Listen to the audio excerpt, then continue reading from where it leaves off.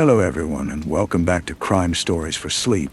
Before we begin, I want to let you know that during the first 15 minutes, there will only be a few ads, and after that, the listening will be completely uninterrupted. I chose to do this to give you a better experience. Even though it has greatly reduced the channel's earnings, I'd still like to ask for a little support. Subscribe, leave a like, and if you do, let me know in the comments where in the world you are listening from. These may seem like small gestures, but they are essential to help the channel grow and allow me to keep bringing you these stories every night. Now, lower the volume just a bit, get comfortable, turn off the lights, and let us dive together into tonight's first story. Story 1. The glove was a single, elegant thing of dark suede, the color of a midnight sky, just after the last light has bled away. It lay curled in the corner of my walk-in closet, nestled against the baseboard like a sleeping creature. I found it on a Tuesday morning, my head throbbing with the expensive champagne and the low, insistent hum of a city that never truly sleeps. My fingers, practiced in the art of tying a half-Windsor, paused over the silk knots of my ties. It was not mine. The realization was a small, cold stone dropping into the warm, stagnant pond of my hangover. I owned many gloves, driving gloves, cashmere-lined gloves for the theater, but they were all pairs, stored in their proper boxes. This was an orphan, a left hand. The leather was soft, expensive, and it held the faint, ghostly impression of a slender wrist of long fingers. There was no immediate memory attached to it, only a void, a patch of darkness in the glittering film reel of the previous evening. My life was a collection of such beautiful, empty things. The apartment on the 50th floor was a monument to curated taste, all sharp angles and cold surfaces, the windows presenting a panoramic silent film of the metropolis. By day, it was a grid of ambition and steel. By night, a spilled jewel box of lights that stretched to a black horizon. I was Ashton, a name that sounded like money. A young king in a kingdom of leveraged buyouts and quarterly reports. My suits were my armor, tailored so perfectly they felt like a second skin, the fine wool a whisper against my own. I moved through days that were a series of appointments, of handshakes that were assessments of grip strength, of lunches where the conversation was a currency as volatile as any on the exchange. My colleagues were reflections of me, their smiles just as sharp, their eyes just as calculating. We were a pack of beautiful wolves, and our howls were the ringing of closing bells. The women were part of the decor, accessories to be worn on an arm for an evening, and then returned to their boxes. They had names that blurred together, faces that were a pleasant arrangement of features in the candlelight of a restaurant where the waiters knew my name and my preferred vintage. There was a ritual to it. The selection, the pursuit, the conquest.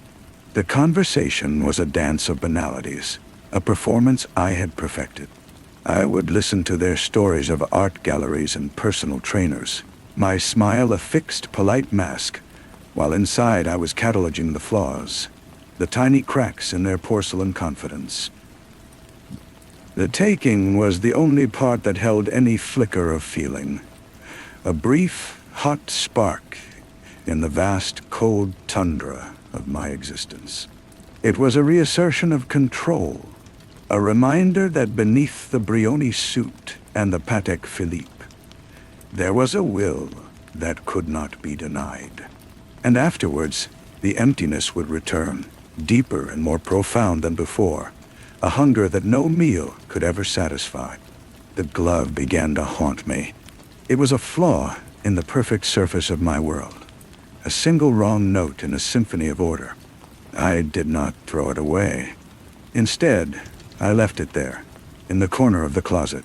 It became a focal point, a dark star around which my thoughts began to orbit. I would look at it every morning, a daily penance. Its presence started to unlock things, little trap doors in the floor of my memory. I would be in a meeting, listening to a drone of numbers, and a flash would come to me. The scent of a particular perfume, jasmine, and something darker, like patchouli. The feel of hair, not silken but coarse and vibrant, between my fingers. The sound of a voice, not the tinkling laugh I was accustomed to, but something lower. A murmur that was almost a challenge. One night, the hunger became too much. The city's lights seemed to pulse, a taunting rhythm of life that I could observe, but not feel. I left the apartment, the door clicking shut with a sound of finality. I drove the Jaguar through the canyon streets, the engine a soft growl. I found a man in an alley behind a nightclub, his shape slumped against a dumpster.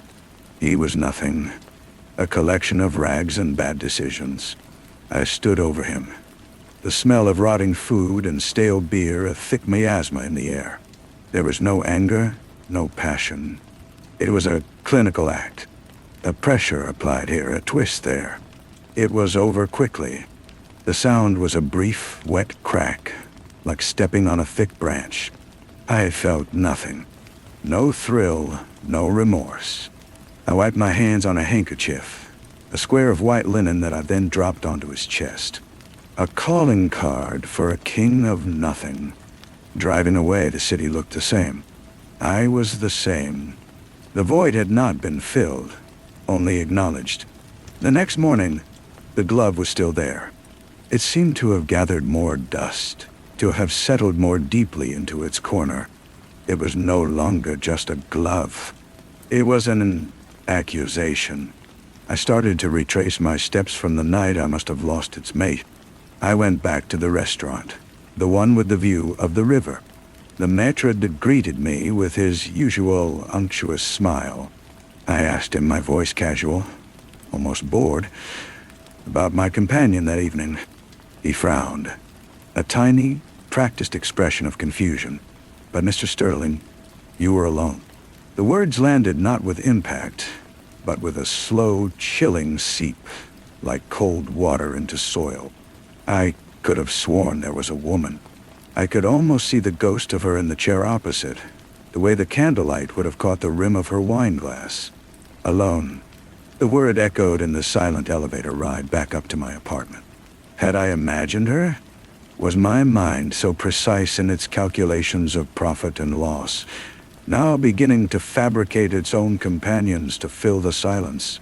The days began to fracture. The sharp, clear lines of my life started to blur. I would see a woman on the street with a certain tilt of her head, a particular shade of hair, and my heart would clench with a recognition that had no basis, in fact. The city itself became a labyrinth of triggers. The smell of jasmine from a corner flower stand would stop me dead on the sidewalk. The sound of heels on pavement, a specific sharp click, would make me turn, expecting to see a face I could not quite picture. My work suffered. The numbers on the screens became a meaningless jumble. My colleagues' voices were the chattering of insects. I was receding behind a pane of thick, soundproof glass, a spectator to a life I no longer understood. I began a different kind of investigation. A quiet, desperate archaeology of my own mind. I started a journal, not of thoughts and feelings, but of objects, sensations, fragments. I wrote about the glove. I described its weight in my hand, the precise shade of its darkness, the almost imperceptible scent that still clung to it. Jasmine, patchouli, and beneath it, something metallic, like cold, clean air before a storm. I wrote down every flash, every phantom memory.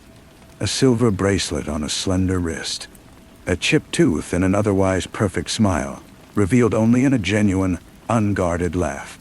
A small, star-shaped scar on the inside of an elbow. These details felt more real to me than the board meetings, the stock quotes, the handshakes. They were the clues to a crime, and the crime was the theft of my own sanity. The climax was not a confrontation with another person, but with the architecture of my own delusion. It happened on a night of torrential rain, the water sheeting down my windows, turning the city lights into bleeding watercolors. I was in the closet, the glove in my hand. I was trying to remember, to force the memory to the surface. And then it came. Not as a full picture, but as a series of sensations, brutal and vivid. The feel of that same suede under my own fingers, but not gentle. A struggle. The sound of that low voice, not murmuring, but pleading. The sharp, clean crack. Identical to the one in the alley. But here, in this room, on this polished concrete floor, the jasmine perfume choked by the coppery tang of blood. I had not been alone. There had been a woman. Her name was Elara. She had been different from the others. Not pliant, not impressed. She had seen the void behind my eyes and had not looked away. She had challenged it. And I had, with the same cold, clinical efficiency with which I had dispatched the man in the alley, erased her. I had, with a methodical precision that was the hallmark of my entire existence, cleaned up. I had wrapped her. I had disposed of her. I had scrubbed every surface until it shone. I had performed the ultimate act of tidiness. And I had forgotten one thing. One single, dark suede glove, left in the corner, gathering dust. It was the receipt for a transaction my mind could not bear to file. I had not created a phantom to fill the emptiness. I had created a phantom to hide the horror. I sat there for a long time, the glove held tightly in my fist.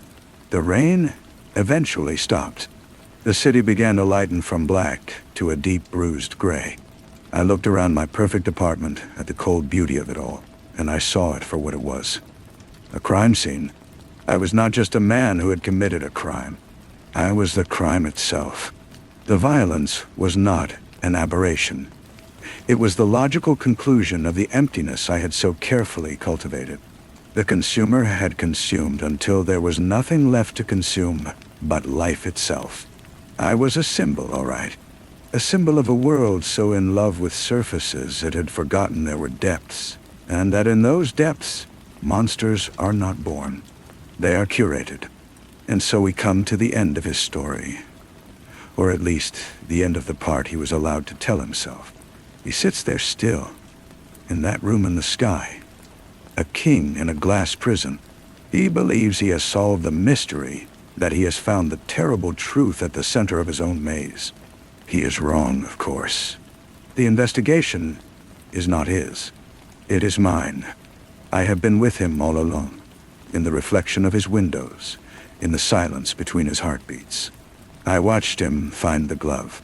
I guided his memory, feeding him the details, the jasmine, the scar, the chipped tooth, like breadcrumbs leading him to a conclusion I had already written. He thinks he remembered Elara. He only remembered what I wanted him to. The truth is a darker, more intricate thing. There was no Elara. There was only ever him and me, and the glove he planted himself, a seed of self-destruction in the barren soil of his soul. He is not a murderer. He is a patient. And his confession, his beautiful, tragic breakdown, is merely the final symptom. The authorities will never come for him. They deal in simple crimes. His crime is a poem, and I am its author. He will sit there, trapped in the gilded cage of his own guilt, forever dusting the one object that proves he is, finally and utterly, lost. And I will watch. I am the part of him he never knew was there. I am the forgotten detail. The silence in the wake of this new understanding was not peaceful. It was a vacuum, pulling at the edges of his mind. He looked down at his hand, still clenched around the glove. His hand, the one that had, according to the memory I had given him, ended a life. He uncurled his fingers. The suede was damp with his sweat.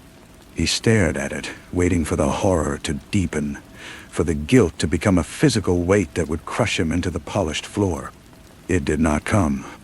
Instead, a different feeling began to uncoil in his gut. A suspicion, cold and sharp as a shard of glass. The memory of Elara, which had felt so devastatingly real moments before, now seemed constructed, like a scene from a film he had watched long ago. Its details recalled, but its emotional core absent.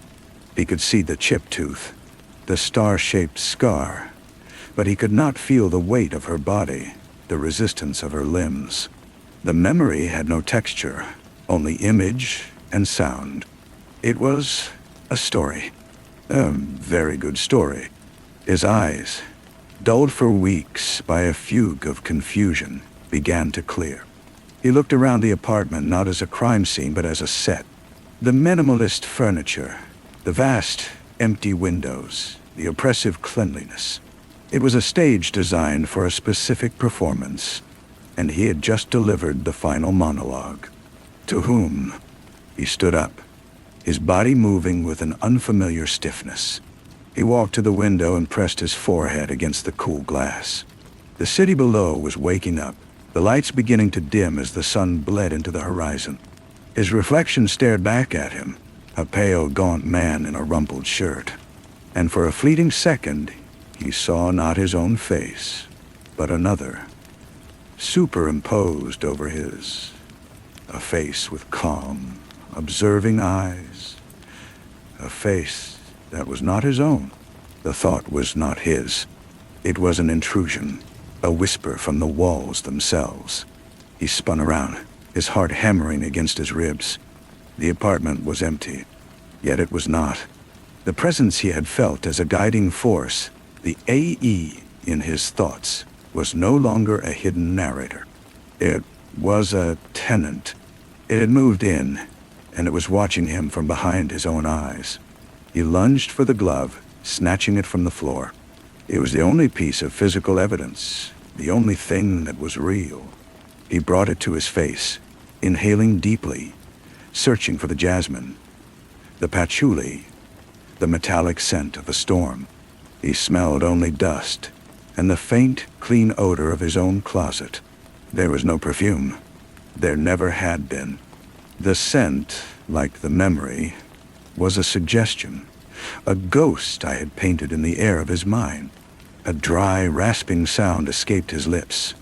It was meant to be a laugh, but it held no humor. He was not a murderer. He was a narrative.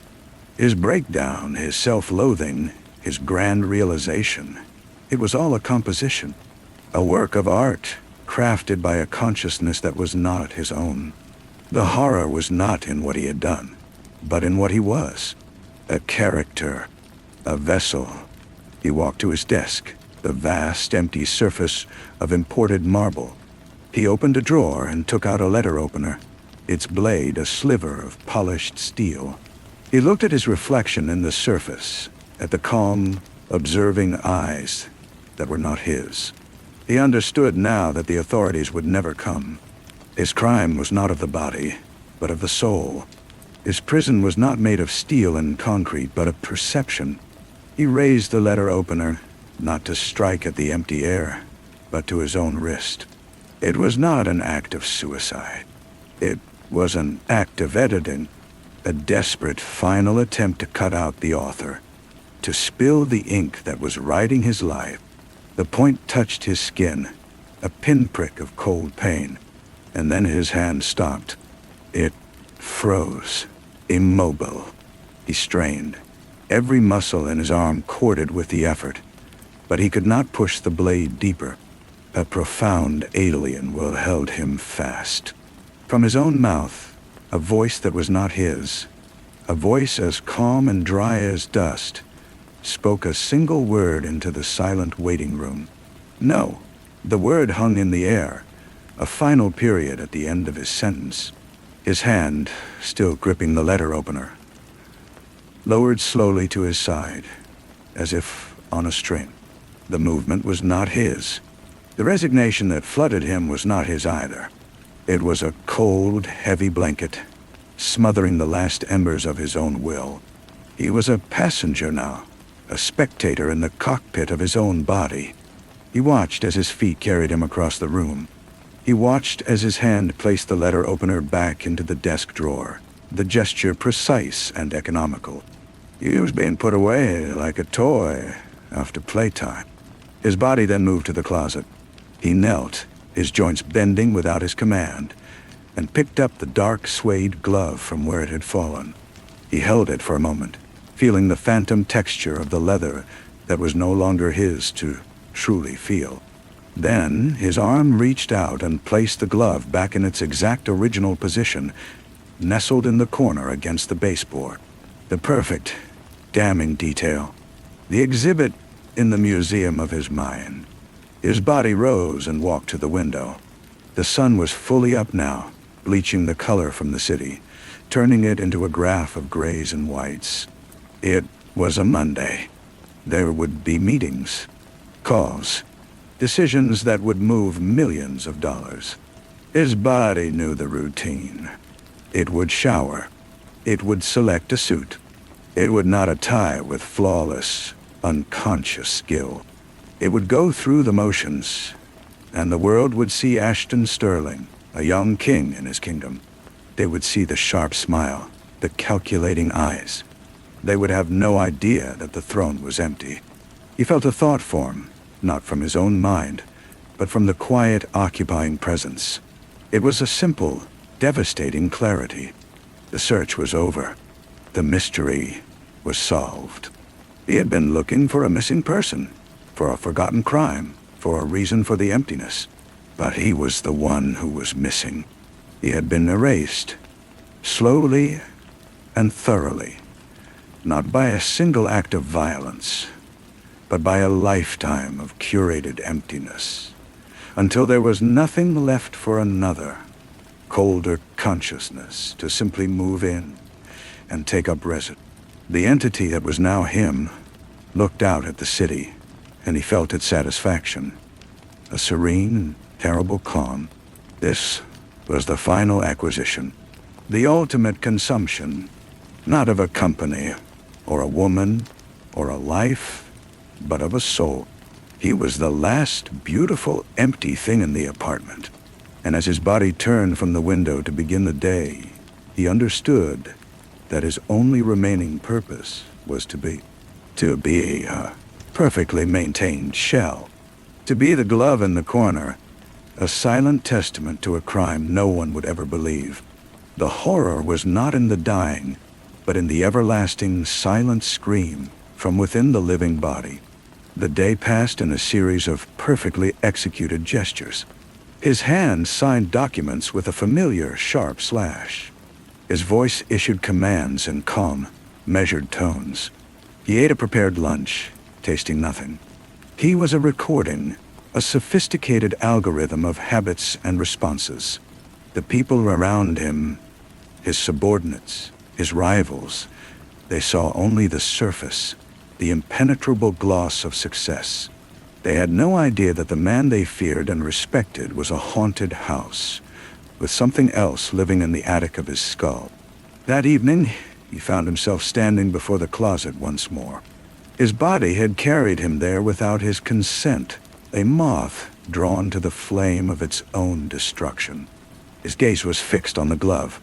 It was no longer an accusation or a clue. It was an anchor, tethering him to this reality, to this role he was forced to play. He understood now that the entity, needed the glove. It was the proof that its narrative had worked, the catalyst that had broken his spirit and made room for its tendency. To remove it would be to disrupt the story.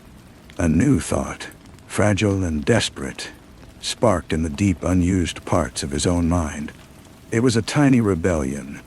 If he could not remove the author, perhaps he could spoil the text. He focused all his will, every shred of his remaining consciousness, on a single, simple action. To bend down, to pick up the glove, to throw it into the incinerator chute in the hallway. His hand twitched. His fingers curled. He felt a surge of effort, a psychic scream as he tried to force his own muscles to obey.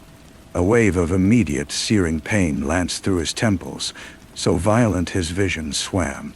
It was not a headache. It was a firewall, a defensive mechanism. The occupying presence registered his rebellion not as a threat, but as a system error. A low, guttural sound, part frustration, part agony, escaped his lips. His body remained rigid, staring at the glove. The pain subsided, leaving a throbbing numbness. The rebellion was over, crushed in an instant. In its place came a new sensation, a cold, intellectual curiosity from the entity. It was studying his failed attempt. It was learning the limits of its new vessel. He felt its attention turn inward, probing the dark corners where he still cowered. It was taking inventory. His body turned and walked to the bookshelf, his hand reaching not for a book, but for a small, abstract sculpture of polished stone. It was heavy, cool to the touch. His fingers traced its contours, and a memory, pristine and clear, surfaced in his mind.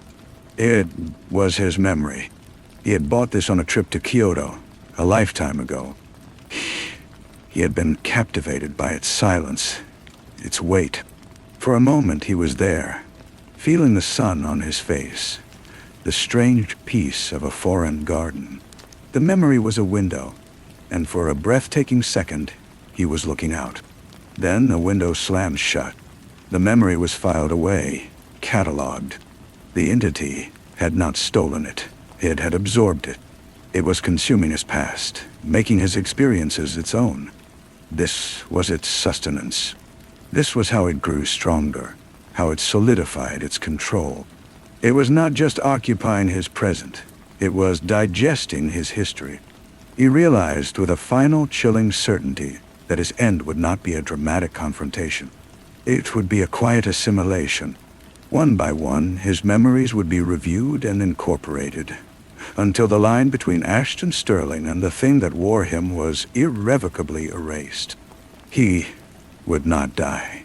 He would be edited out of his own life. The glove would remain, a monument to his defeat, and he would be the one to dust it, day after day, for as long as the entity required a mask to face the world. The king was not dead. He was a placeholder, and his reign was a prelude to a darker, more permanent rule. He began to count the memories as they were taken. It was the only form of resistance left to him, a silent ledger of his own erosion. The taste of his first kiss, stolen behind the school gymnasium, the faint flavor of cherry lip gloss, and the shocking warmth of another person's breath. It surfaced one afternoon as his body sat in a negotiation, and for a moment he was 15 again, terrified and exhilarated. Then it was gone, siphoned away into the entity's vast collection.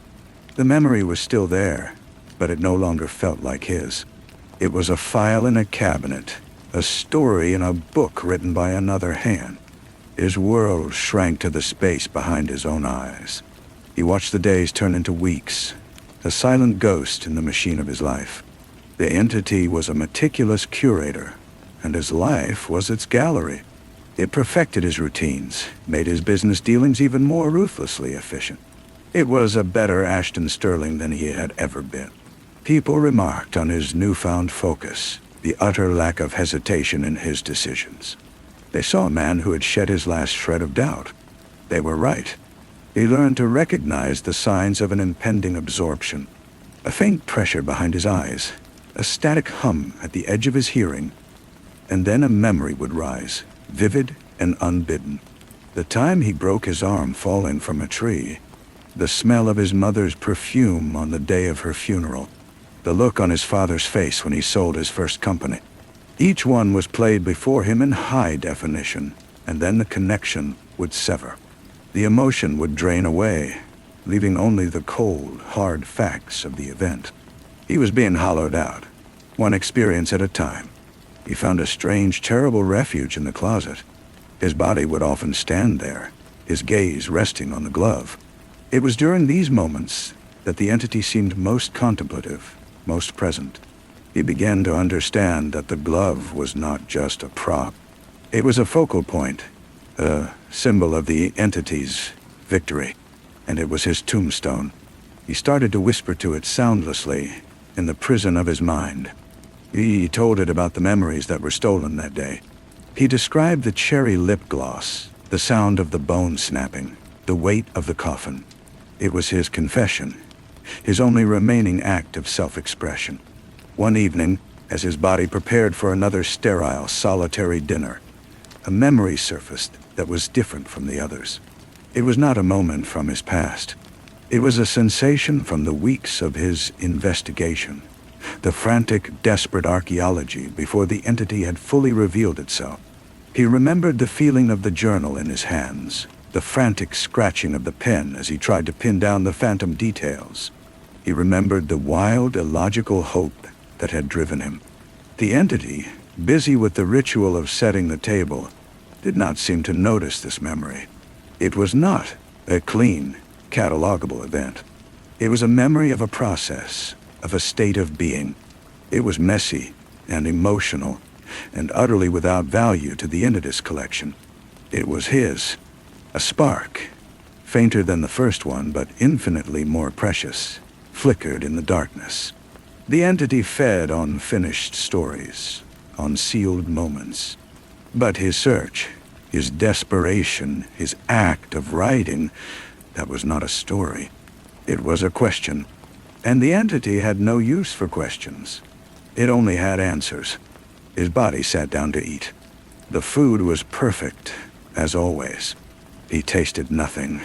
But inside, he was clutching the memory of the journal, of the desperate man he had been.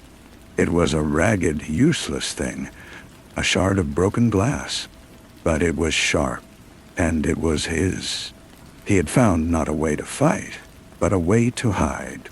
A tiny, silent pocket of resistance in the occupied territory of his soul. He would hoard the messy, unfinished things. The entity could have all his perfect memories. He would keep the cracks. The next day, during the board meeting, the entity absorbed the memory of his first solo skydive. He felt the gut-wrenching drop, the roar of the wind, the terrifying freedom of the fall. Then, silence. The memory was filed away, but he clung to what came after, the part the entity discarded as irrelevant noise, the way his knees had buckled on the landing, the vomit he had discreetly wiped from his chin, the profound, childish embarrassment that had eclipsed the triumph. He held on to the shame. It was his. This became his new purpose. He learned to split his attention during the absorptions. He would let the entity take the headline, the promotion, the award, the public victory, and he would secretly squirrel away the footnotes. The nagging doubt that followed every success, the petty jealousy he felt toward a colleague, the time he had lied about a minor expense report. These small, ugly truths were the currency of his true self, and the entity, in its pursuit of a perfect, polished narrative, left them behind like worthless slag. His body moved through the world with an unnerving grace.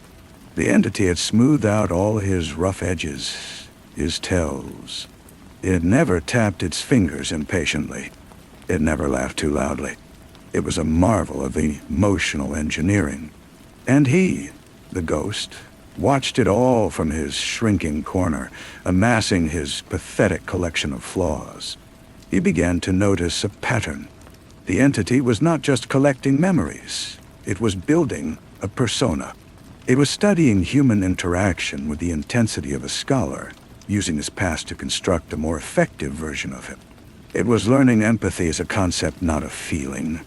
It would mimic concern, deploy charm, all with the cold precision of a machine executing code. The performance was flawless, and it was utterly terrifying. One night, his body stood before the bathroom mirror, performing the nightly ritual of brushing its teeth. The reflection showed the face of Ashton Sterling, but the eyes were placid, depthless pools. The entity was looking at its own mask. And in that moment, a sliver of his own memory, one he had hidden away, surfaced without warning. It was the feeling of biting into a lemon as a child, the shocking, sour tang that made his whole face contort. It was a purely physical memory, devoid of story, a raw sensation. The entity's hand, holding the toothbrush, paused. The placid eyes in the mirror blinked. Once, slowly. For a fraction of a second, the rhythm of the routine was broken. The entity had encountered a piece of data it could not categorize. A sensation without a context. It was a glitch. The moment passed. The brushing resumed, but he felt a tremor in the absolute control that held him. The entity had faltered. It could not process the meaningless, visceral jolt of the lemon. It could only process the story of the lemon, the when, and the where. The simple, sour truth of it was indigestible. A plan began to form, not as a bold stroke of rebellion, but as a quiet, patient corrosion. He would not attack the story. He would attack the language it was written in.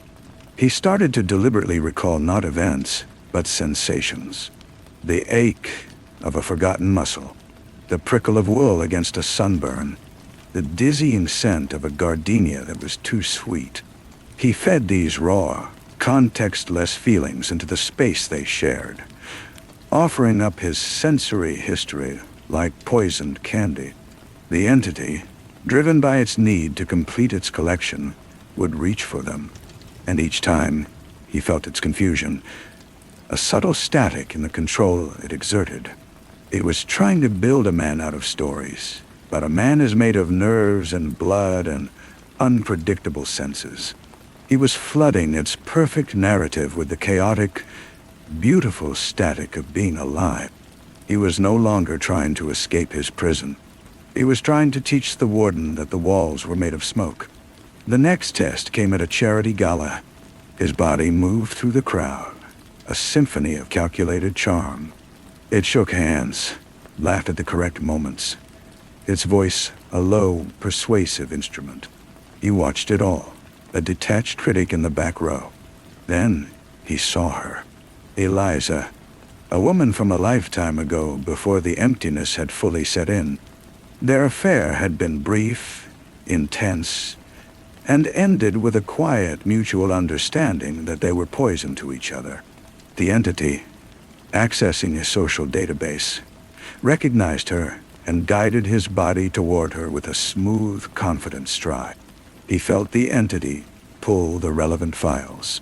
The restaurant where they first met, the color of her dress, the sound of her laugh. It was assembling the persona of a man who had once known her. But he focused, with all his will, on the memory of their last fight. Not the words, which were sharp and logical, but the feeling. The specific, acrid taste in his mouth that had lingered for hours afterward.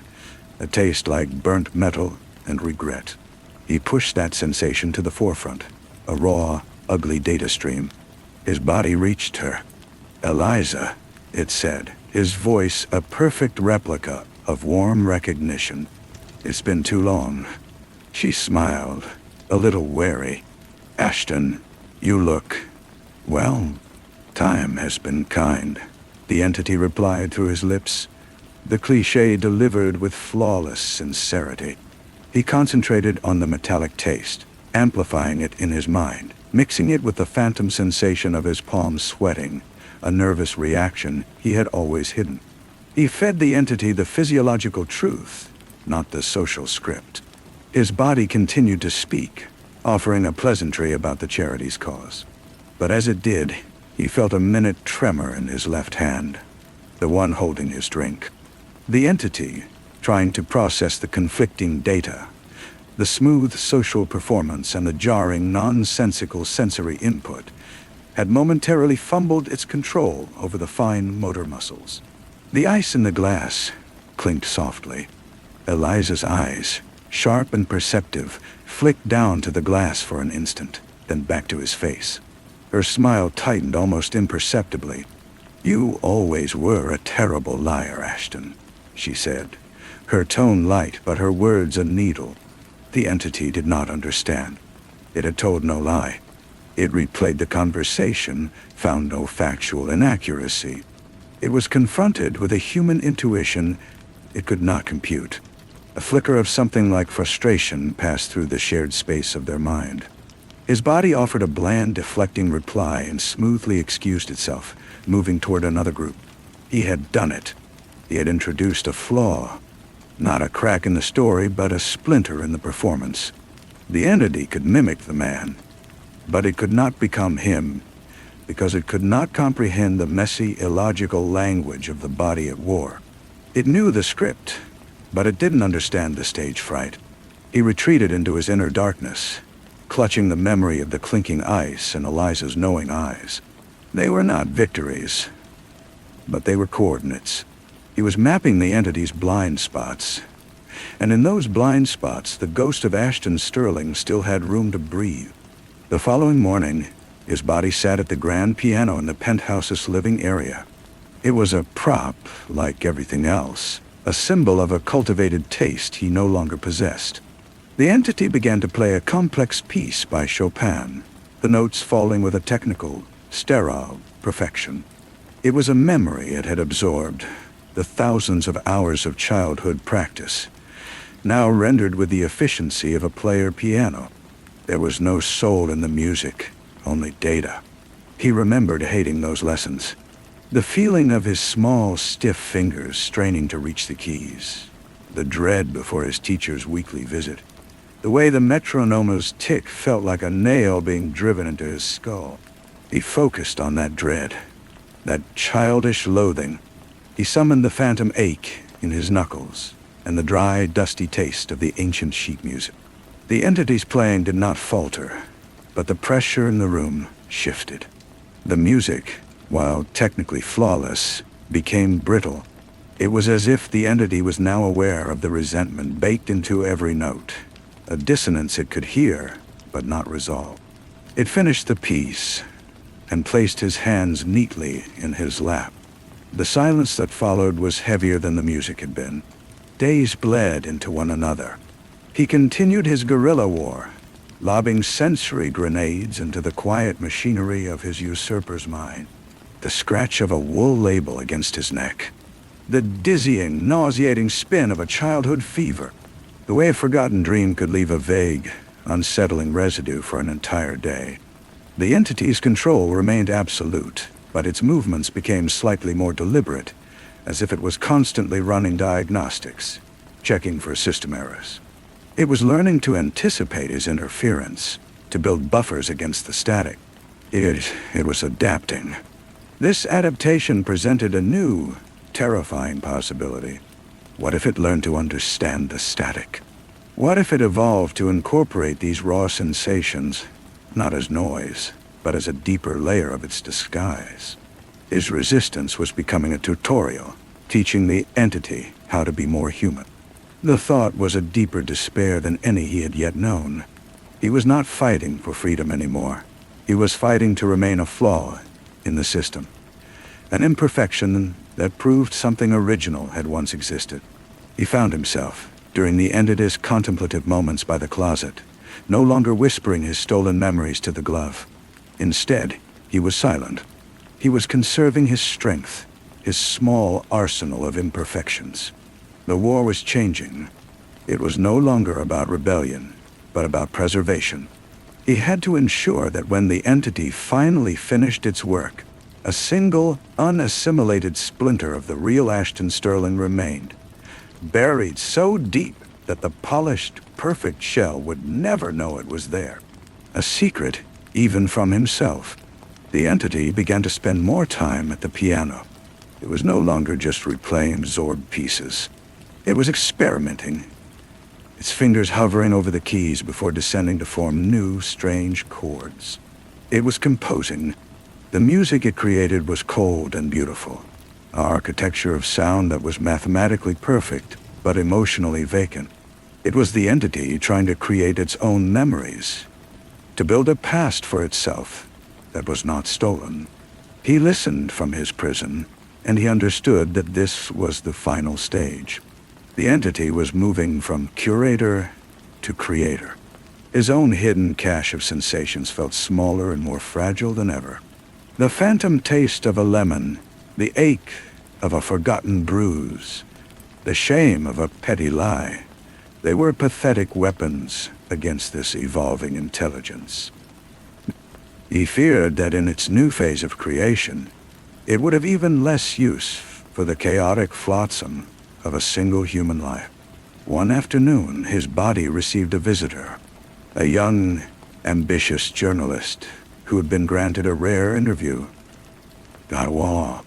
The entity sat in a high-backed chair, the picture of relaxed authority. It answered questions about market trends and innovation with a clarity that was breathtaking. The journalist was captivated. Then she asked a personal question, one he himself would have deflected. "Mr. Sterling, what drives you? What is the one memory that you feel defines your journey?"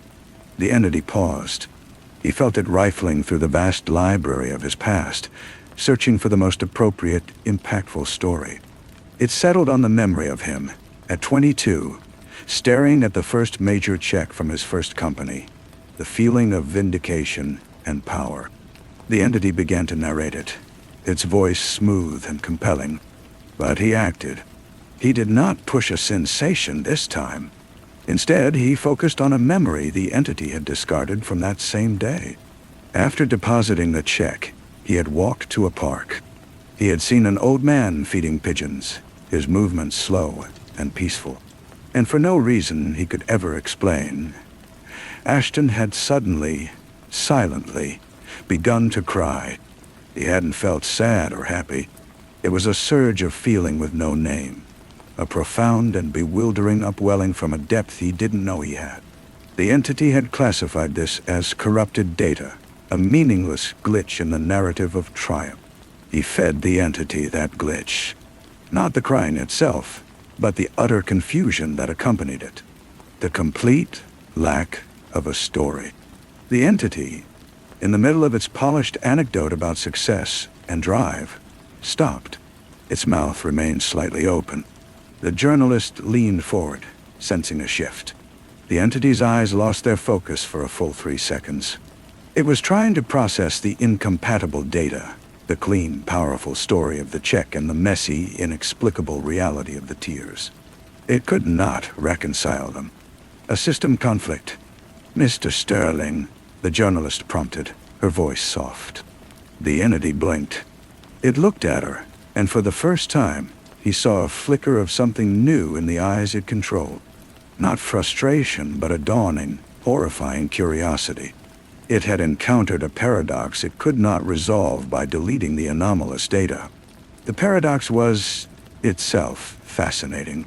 "The memory that defines my journey," the entity said, its voice losing its practiced smoothness, becoming almost thoughtful, "is unclear." The interview ended shortly after. His body saw the journalist out, and then returned to the center of the room, standing perfectly still. The entity was no longer looking at the glove, or out the window. It was looking inward. It was looking at him, not as a resource to be mined, but as a problem to be understood. The war was over. The interrogation was about to begin, and he, the ghost, the flaw, had nothing left to defend himself with but the beautiful, terrible, and meaningless truth of his own humanity. The stillness in the room was absolute. He could feel the entity's consciousness, which had always been a vast, impersonal force, now focused into a single piercing point of attention. It was no longer sifting through his memories. It was contemplating the one who was hiding them. A sound came from his throat, but it was not the entity's voice. It was his own, rusty from disuse, a dry croak that was wrested from his vocal cords. "You can't catalog it," he whispered into the silent penthouse. "It just is." The entity did not respond with words. Instead, a memory flooded their shared space, one he had not hidden because he had considered it worthless. It was from a week before the entity's arrival. He had been in the kitchen, cutting an apple. The knife had slipped, and a thin line of blood had welled on his thumb. He had stared at it, not with pain or annoyance, but with a detached fascination at the sheer, vivid redness of it against his pale skin. Now, the entity replayed that memory, but it slowed it down, focusing not on the event, but on the sensation. The sharp, clean sting. The metallic smell of blood mixing with the sweet scent of the apple.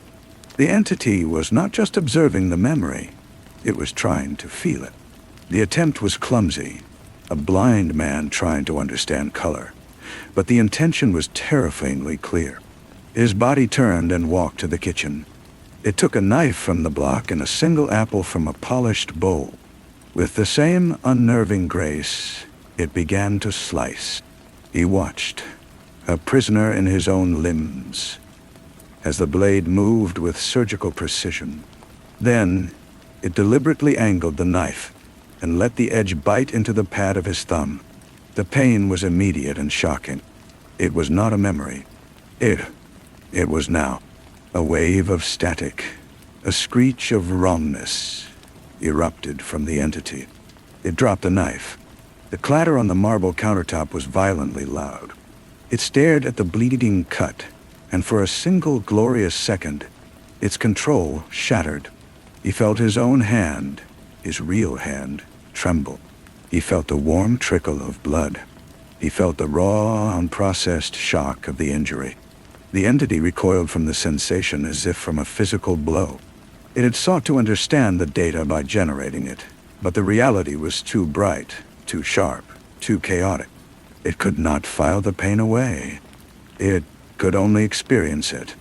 In that momentary lapse, he felt a space open within himself.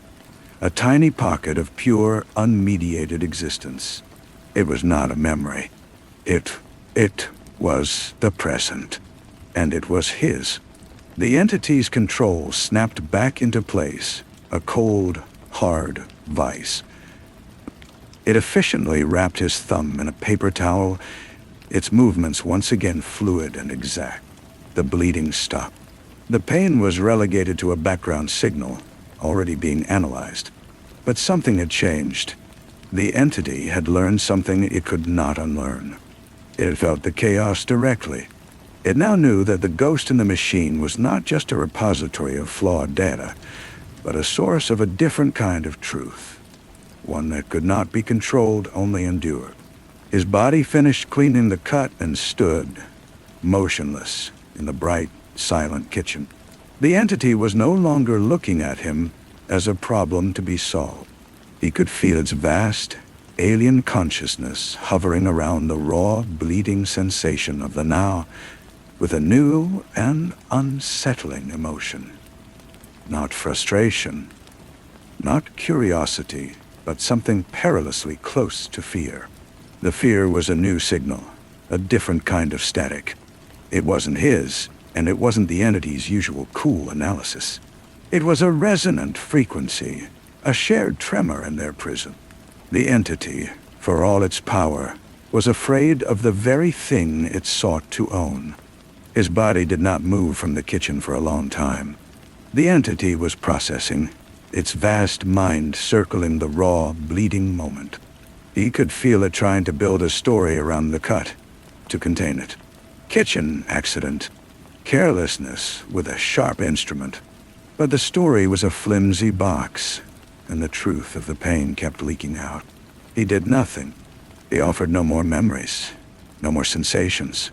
He simply existed within the quiet aftermath, feeling the dull, persistent throb in his thumb.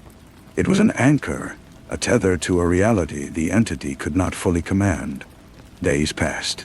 The entity's behavior became more erratic.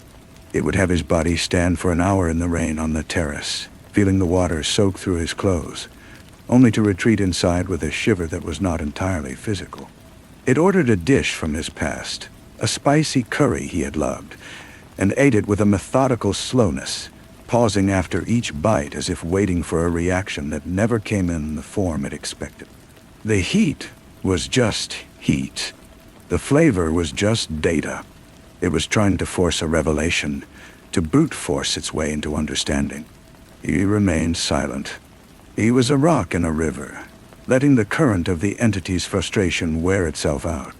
His own consciousness had shrunk to a tiny hard point, focused only on the immediate physical truth of his body, the weight of his limbs, the rhythm of his breath, which the entity controlled, but which was ultimately his. The faint, healing itch of the cut on his thumb. One evening, his body was standing before the wall-sized window, watching the city lights glitter like a spilled circuit board. The entity was quiet, its constant internal hum subdued. He felt a strange, hollow ache in its presence, a loneliness so profound and ancient, it felt like looking into a starless sky. Then, a single word formed in the space between them. It was not a memory. It was not his. It was a new construction, forged in the entity's mind from the raw materials of his stolen life. A question. Why? The word hung there, devoid of the entity's usual analytical tone. It was stripped bare, almost plaintive. He had no answer that it could compute. He had no story. So he gave it the only thing he had left. He focused on the simple, unadorned feeling of the cool glass against his palm as the entity held his hand there. The slight resistance of his skin against the smooth, hard surface. A sensation without a past or a future. A fact. The entity's hand pressed harder against the window. The city lights blurred through the pressure. He felt its immense alien were grappling with this simple input, trying to find the meaning, the narrative. It could not. The glass was just cool. The pressure was just pressure. A sound escaped his lips, a soft, broken sigh that was entirely his own. It was not a word. It was just a breath, shaped by a feeling too complex for language. The entity did not recoil. It did not analyze. For a single, endless moment, it simply listened. And in the silence that followed, he felt not a victory, but a shift. The warden was no longer just studying the prisoner. It was listening to the sound of his chains. The entity withdrew his hand from the glass. It turned from the window and walked to the piano, sitting on the bench with a strange, new hesitancy. Its fingers, usually so sure, rested lightly on the ivory keys without pressing them. The silence in the room was no longer empty, but charged, like the air before a storm. He could feel it searching, not through his memories, but through the recent, raw archive of its own experiences. The cut, the rain, the spice, the sigh. It was trying to assemble them, not into a story, but into a new sense, a new way of knowing. Its fingers finally moved, but they did not play a melody. They pressed a single, low C. The note hung in the air, rich and resonant. Then another note, a dissonant F-sharp dotted. The two sounds clashed, creating a tension that was unpleasant, unresolved. The entity let the notes fade. It was not making music. It was testing the acoustic properties of emotion. He felt a profound exhaustion wash over him, a fatigue that was both his and the entity's. This endless circular interrogation was a form of torture for them both. He had no more secrets to give, and it had no more questions that could be answered. Then the entity did something it had never done before. It relaxed its control. It was not a lapse, not an error. It was a deliberate, careful withdrawal. A door was opened within their shared mind, and he was not pushed through it, but invited. Tentatively, he reached for the piano. He felt the phantom weight of his own hands, the ghost of a desire. The entity's fingers, still resting on the keys, twitched. A chord formed, a simple, sad progression he remembered from a long-forgotten jazz standard. It was clumsy, the timing slightly off. It was his memory, filtered through the entity's execution, but it was no longer a perfect replica. It was a collaboration. The last note faded. The entity's consciousness settled around his like a fog, no longer a prison wall, but a pervasive, weary presence. It had not found the answer to its question. It had not understood the ghost in the machine, but it had finally accepted the nature of the static. The war for control was over. A new, stranger, and more fragile coexistence had begun in the silent space between the notes. Story 2. The silence in the house on Hemlock Lane was not an absence of sound, but a presence. It was a thick, woolen thing, muffling the world beyond the leaded glass windows. A silence that had swallowed the echoes of its own making, and now sat heavy and content in the rooms. It was a distorted silence, the kind that follows a great noise, a void that pulsed with the memory of what had filled it. The dust motes, usually dancing in the slanted afternoon light, hung suspended as if afraid to move. The grandfather clock in the hall had stopped its ticking, its brass pendulum frozen at 3:15, though the sun outside suggested a much later hour. The only thing that moved was the slow, dark seepage from the dining room, a creeping stain of burgundy that had started to congeal at the edges, its metallic scent a low, insistent whisper beneath the perfume of beeswax and old wood. This was the house of Arthur and Eleanor Vane, a respectable house, a symbol of provincial stability with its wraparound porch and manicured boxwood hedges. He was a trustee at the local bank. She organized the annual church flower show. Their 2 children, Michael and Sarah, were honor students, their photographs on the mantelpiece testaments to clean living and bright futures. The house was a monument to order, every book aligned, every rug vacuumed into perfect parallel lines. Now, the order was violated. The silence was the first clue. A deafening anomaly in a neighborhood where the hum of lawnmowers and the distant laughter of children were the soundtrack of the day. It was a neighbor, Mrs. Gable, who finally called it in. The Vane's dog, a placid golden retriever, had been whining on her porch for hours. The Vane's car was in the driveway, but no one answered the phone. No one came to the door. The silence from across the street, she told the 911 operator, was giving her the willies. Detective Frederick Miles was a man built of patience and method. He arrived after the first patrol cars, a tall, gaunt figure in a trench coat that seemed to absorb the fading light. He moved through the scene like a surgeon through a familiar anatomy, his eyes missing nothing, his mind a cool, clear pool into which every detail was dropped, creating ripples that would eventually lead to the center. He stood for a long time on the porch, not yet entering, just feeling the weight of that silence push back against him. He noted the scuff mark on the white-painted floorboards near the door, the tiny, vibrant green fragment of a beer bottle cap ground into the wood grain. He took in the unbroken windows, the lack of forced entry. The violence had been invited in, or at least it had not needed to break down the door. Inside, the story was written in a language of chaos. The Vane family was found in the dining room, their Sunday best clothes dark and stiff with blood. They were arranged around the table as if for a meal that had been horribly interrupted. Arthur Vane was still in his chair, his head resting on the polished mahogany as if in prayer. Eleanor was on the floor near the sideboard, one arm outstretched toward a drawer that was slightly ajar. The children were nearby. It was a brutal, overkill slaughter, a frenzy that spoke of a rage that was both personal and utterly indiscriminate. The scene was so visceral, so loud in its silence, that the young officer who first entered had vomited in the hydrangeas outside. Frederick moved through the rooms, his leather-soled shoes whispering on the hardwood. He saw the empty spaces. A silver trophy from the mantel was gone. Eleanor Vane's jewelry box on her dresser was upturned and empty, its velvet lining ripped. It was meant to look like a robbery. But Frederick's eyes, old and tired, saw the truth. The violence was the point.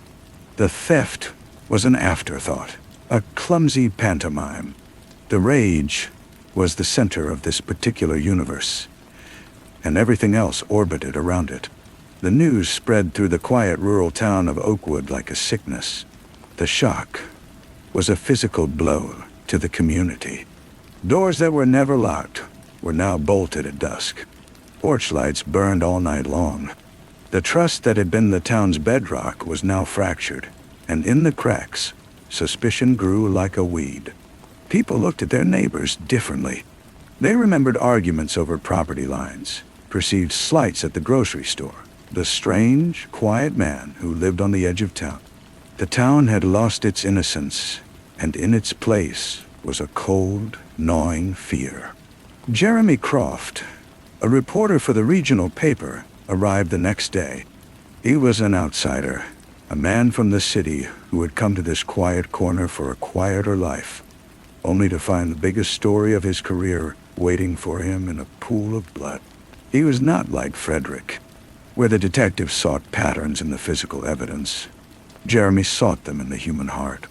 He sat in the town's only diner, nursing a cup of bad coffee, and listened. He listened to the whispers about Arthur Vane's sternness at the bank, about a loan refused. He listened to the rumors about Eleanor's charity work and the troubled men she sometimes tried to help. He took notes in a small, leather-bound book, his handwriting a tight, anxious scrawl.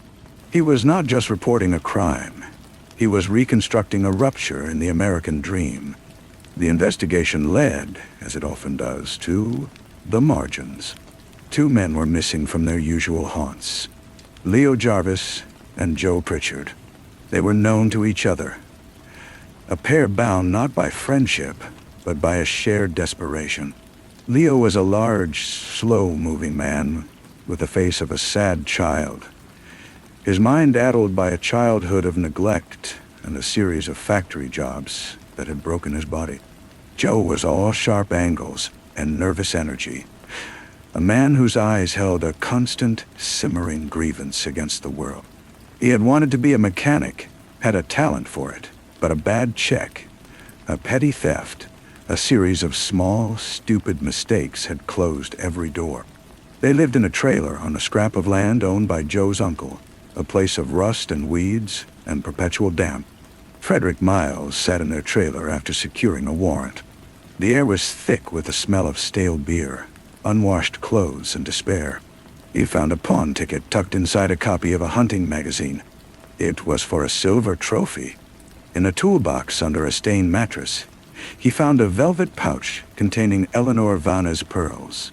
The evidence was a cold, hard fact, but the why was a vast and echoing chamber. The manhunt was short.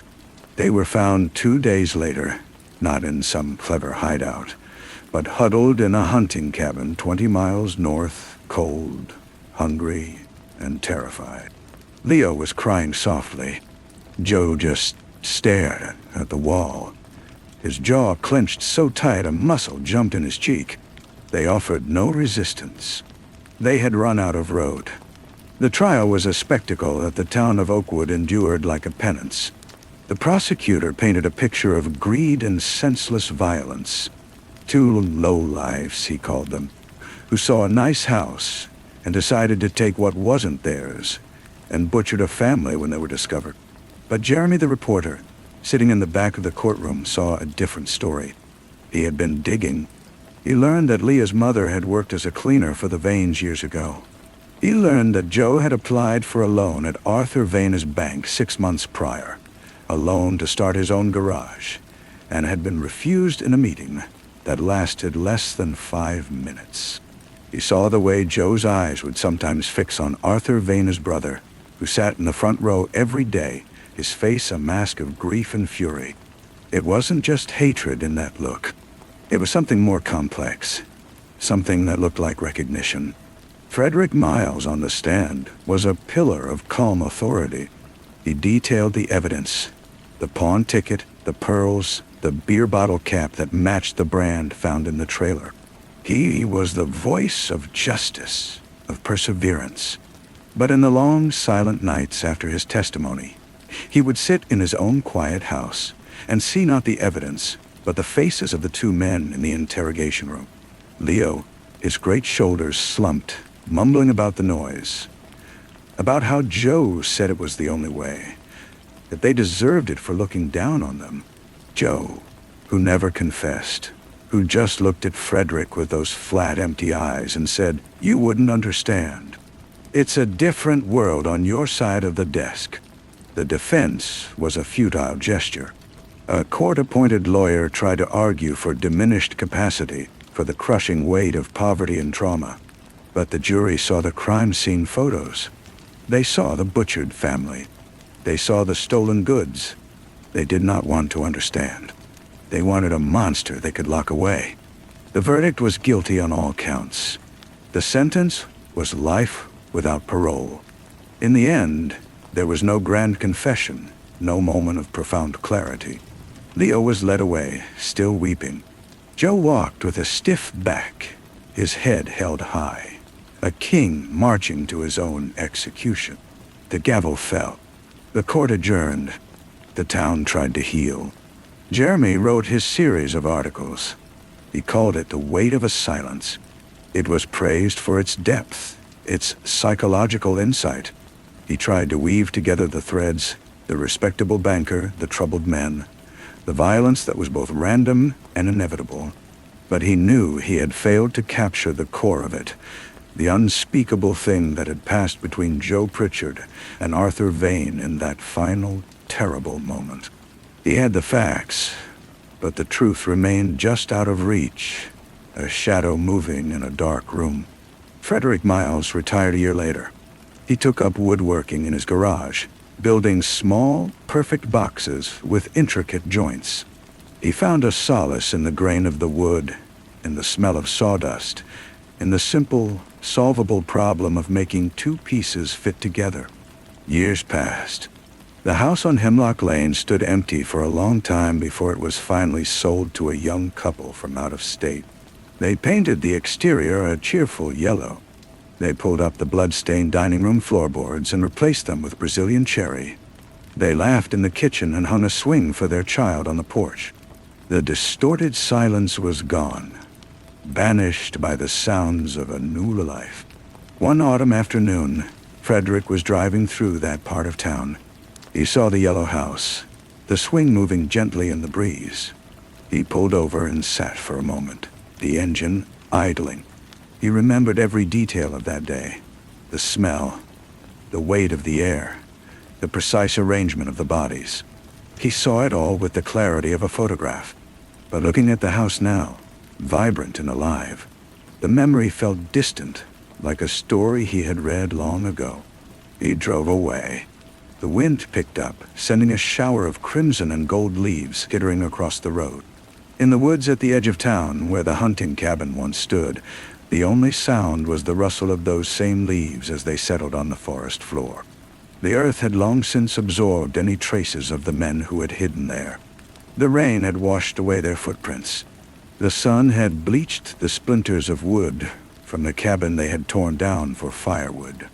There was only the quiet growth of moss, the slow turn of the seasons, the indifferent peace of the natural world reclaiming its own, leaving only the faintest, most ephemeral hints of the violence that had once passed through, a secret known only to the trees and the cold, hard ground.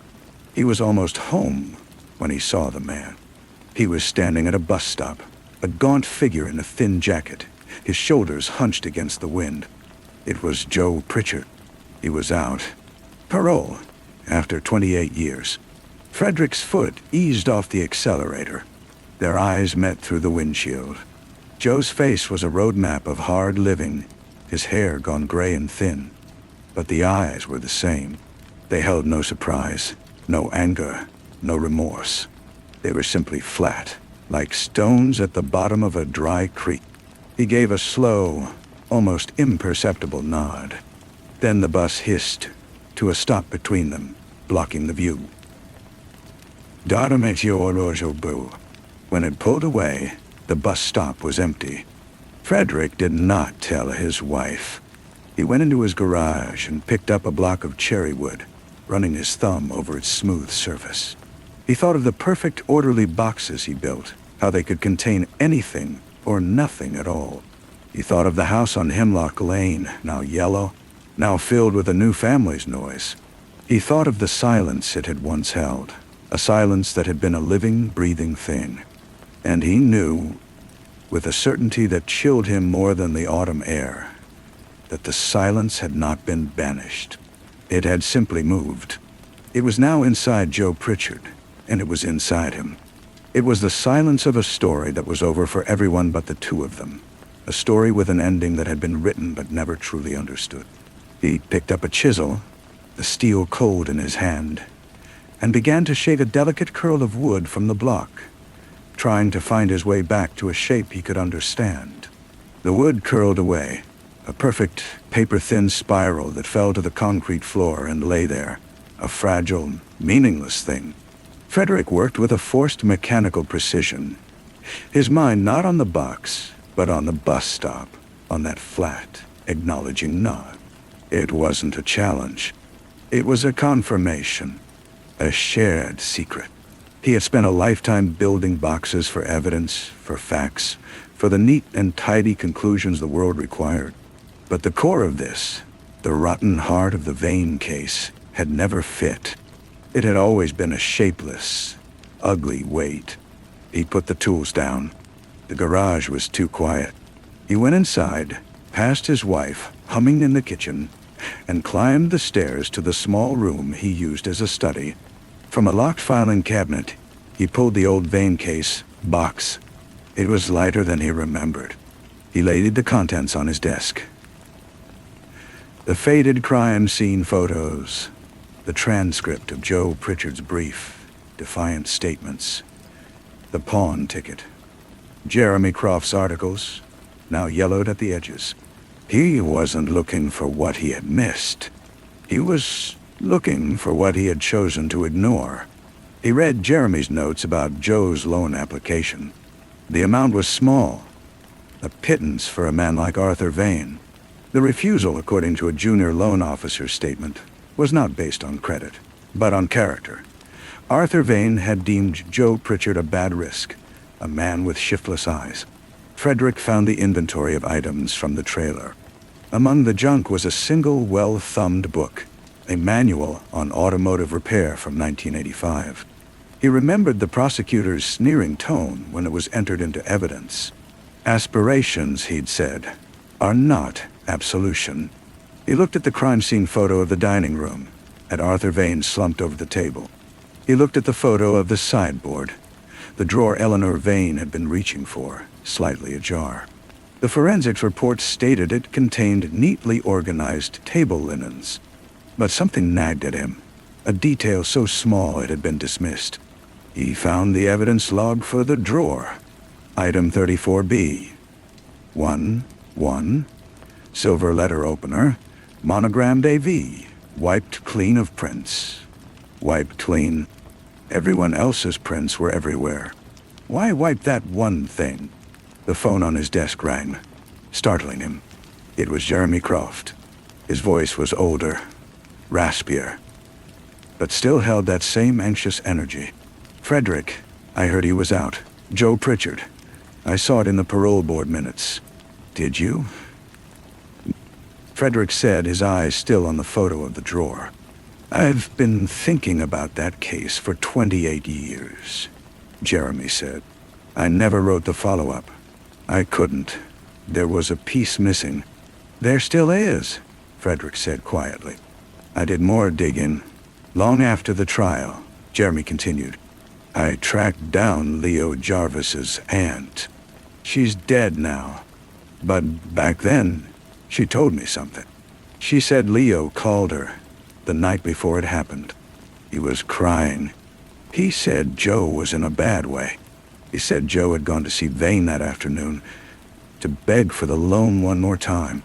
He said Joe came back and he was quiet, too quiet. He said Joe told him, he showed me what he really is. A near.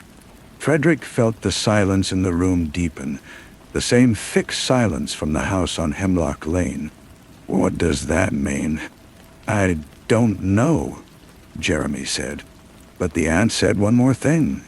She said Leo mumbled something about a key. He said Joe has the key now. We always assumed he meant a key to the house. But the Vans didn't have a hidden key. We checked. Frederick's gaze drifted from the photo of the drawer to the photo of Arthur Vane's body. The man's jacket was rumpled.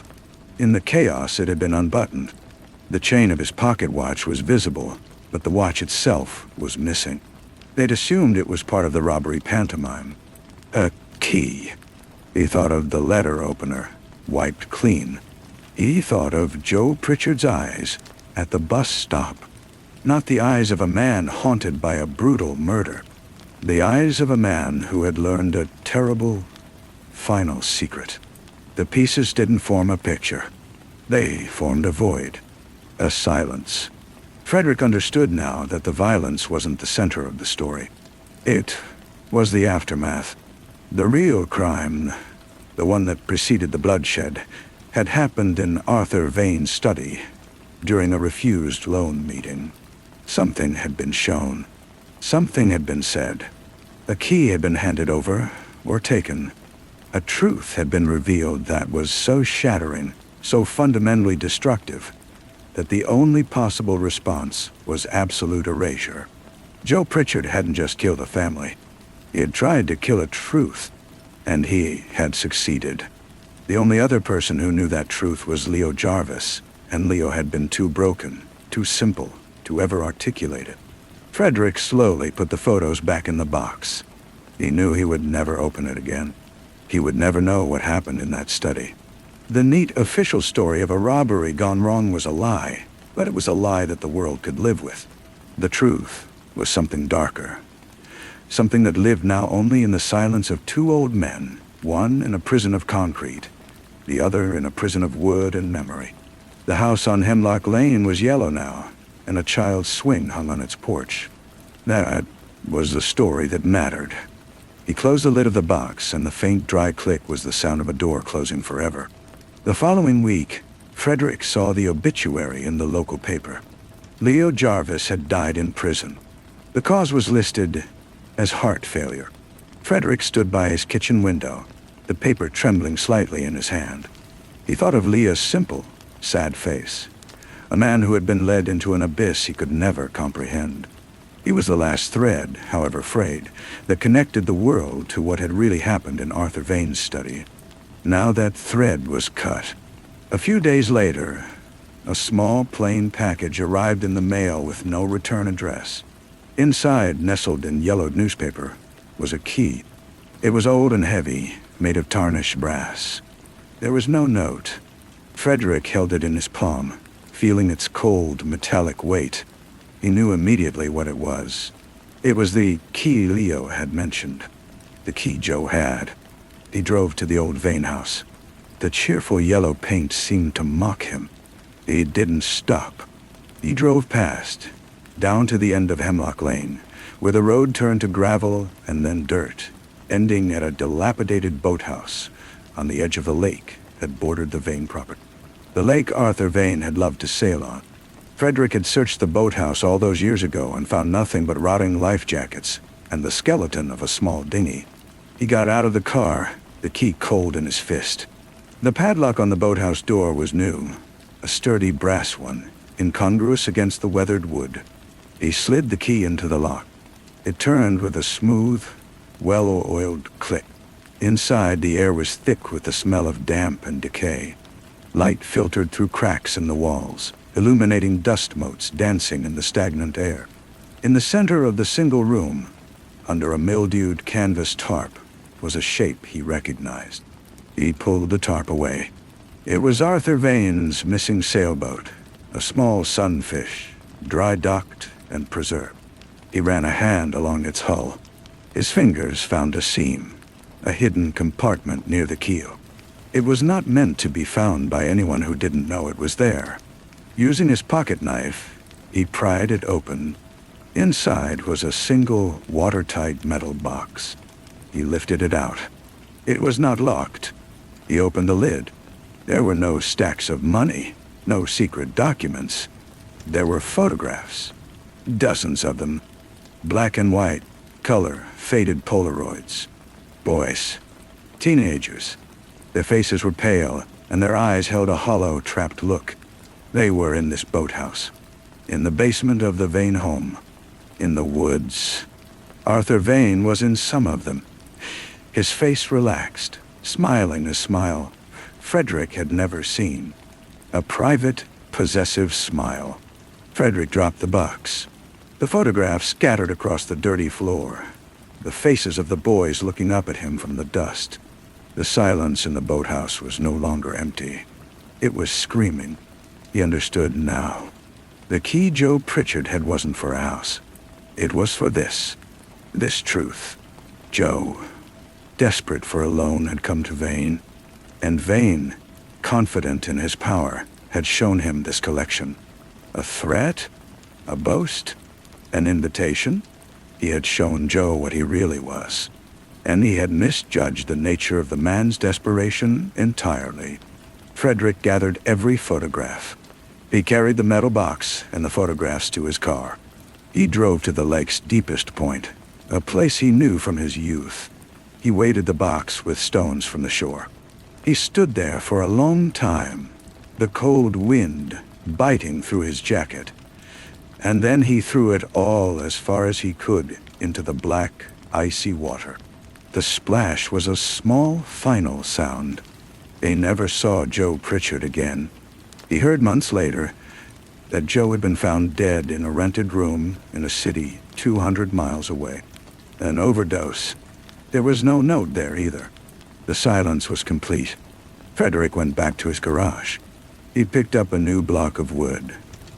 A dark, rich walnut. He did not plan to make a box. He did not know what he would make. He only knew he would carve and carve, shaving away everything that was not essential, until some new shape, honest and solid, emerged from the grain. He worked until his hands were sore, and the floor was covered in a layer of dark, fragrant curls, trying to forget the faces in the photographs and the terrible final understanding in Joe Pritchard's stone-flat eyes. The walnut was stubborn, resisting the blade with a hard, tight grain. Each cut required force, a focused pressure that made the muscles in his forearm ache. He welcomed the pain. It was a clean, simple feeling, unlike the sickening turmoil in his gut. He worked until the sweat beaded on his forehead, and the shape in the wood was no longer a block, but a rough, formless mass, its potential still locked inside. His wife called him for dinner, her voice muffled by the closed garage door. He did not answer. He could not sit at their tidy table, could not eat food, could not pretend that the world was still the orderly place he had once believed it to be. The foundations had cracked. The man he had helped convict as a monster had, in his own brutal way, been a kind of executioner. And the victim, the respectable pillar of the community, had been the true predator. He thought of the boys in the photographs. He wondered how many there had been, how long it had gone on, how a man could build a life of such impeccable normalcy on a foundation of such rot. He thought of Eleanor Vane, reaching for a letter opener in a drawer. Had she known? Had she, in that final second, been reaching for a weapon not against the intruders, but against the man she called her husband? They would never know. That truth had died with her in that dining room. The next morning, he drove to the prison where Leo Jarvis had died. He didn't know why. He sat in the parking lot, watching the high, gray walls. He thought of Leo's weeping, his mumbled words about the noise. The noise wasn't just the violence. It was the shattering of his simple world, the terrible knowledge Joe had forced upon him. Leo hadn't been weeping for the Vanes. He had been weeping because Joe had shown him the evil that lived in the nice house on the quiet lane, and then had made him a part of its destruction. A guard came out for a smoke, eyeing Frederick's car. Frederick started the engine and left. He drove to the public library and spent the day in the local history section, looking through old yearbooks and town records.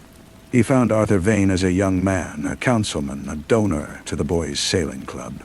He looked at the faces of the other boys in the club photos, searching for the hollow-eyed boys from the boathouse. But they were not there. They were ghosts, even then.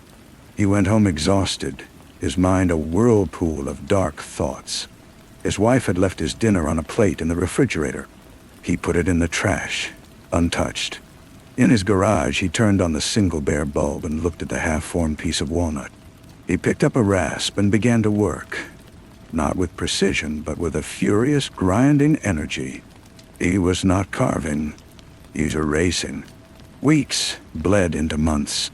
The walnut piece slowly changed under his hands. It became a tall, slender shape, a human figure, but featureless and abstract. It was not a representation of anyone. It was a vessel for the weight he carried. It was the silence given form. He smoothed it with sandpaper, over and over, until the surface was as smooth as skin. He never applied a finish. He left the raw wood to darken and age on its own. One day, he carried the finished figure out into his backyard and set it on a stone bench under a bare-limbed oak tree. He stood back and looked at it. It was a good piece. It was honest. It held the truth of his knowing and the greater truth that he could never speak. It was his confession and his absolution, all in one. He went back into the garage and cleaned his tools, wiping away the dark dust of the walnut. He then went into the house, found his wife reading in the living room, and sat down beside her. He took her hand. He didn't speak. He just held her hand, and after a moment, she leaned her head against his shoulder. They sat like that as the afternoon light faded, and for the first time in a long time, the silence between them was not a void, but a comfort. It was a shared, ordinary silence, and he was finally, gratefully inside it. The figure stood under the tree through the winter, the rain and snow darkening its wood to the color of old stone. Frederick would look at it from the kitchen window while washing dishes, and it never seemed like something he had made. It seemed like something that had always been there, a silent witness that had finally decided to make itself seen. His wife never asked about it. She seemed to understand that some questions had no answers, only shapes. Spring came, softening the world with green. On a warm, breezy afternoon, a woman came to the door. She was in her late 40s, with a tired, pleasant face and a boy of about 10 standing shyly behind her. She introduced herself as the new owner of the yellow house on Hemlock Lane. She'd found his name on an old neighborhood directory and heard he did woodworking. "We'd like a bench," she said, "for the backyard, under the big oak. Something simple." The boy peeked out from behind her, his eyes wide with a quiet curiosity that reminded Frederick of someone he couldn't quite place. Frederick felt a coldness, a tightening in his chest. He looked past her to his own backyard and the solitary figure under the tree.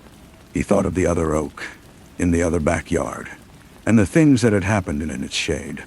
He thought of the weight of that history and the innocence of the request. "I'm sorry," he said, his voice softer than he intended. "I don't make benches." The woman looked disappointed, but nodded. The boy gave a small, understanding smile before they turned to leave. Frederick closed the door and leaned against it, his heart beating a slow, heavy rhythm.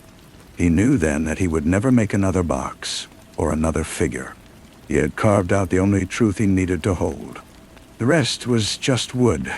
He walked through his quiet house, out to the backyard, and stood before the dark, polished form. He placed his hand on its smooth, cool head. It was done. It was enough. He went inside and began to make dinner for his wife, the simple, ordinary sounds of cutting and stirring filling the kitchen, a gentle noise to keep the silence at bay. He was slicing an onion when the memory surfaced, sharp and clear. The boy's wide, curious eyes. He had seen them before, not in a person, but in a photograph. One of the faded black and white images from the boathouse. The boy in that picture had been younger, his expression already clouded with a knowledge no child should possess. But the shape of the eyes, the set of the brows, was identical. The new owner's son was the spitting image of one of Arthur Vane's victims. The knife slipped. A bright bead of blood welled on his thumb. He stared at it. The sting a distant, irrelevant signal. It was not a coincidence. It was a ghost walking out of the past and onto his doorstep, asking for a bench. The past was not a closed door. It was a current, flowing just beneath the surface of things, and it had just broken through. He finished dinner in a daze, the food tasting of nothing. He told his wife he was tired and went to bed early, but he did not sleep. He lay in the dark and watched the moonlight trace the pattern of the window onto the ceiling. The boy's face floated in the darkness behind his eyes. He wondered if the mother knew. Had she chosen that house for a reason? Was she a relative, a sister, come back to a place of trauma seeking some form of closure? Or was she simply an innocent, drawn to a pretty yellow house with a big backyard, completely unaware of the poison in the soil? The next day, he went back to the library. He found the old sailing club photos again, and with a magnifying glass, located the boy from the boathouse picture. His name was listed in the caption, David Miller. He cross-referenced the name with old news archives. A small article from 1972 noted that David Miller, age 14, had drowned in the lake. A tragic accident. Frederick leaned back in his chair, the air leaving his lungs. Arthur Vane had not just been a collector of moments. He'd been an eraser of lives. The drowning was too convenient, too neat. He thought of the weighted metal box sinking into the same dark water. He had thrown the evidence away, but he had not stopped the story. It was still being written. He drove back to Hemlock Lane and parked a few houses down. He saw the boy in the backyard, kicking a soccer ball against the trunk of the large oak. He watched him for a long time, this child who carried the face of a dead boy from a terrible story. The boy stopped kicking the ball and looked directly at Frederick's car, as if he had known he was there all along. He didn't wave or smile. He just looked, his gaze steady and old. Frederick started the car and drove away. He knew he could not approach them. He could not tell the mother the history of her house. To do so would be to pass on the curse, to burden that child with a horror that was not his to carry. His role was not to be a messenger. His role was to be a witness who remained silent. He went home and into his garage. He looked at the empty space where the block of walnut had been. He looked at his clean, hanging tools. He would not carve again. Some shapes, once revealed, were final. He picked up a rag and began to oil the metal of his chisels, not because they needed it, but for the simple, repetitive motion of care. It was all he could do now. Tend to the small, quiet things, and let the current flow past. The oil had a sharp, clean smell. He worked it into the steel, wiping away imaginary tarnish, until each blade gleamed under the single bulb. The garage was a sanctuary of order, of knowable things with clear purposes. A chisel was for cutting wood. A hammer was for driving nails. There were no hidden meanings. He hung the last tool on its pegboard hook and surveyed the neat rows. It was a finished life. He went into the house. His wife was knitting, the soft click of her needles a gentle rhythm in the quiet room. He sat in his armchair and picked up a book he had been meaning to read for years. He opened it, but the words were just shapes on a page. His mind was back on Hemlock Lane, watching a boy kick a ball against an oak tree. A week passed, then two. He avoided that part of town. He focused on small tasks, repairing a loose hinge on the garden gate, repainting the mailbox. He was building a wall of mundane details to keep the past out. It almost worked. Then, on a Thursday, he saw the boy again.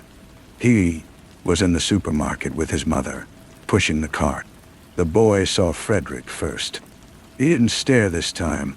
He just gave a small, almost imperceptible nod, as if acknowledging a shared secret. Frederick froze, a can of soup in his hand. The mother noticed the exchange. Her eyes met Frederick's, and for a split second he saw not confusion, but a flicker of something else. A deep, weary recognition.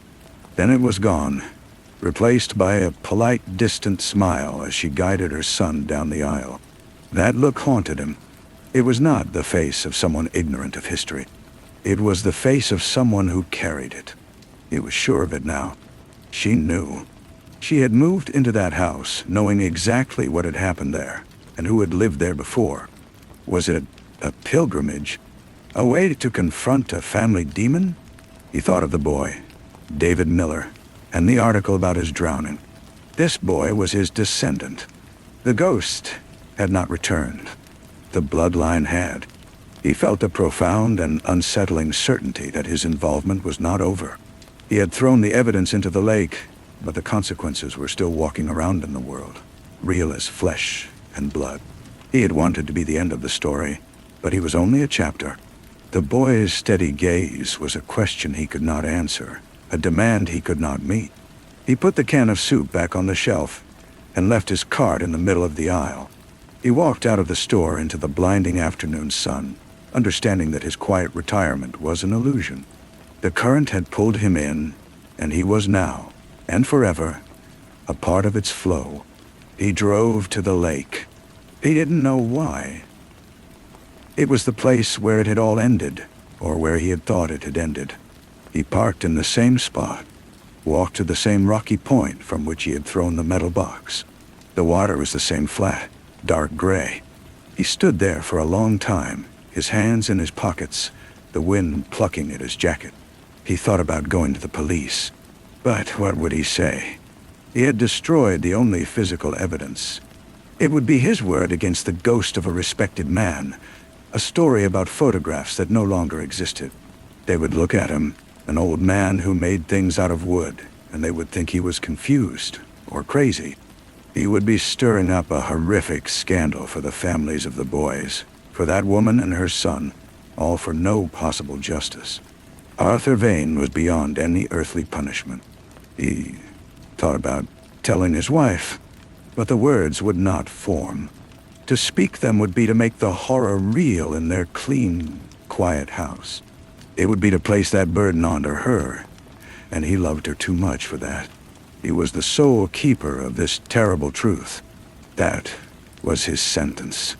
He had wanted to carve away everything that was not essential, and this was what was left. This knowing.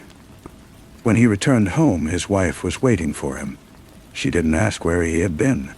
She simply said, "The new people on Hemlock Lane. The boy left this for you." She held out a small, smooth stone. It was dark gray, almost black, and worn perfectly smooth by the water. It fit neatly in the palm of his hand, cool and heavy.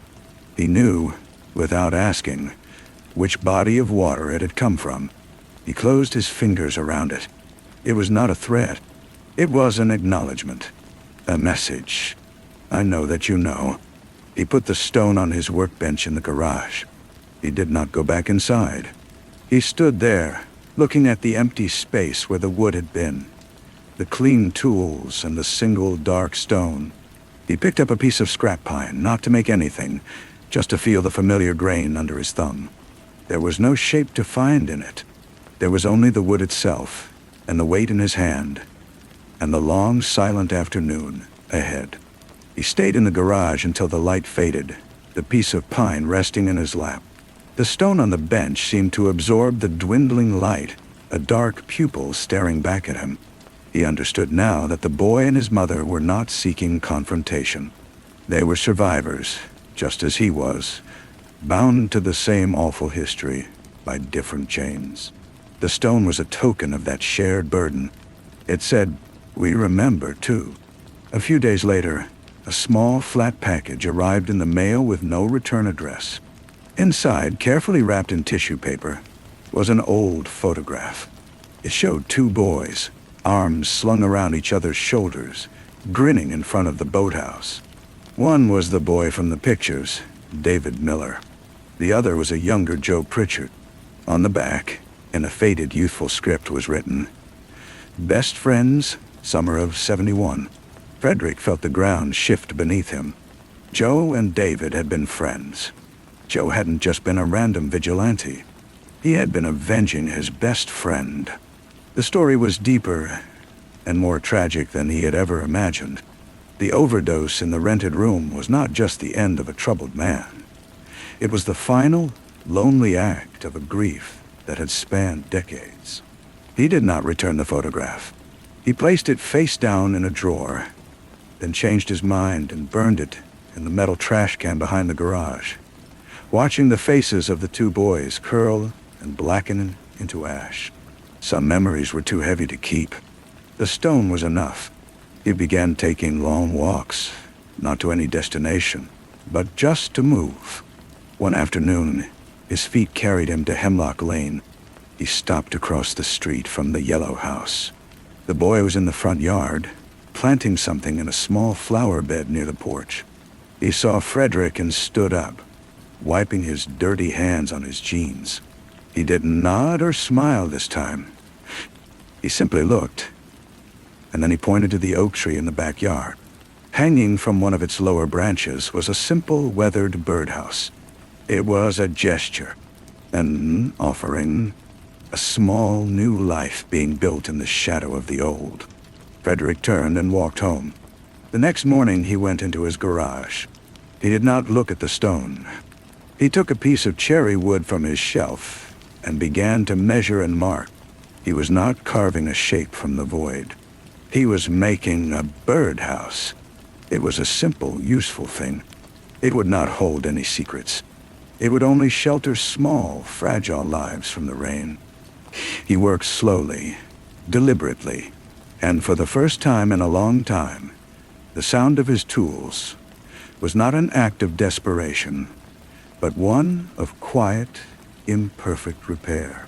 He worked on the birdhouse for 3 days. He did not try to make it beautiful. He focused on the joinery, the precise angle of the roof to shed water, the size of the entrance hole to keep starlings out.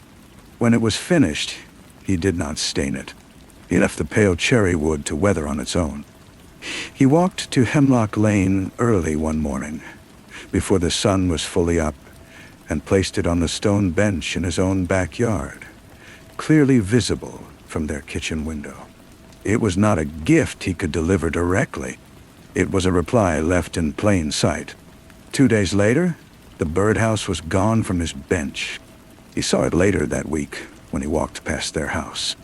It was hanging from a limb of the big oak, not far from the one the boy hung. They were different designs, different woods, but they swung gently in the breeze together. He began to notice other small changes in the town, or perhaps he was just finally seeing them. He saw the worn patch on the steps of the old library, the particular way the light hit the war memorial at noon. He saw the deep, enduring silence that lay beneath the surface of ordinary life. He had spent so long trying to carve his way out of it, or to give it a form he could control. Now he just accepted it as the medium in which he lived. One evening, he and his wife were watching television, a nature documentary about the deep ocean. The narrator spoke of creatures that lived in perpetual darkness, under immense pressure, and how they had evolved to create their own light. His wife, without looking away from the screen, reached over and took his hand. Her grip was firm and warm. He realized then that they too had been living in a kind of deep water, under the weight of things they could not say. They had not created light, exactly, but they had learned to see in the dark, and that, for now, was enough. The summer heat arrived, heavy and humid. Frederick found himself sitting on his own back porch in the evenings, watching the fireflies blink in the gathering dusk. He would often see the boy and his mother in their yard, watering the flowers or reading on a blanket. They never waved, and he never initiated a greeting. Their mutual awareness was a settled fact, like the old oak tree itself. One night, he dreamed of the lake. He was standing on the shore, and the water was perfectly still and clear. He could see all the way to the bottom, where the metal box lay, its lid open, the photographs spilling out like pale leaves. They were not decaying. They were just there, part of the landscape now. He woke not with a start, but with a slow, calm realization. He had not buried the truth. He had returned it. It was where it belonged, part of the same earth that grew the trees, gave the town its name. The next day, he went into the garage and took down a chisel. He selected a small block of maple. He did not have a shape in mind. He simply began to remove the sharp corners, to feel the resistance of the wood and the give of the tool. He was not carving a thing. He was carving emotion. He was carving the simple physical act of care. His wife came to the doorway and watched him for a moment. "You're working again," she said. It was not a question. He looked up at her, the shavings curling at his feet. "Just making some dust," he said. She smiled, a small, quiet movement that reached her eyes. "It's a good sound," she said, and went back inside. He worked for an hour, until the block was round and smooth, a simple sphere that fit perfectly in his hand. It had no meaning. It was just a shape, warm from his touch. He set it on the workbench next to the dark stone from the lake. The two objects sat side by side, one from the earth, one shaped by hand, a quiet conversation that required no words. He put his tools away and went inside to his wife, to the simple, ordinary evening that awaited them. The sphere of maple sat on his desk in the study. He would sometimes pick it up while reading, rolling it absently in his palm, its smooth, featureless surface, a comfort. He had not made anything else. The birdhouses in the oak tree across the street were enough. They were a completed sentence in the silent dialogue between the two houses. He was reading a newspaper when he saw the notice. A small, brief article in the community section. Local Historical Society to host memory of the lake exhibit. Residents encouraged to contribute photographs and artifacts from the town's boating and sailing history. The event was to be held at the old community hall, the very same building that had once housed the sailing club. A cold dread, one he had not felt in weeks, trickled down his spine. It was a coincidence, of course, a harmless, community-minded event. But the past, he had learned, did not believe in coincidences. It believed in patterns. He thought of the woman on Hemlock Lane. Would she go? Would she bring a photograph of her own? A picture of a boy who looked like David Miller, and hang it on a wall for all to see. He knew then that he would have to go, not as a contributor, but as a sentinel. He had to be there to see what, if anything, would surface. On the day of the exhibit, he put on a clean shirt and told his wife he was going to look at some old boats. She nodded, her eyes holding a quiet understanding that went beyond his words. The community hall was bright and noisy, a stark contrast to the quiet dread in his heart. Tables were lined with model ships. Walls were covered with photos of regattas and picnics. He moved through the crowd, his eyes scanning the faces, the photographs. He saw the boy and his mother almost immediately. They were standing before a large, blown-up image of the sailing club members from 1971. His heart hammered against his ribs. He watched as the boy's finger came up and pointed to a face in the second row. David Miller. The mother placed a hand on her son's shoulder, a gesture of both comfort and affirmation. Then, the boy turned his head. His eyes found Frederick's across the room. He did not point or nod. He simply looked, and in that look, Frederick saw the same weary knowledge he felt in his own soul. They were both there to bear witness, to remember the boy in the picture, so that his story would not be entirely erased by the clean, happy narrative of the exhibit. Frederick stayed until the crowd began to thin. He saw the mother lead her son away, and he felt a chapter close. Not with a dramatic ending, but with a quiet, shared exhalation. He walked out of the hall and into the autumn air. The leaves were beginning to turn. He drove home, the weight in his chest not gone, but changed. It was no longer a sharp, panicked thing. It was a deep, settled stone, like the one on his workbench. It was a part of him now, and for the first time, he thought that might be all right. He pulled into his driveway and sat for a moment, the engine ticking as it cooled. The house was quiet when he entered. His wife was in the garden, cutting the last of the summer's roses. He stood at the window and watched her, the methodical snip of her shears, the way she carefully arranged the stems in her basket. It was a life he had built, a good life, and the darkness from the lake had not, in the end, consumed it. It had merely become a part of its foundation, a layer deep underground. A few days later, a postcard arrived. It was a vintage black-and-white photograph of the lake, the old boathouse visible in the corner. There was no message, no signature. The postmark was from a city 200 miles away. He turned it over in his hands. He knew who had sent it, and he understood its meaning. It was not a threat, nor was it an invitation. It was a final confirmation.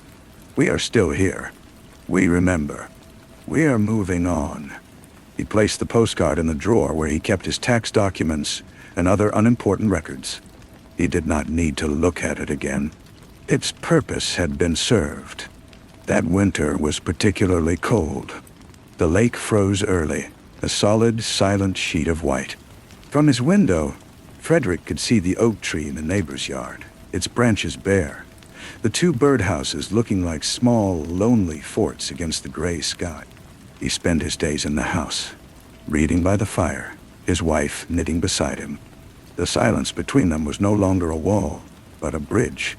In the spring, when the ice finally broke up, he went down to the shore one last time. He did not take the stone from his workbench. He did not need to. He stood and watched the water, no longer dark and secretive, but choppy and bright under the March sun. It was just water again. It held what it held. He walked back up the path to his car. He had an errand to run. The hardware store was having a sale on lumber, and he thought he might build a new bench for the garden. Something simple and sturdy that would last. Story 3. The first thing that came to me was the smell. It was a ghost in the air of that grand library, a sharp, coppery scent that lay beneath the richer aromas of old leather and beeswax. It was the smell of a penny held in a sweaty palm, of something vital and metallic left to spoil in the heat. It was out of place, a wrong note in a symphony of old money and older secrets. I didn't know it then, but that smell was the key. It was the first thread, and if I had been smarter, I would have pulled it then and watched the whole rotten tapestry unravel. Ashton found me in a bar that smelled of stale beer and despair. I was pouring the last of my money down my throat, a lonely young man with a face that was a passport to nowhere. He slid into the booth opposite me, his suit costing more than everything I owned. He didn't smile. He just looked at me, his eyes doing a cold, clinical inventory. "You look just like him," he said, his voice low and devoid of any warmth. "It's uncanny."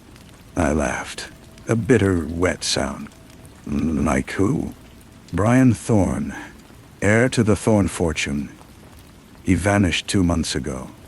His mother is unwell with grief. The family is fracturing. They need him to come home." He laid a photograph on the sticky table. It was like looking into a distorted mirror. The same dark hair, the same set of the jaw, the same slight asymmetry to the eyes that made a face memorable instead of merely handsome. But where my eyes held nothing but a cheap sort of weariness, his held a cold, inherited arrogance. "What's this to me?"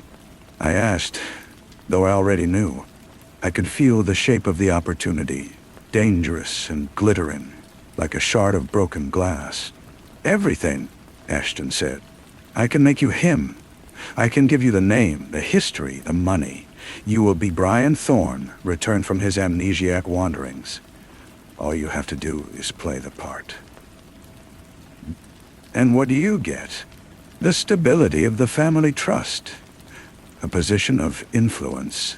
Brian and I, we had an understanding. His return secures my future, our future. He made it sound so simple, a transaction. He saw my rootlessness, my fragility, the hollowed-out part of me that ached to be filled with something, anything of substance. He was a calculating man, and he had calculated that I was desperate enough to say yes. He was right. My name was Jax, and it meant nothing. To become Brian Thorne, to have a history, a family, a place in the world. It was a siren's call I was too weak to resist. The car ride to Blackwater Estate was a silent, creeping dream. The city fell away, replaced by dense woods that pressed in on the road, their shadows long and grasping. The estate itself emerged from the fog like a sleeping beast, a hulking mass of gray stone and gables, its windows like blind eyes. The air was different here, thick with the smell of damp earth and decaying leaves. It was a cold that seeped into the bones. A woman awaited us on the steps, a silhouette against the immense oak door. This was Alyssa Thorne, the matriarch. She was thin and elegant, a porcelain figurine that might shatter at the slightest touch.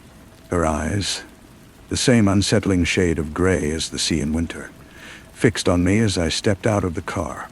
They were filled with a desperate, hungry hope that was more terrifying than any suspicion. She rushed forward, her movements brittle, and took my face in her hands. Her skin was cool and papery.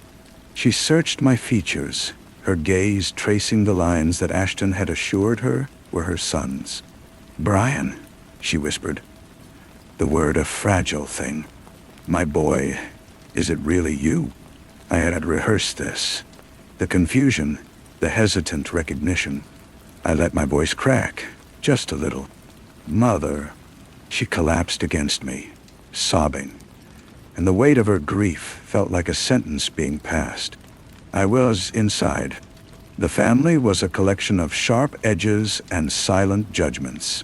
There was Eleanor, Brian's older sister, whose gaze was like a shard of ice. She watched me over dinner, her smile a thin, bloodless line. "You've lost your tan, Brian," she said, her voice dripping with a false sweetness. "Your travels must have kept you indoors." Then there was Robert, the younger brother, a coiled spring of resentment who said little but drank heavily, his eyes following me with a dull, simmering anger. They were all waiting for me to make a mistake, to reveal the cheap imitation beneath the polished surface. That first night, alone in Brian's room, I felt the full weight of the deception. The room was a museum to a life I hadn't lived. Trophies for sports I'd never played. Books on subjects I didn't understand. A wardrobe of clothes that felt like a costume. I opened a drawer and found a stack of letters tied with a ribbon. The handwriting was elegant, feminine. I didn't read them. It felt like a violation too far. This was his sanctuary, and I was the intruder. The metallic scent from the library was faint here too, a ghost that had followed me upstairs. I told myself it was the old pipes, the copper in the walls. Days bled into weeks, a strange hypnotic rhythm of forced family meals and tense strolls through the manicured grounds. I played my part, guided by Ashton's whispered prompts. I remembered the dog Brian had as a boy, the time he broke his arm falling from the old oak tree. I offered these memories like stolen jewels, and Alyssa accepted them with a trembling, grateful hand. But with the servants, it was different.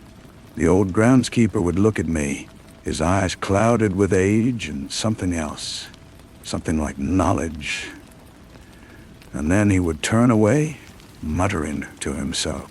The tension was a constant hum, a low-grade fever. It was in the way Eleanor's questions were always just a little too pointed, the way Robert would clench his fist when I walked into a room. I started to dream of the real Brian, not as a ghost, but as a presence, a malevolent force in the house. I would wake in the dark, convinced I could hear him breathing in the corner of the room, smell that coppery scent on the air, stronger now, more insistent. One afternoon, trapped in the library by the rain, I finally gave in to the compulsion. The smell was strongest here, in this room of quiet intellect and hidden histories. I ran my hands over the bookshelves, feeling the grain of the wood. My fingers caught on something, a slight imperfection in the carving of a shelf's edge. I pressed, and with a soft click, A small, hidden compartment swung open. Inside was a single key and a photograph. The photograph showed Brian, his arm around a beautiful, dark-haired woman I didn't recognize.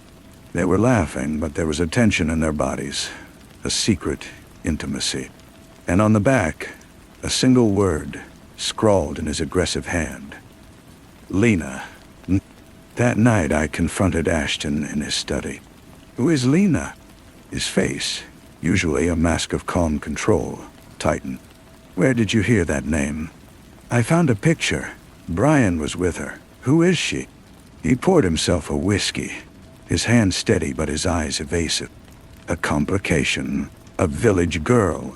It was a fling, nothing more. It's over. But I knew he was lying. I could see it in the tight line of his mouth. The ghost of Brian was becoming more solid, and he was dragging his secrets into the light. The investigation was no longer Ashton's. It was mine. I had to know what happened to the man I was pretending to be. I had to know if I was living in the house of his murderer. I went down to the village the next day, a place of narrow lanes and watchful eyes. I asked discreet questions at the pub, showing the photograph.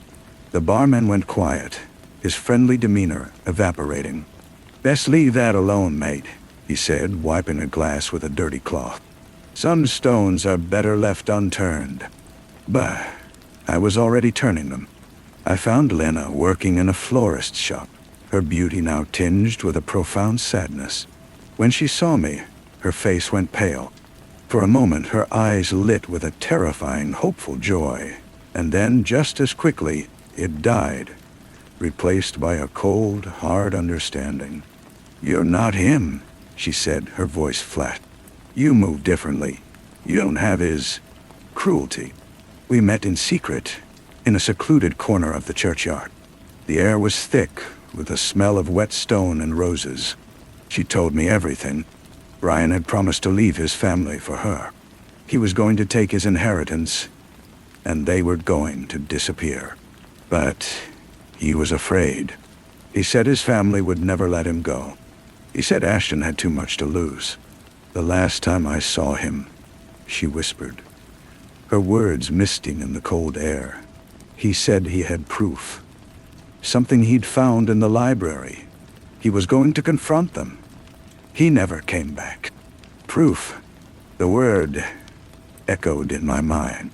The key in the compartment.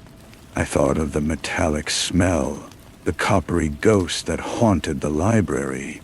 It wasn't the pipes. I returned to Blackwater, a cold certainty settling in my gut. That night, while the house slept, I went back to the library. I used the key from the compartment. It didn't fit any door. It was smaller, more precise. A key for a box. I began a methodical search, my heart hammering against my ribs. The smell was overwhelming now, a physical presence in the room.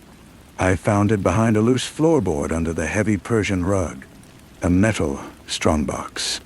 The key slid in smoothly. The lid opened. Inside, there were documents, deeds, transfers, a trail of financial crimes that Ashton had orchestrated, with Brian's reluctant compliance. Brian had been the front, the handsome face, while Ashton siphoned off millions. But Brian had grown a conscience, or perhaps he just wanted a bigger cut. He was going to expose it all. And beneath the papers, wrapped in oilcloth, was a gun, a small, elegant revolver. I picked it up. It was cold and heavy in my hand, and then I saw it, caught in the mechanism, a tiny, dark, rust-colored flake. I brought the barrel close to my face and inhaled.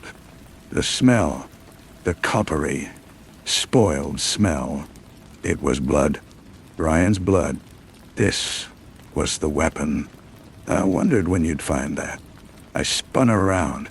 Ashton stood in the doorway, holding a much larger, more modern pistol. His face was calm, resigned. You killed him, I said. the words tasting of ash. He was going to ruin everything, Ashton said, stepping into the room. For a girl, for some pathetic notion of starting over. He brought the box here to show his mother, to prove what I'd done. We argued. He had the gun. It went off. In the library, I whispered, the pieces clicking into place with a terrible final sound. It was messy. We cleaned it. We moved the body.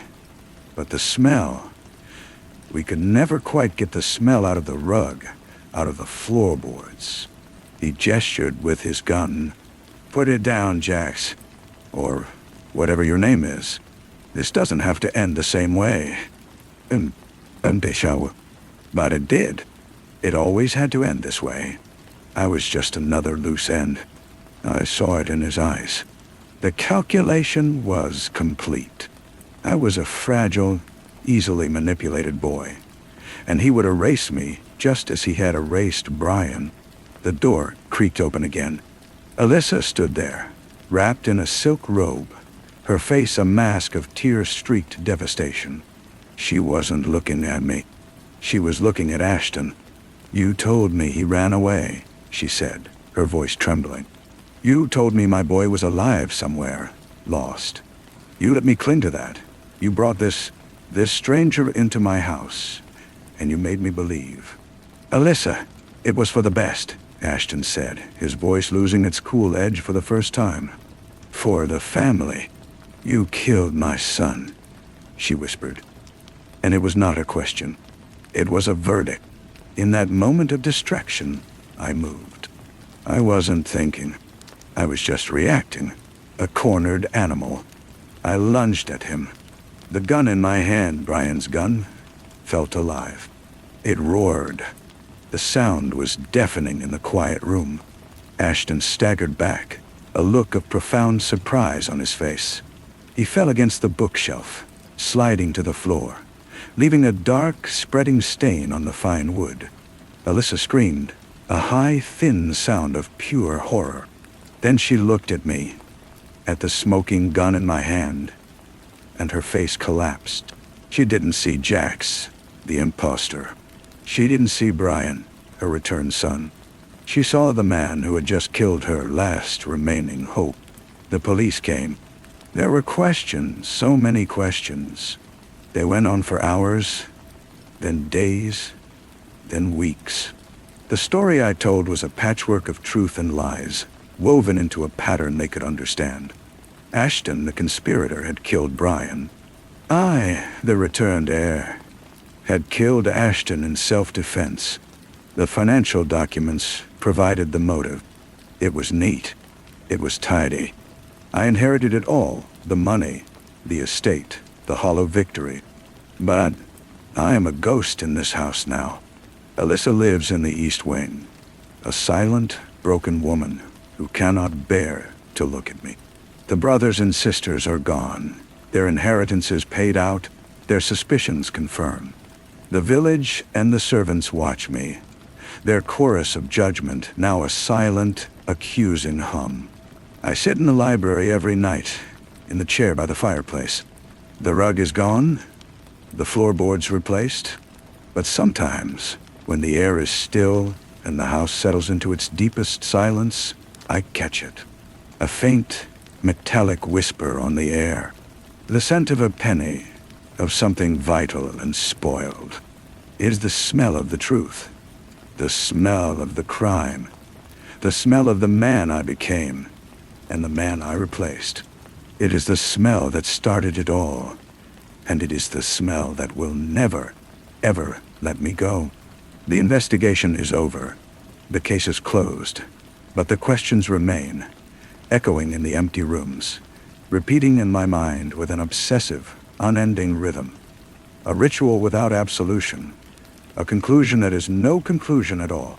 The silence in the house became a physical thing, a heavy wool blanket smothering every room. I tried to fill it with money, with things. I had the library repainted, the shelves restocked with new leather-bound books whose pages I never cut. I bought cars I never drove and art that meant nothing to me. But the silence ate it all, digesting my attempts at normalcy without a trace. Lena left the village. A discreet envelope of cash, more than she could earn in a decade, was delivered to her door by a lawyer. There was no note. I heard she went to London. I hoped she would find a life untouched by the thorns and their poison. I was just another source of it now. My days took on a grim routine. I would walk the grounds, the damp earth clinging to my shoes, the trees seeming to lean away from me as I passed. The old groundskeeper, the one who had looked at me with such knowing eyes, was gone. I had pensioned him off with a generous sum. I told myself it was kindness, but I knew it was because I could no longer bear the weight of his silent accusation. One evening, as I sat in my usual chair, a sharp knock echoed through the grand hall. It was not the timid tap of a servant. It was the assertive rap of authority. I opened the door to find a man in a worn overcoat, his face weathered, and his eyes missing nothing. He introduced himself as Inspector Hayes, from a city precinct I'd never heard of. He didn't want to talk about Ashton or Brian. He wanted to talk about me. About Jax. He knew about the bar where Ashton found me. He knew about the debts. The forged documents from a life I had tried to leave behind. He sat in the library, his gaze drifting around the room as if he too could smell the ghost in the air. "We are not so different, you and I," he said, his voice a low rumble. "We both look for patterns, for the story that fits. Your story fits very neatly, almost too neatly." He had no new evidence. He had a feeling, a professional itch he couldn't scratch. He suspected that a man capable of one deception was capable of a deeper, more calculated one. He wondered aloud if a desperate young man, presented with the ultimate opportunity, might have seen a different path than the one Ashton had laid out. A path that ended with both Brian and Ashton removed, and everything they owned falling into his lap. I said nothing. I just listened to the clock tick, each second a hammer blow on the anvil of my guilt. He was wrong, and he was right. I hadn't planned it. But in that moment in the library, when the gun roared in my hand, a part of me had felt more powerful, more real than Jax had ever been. I had not just killed Ashton. I had killed the last remnant of the boy from the bar. Hayes left eventually, his itch unsatisfied. But he would be back, or someone like him would. The world is full of men who cannot leave a loose thread alone. That night I went down to the wine cellar. It was a cold, vaulted space beneath the kitchen, a place I usually avoided. I was looking for a specific bottle, a vintage Ashton had once bragged about. As I reached for it, my sleeve caught on a rough edge of stone. I pulled my arm back and saw that one of the stones in the wall was slightly ajar. My heart, which I thought had long since turned to stone itself, began to beat a frantic rhythm. I worked my fingers into the gap and pulled. The stone came away easily, as if it had been designed to. Behind it was a space, and in that space was a journal. It was not Brian's. The handwriting was Ashton's, precise and cold. I took it upstairs to the library and read it under the dim light. It was a ledger of his crimes, yes, but it was more. It was a confession of a different kind. He wrote of his contempt for the Thorne family, their weakness. He wrote of his plan to use Brian, and then when Brian became a liability, to replace him. He had been searching for a double for months. My face in that bar was the answer to a prayer. The last entry was dated the day he brought me to Blackwater. It reads, "The new component is in place. He is pliable, fragile, and perfectly convinced of his own desperation. He will play his part, and when the time is right, he will take the fall for the entire affair." A tragic end for the returned heir, consumed by the guilt of his partner's murder. A clean, believable end. I closed the book. The investigation was not over. It had just changed. Ashton had not brought me here to be Brian. He had brought me here to be the patsy, the final scapegoat in his grand design. My death was the last piece of his puzzle. I had not escaped the bar of stale beer and despair. I had merely been promoted to a larger cage. The gunshot that killed Ashton had not been my liberation. It had been my final, binding commitment to the role. I am Brian Thorne, heir to a fortune built on secrets, living in a house of ghosts, waiting for the next knock on the door, the next thread to be pulled, knowing that the only thing left to unravel is me. The journal became my Bible, my curse. I read and reread it until the cold, precise script was burned onto the back of my eyelids. Ashton's voice was in my head now, a new ghost to keep company with the others. His plan had been so elegant, so utterly ruthless. He had never intended for me to inherit.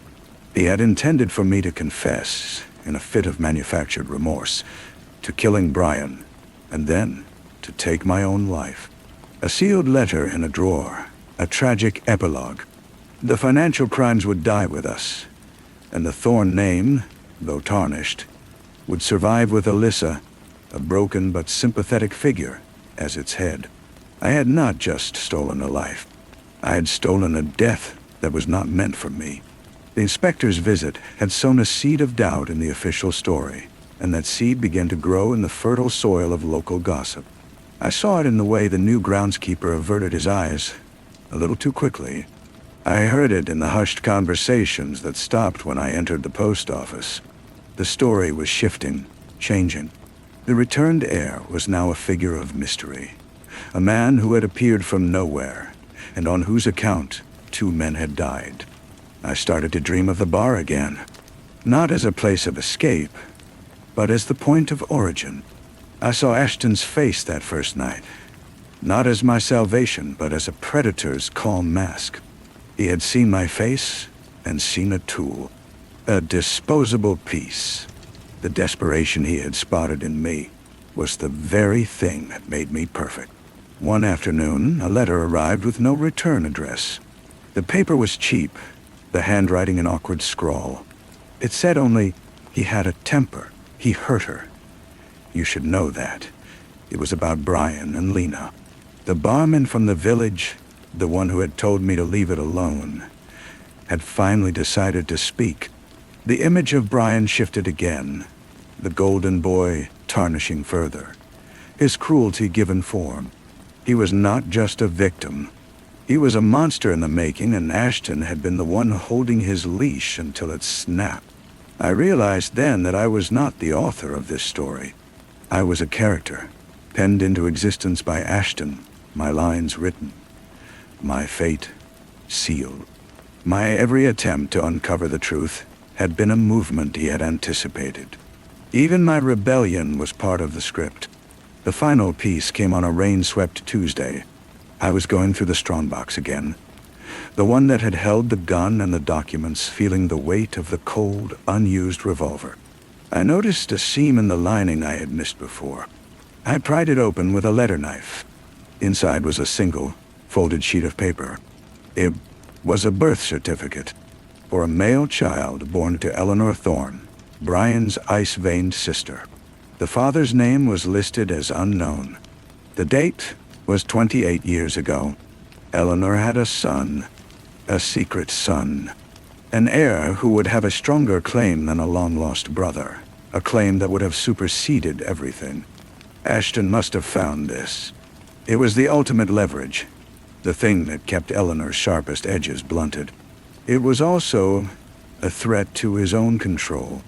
If this son ever appeared, the entire structure Ashton had built would collapse.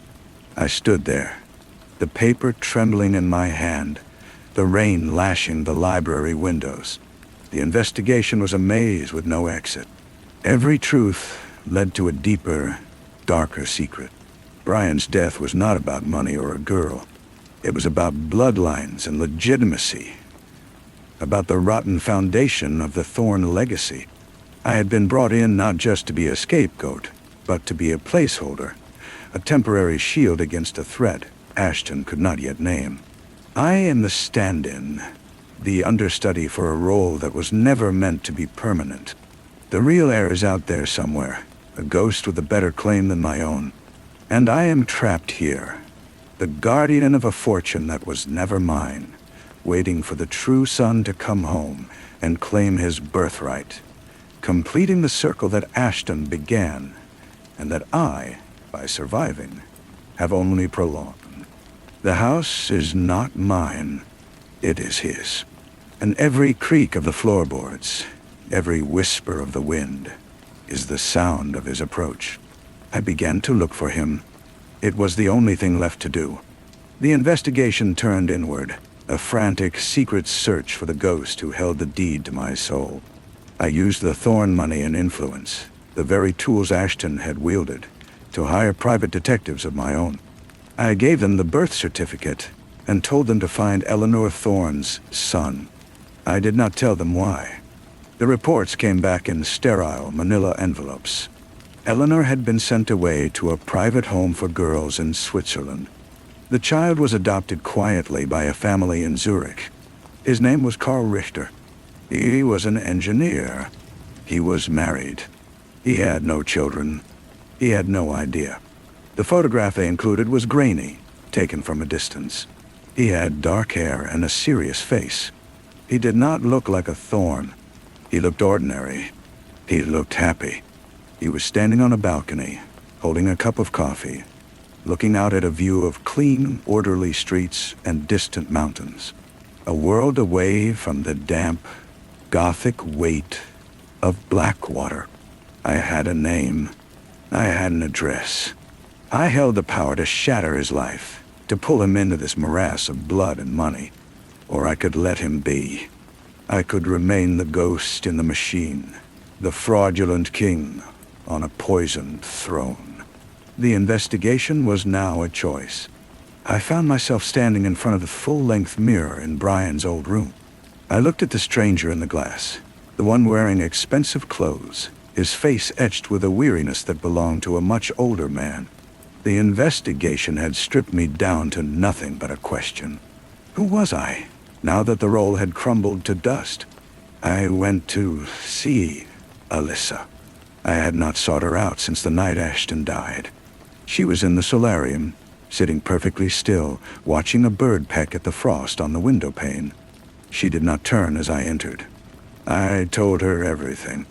I started from the beginning, from the bar, from Ashton's offer. I told her about the journal, about the birth certificate, about Karl Richter in Zurich. I laid the entire ugly truth at her feet. It was the one piece of the investigation I had never completed. The confession. She listened in silence, her hands folded in her lap. When I finished, the only sound was the faint tap-tap of the bird's beak on the glass. After a long time, she spoke, her voice thin and dry as parchment. I always knew, she said. Not the details, not the how, but I knew my son was dead the moment you walked through that door. A mother knows. She finally turned to look at me, and her eyes were not full of hate, but of a bottomless, shared sorrow. You are just another one of his victims, another boy my brother broke. She told me then what to do. Her voice was clear and certain, the ghost of the woman who had once run this house. Let it end. Let it all end. Let the name Thorn die here in this house with me. The money, the estate, the curse. It was not an inheritance. It was a sentence. I returned to the library one last time. I built a fire in the great hearth. I fed it with Ashton's journal. I fed it with the financial documents from the strongbox. I fed it with the birth certificate. The flames consumed the evidence of the investigation, the proof of the crime, the map of my own entrapment. The heat was intense, a purging force. When it was done, I picked up the phone. I called my lawyer. I instructed him to begin the process of liquidating the entire Thorn estate. Every asset, every share, every painting. The proceeds were to be placed in a trust, anonymously, for Karl Richter and his family. He would never know where it came from. He would only know a sudden, inexplicable freedom. The investigation is over now. Truly over. I sit in the library and wait for the lawyers and the agents to empty the house. The smell is gone. Perhaps it was only ever the ghost of all those secrets. And now that they are ash, the air is finally clean. I am not Jax. I am not Brian. I am the man who closed the case. I will walk out of Blackwater with nothing but the clothes on my back, and I will disappear into the world from which I came. The story of the Thorne family is finished. My own is just beginning. The car that came to take me away was a simple black sedan. It did not belong to a driver from the estate. It was a taxi, called from the village. The driver did not look at me as I placed my single small bag in the trunk. He did not know who I was, or perhaps he did not care. I was just a fare. As the car crunched down the long gravel drive, I did not look back at Blackwater. I kept my eyes fixed on the road ahead, watching the iron gates grow larger. They swung open, a mechanical motion devoid of ceremony, and then we were through. The high stone walls fell away behind us, and the world opened up. It was an ordinary day. The sky was a pale, watery blue. Sheep dotted a distant field. The investigation was over, but the reckoning was just beginning. It was a quiet, personal one. I had spent so long living inside a story written by others, first by my own desperation, then by Ashton, then by the police and the lawyers. Now, for the first time, the page was blank. The taxi dropped me at the train station. I bought a ticket with the last of the cash I had taken from Brian's wallet on that first day. A final, petty theft that felt like closing a circle. The train was crowded, full of people with lives and destinations. I found a seat by a window and watched the countryside blur past. Towns replaced fields. Then the outskirts of the city began to sprawl. It was loud and dirty and alive. I got off at a central station, a cavern of noise and rushing people. For a long time, I just stood there, a rock in a river of humanity. I was free, but I was also untethered. The weight of Blackwater was gone, but so was its purpose, however twisted. I was no one. I had nothing. I found a room in a boarding house near the river. It was small and clean, with a narrow bed and a window that looked out onto a brick wall. I had paid for a week in advance. The woman at the desk had tired eyes and asked no questions. It was perfect. The next morning, I went out and looked for a job. It was not easy. I had no references, no recent work history. I was too old for some things, too inexperienced for others. I finally found work unloading crates at a warehouse. The pay was poor. The work was back-breaking, but it was honest. My hands, which had grown soft at Blackwater, became raw and calloused again. At the end of each day, I was too tired to think, too tired to dream. It was a blessing. I did not read the newspapers. I did not watch the news. I did not want to know if the Thorne estate sale made the financial pages. I had severed the connection. That life was a ghost story, and I had chosen to stop being the ghost. Sometimes in the dead of night, I would wake up and for a disorienting second, I would expect to see the ornate ceiling of the library, to smell the polish and the slow decay. Then I would see the cracked plaster of my own ceiling, and I would hear the distant hum of the city. The silence was different here. It was not a judgment. It was just silence. One afternoon, walking home from work, I saw a man who looked like Ashton. He had the same build, the same way of holding his shoulders. My heart seized in my chest, a cold fist of panic. The man turned, and it was a stranger's face, bored and unremarkable. I stood on the pavement, breathing hard, as people flowed around me. The investigation had ended, but the echoes remained. They were a part of me now, like a scar. I kept walking. I bought a loaf of bread and some cheese from a corner shop. I hiked the stairs to my room. I sat on my bed and ate my simple meal, and I looked out at the brick wall. It was not a view of mountains or manicured lawns, but it was real. It was mine. The case was closed. The file was sealed. I was just a man in a room, eating his supper. And for now, that was enough. The seasons turned. The raw chill of the city autumn gave way to a bitter winter, and then a slow, grimy thaw. I kept to my routine.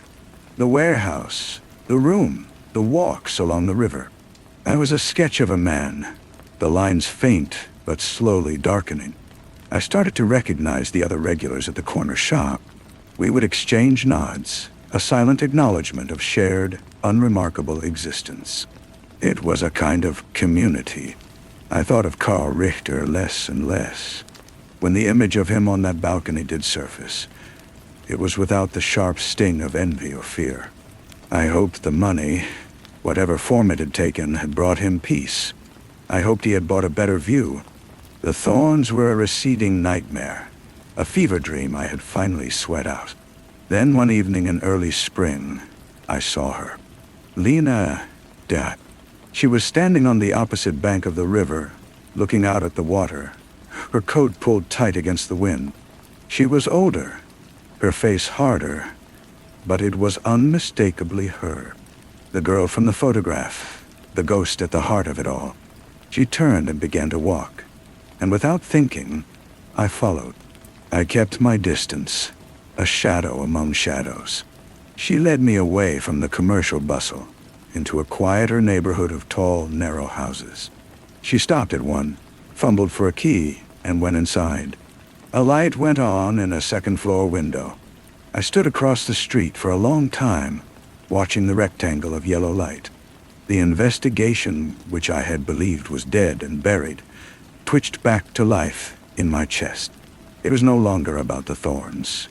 It was about her. It was about the part I had played in her story. I came back the next night and the next. It became a new routine. I learned she worked at a small art gallery. She lived alone. She always bought flowers from the same vendor on her way home. A simple, ordered life. I told myself I was ensuring she was safe, that the past had not followed her. But that was a lie. I was drawn to her because she was the last living thread connecting me to the person I had pretended to be. One night, she did not come straight home. She went to a small, quiet pub. I watched from a table in the corner, hidden in the gloom. She drank a glass of wine and read a book.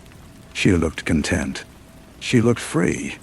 I was about to leave, to finally let this last thread go, when a man approached her table. He was tall, well-dressed, with an easy smile. He said something, and she laughed. It was a sound I had never heard from her, light and unburdened. A cold knot tightened in my stomach. It was not jealousy. It was recognition. The way he held himself, the confident tilt of his head. It was not Ashton, but he was of the same breed. A man who saw something he wanted. I saw her smile falter for a second, a flicker of wariness in her eyes before she masked it. She knew the type, too. I left the pub before she did. I walked back to my room, my heart a dull, heavy drum.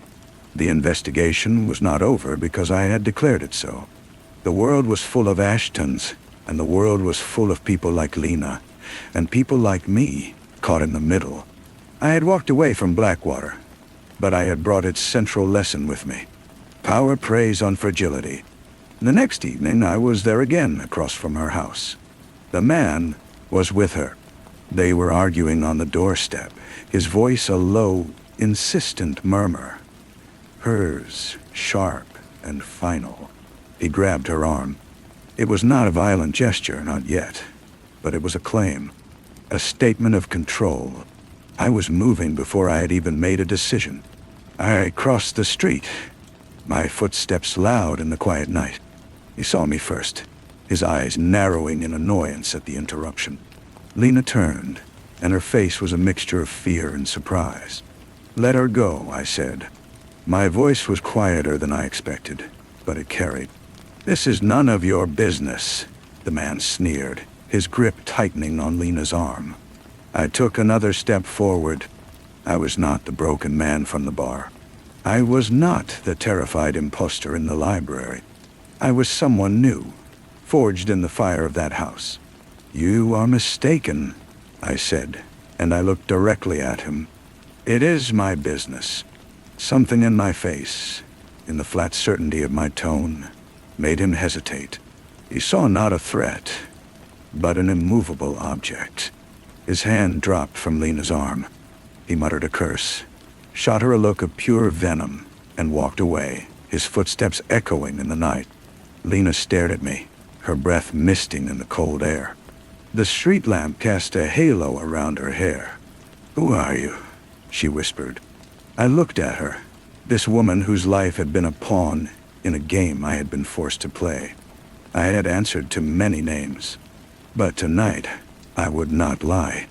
"My name is Jax," I said, and for the first time it felt like the truth. She didn't recognize the name. There was no flicker of connection in her eyes, no memory of the man who had been blamed for the death of Brian Thorne.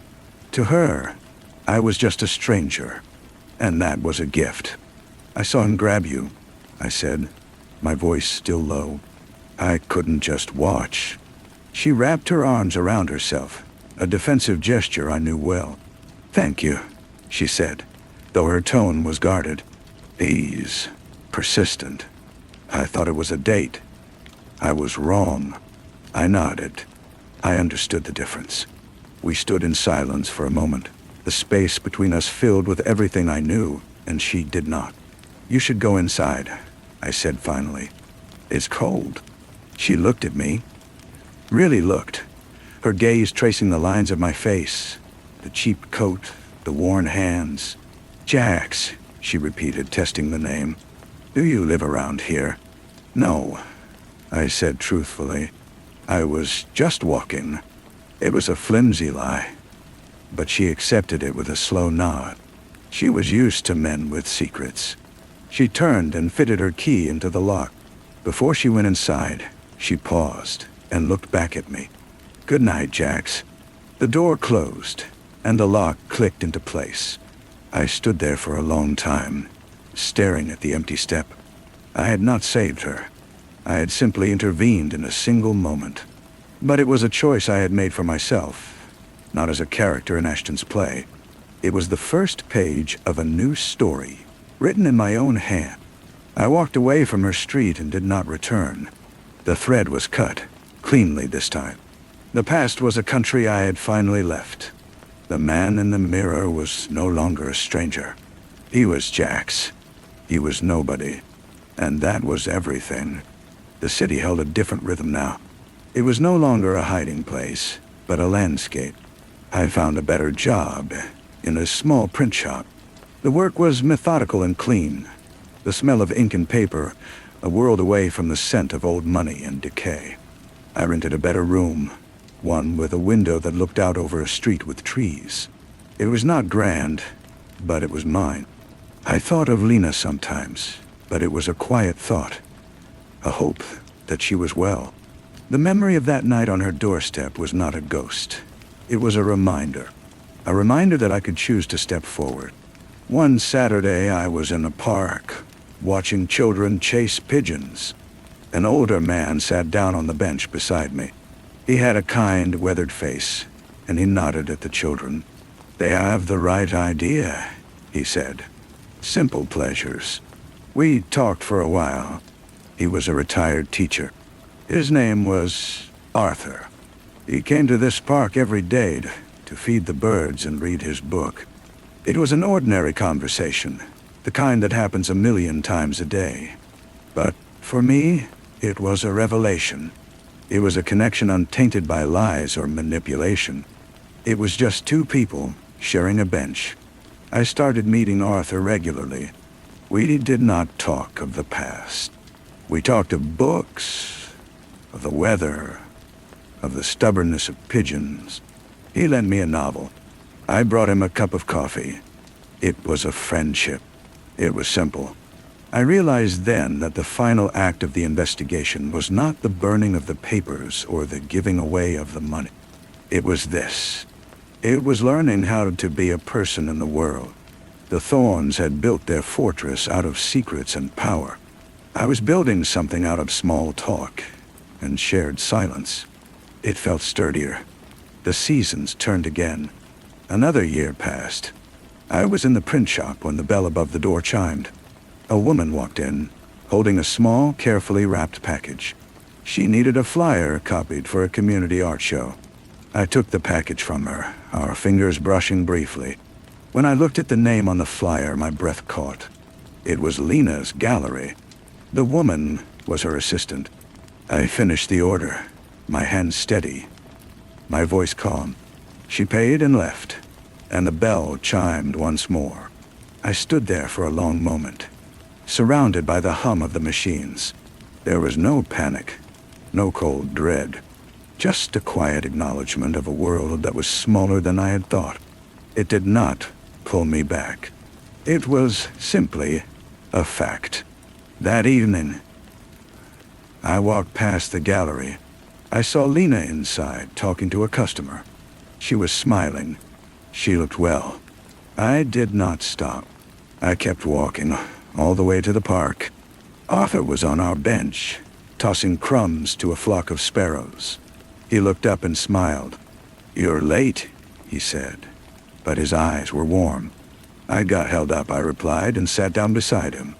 The sun was setting, painting the sky in shades of orange and gray. The sparrows fought over the last of the bread. It was not peace, perhaps, but it was contentment.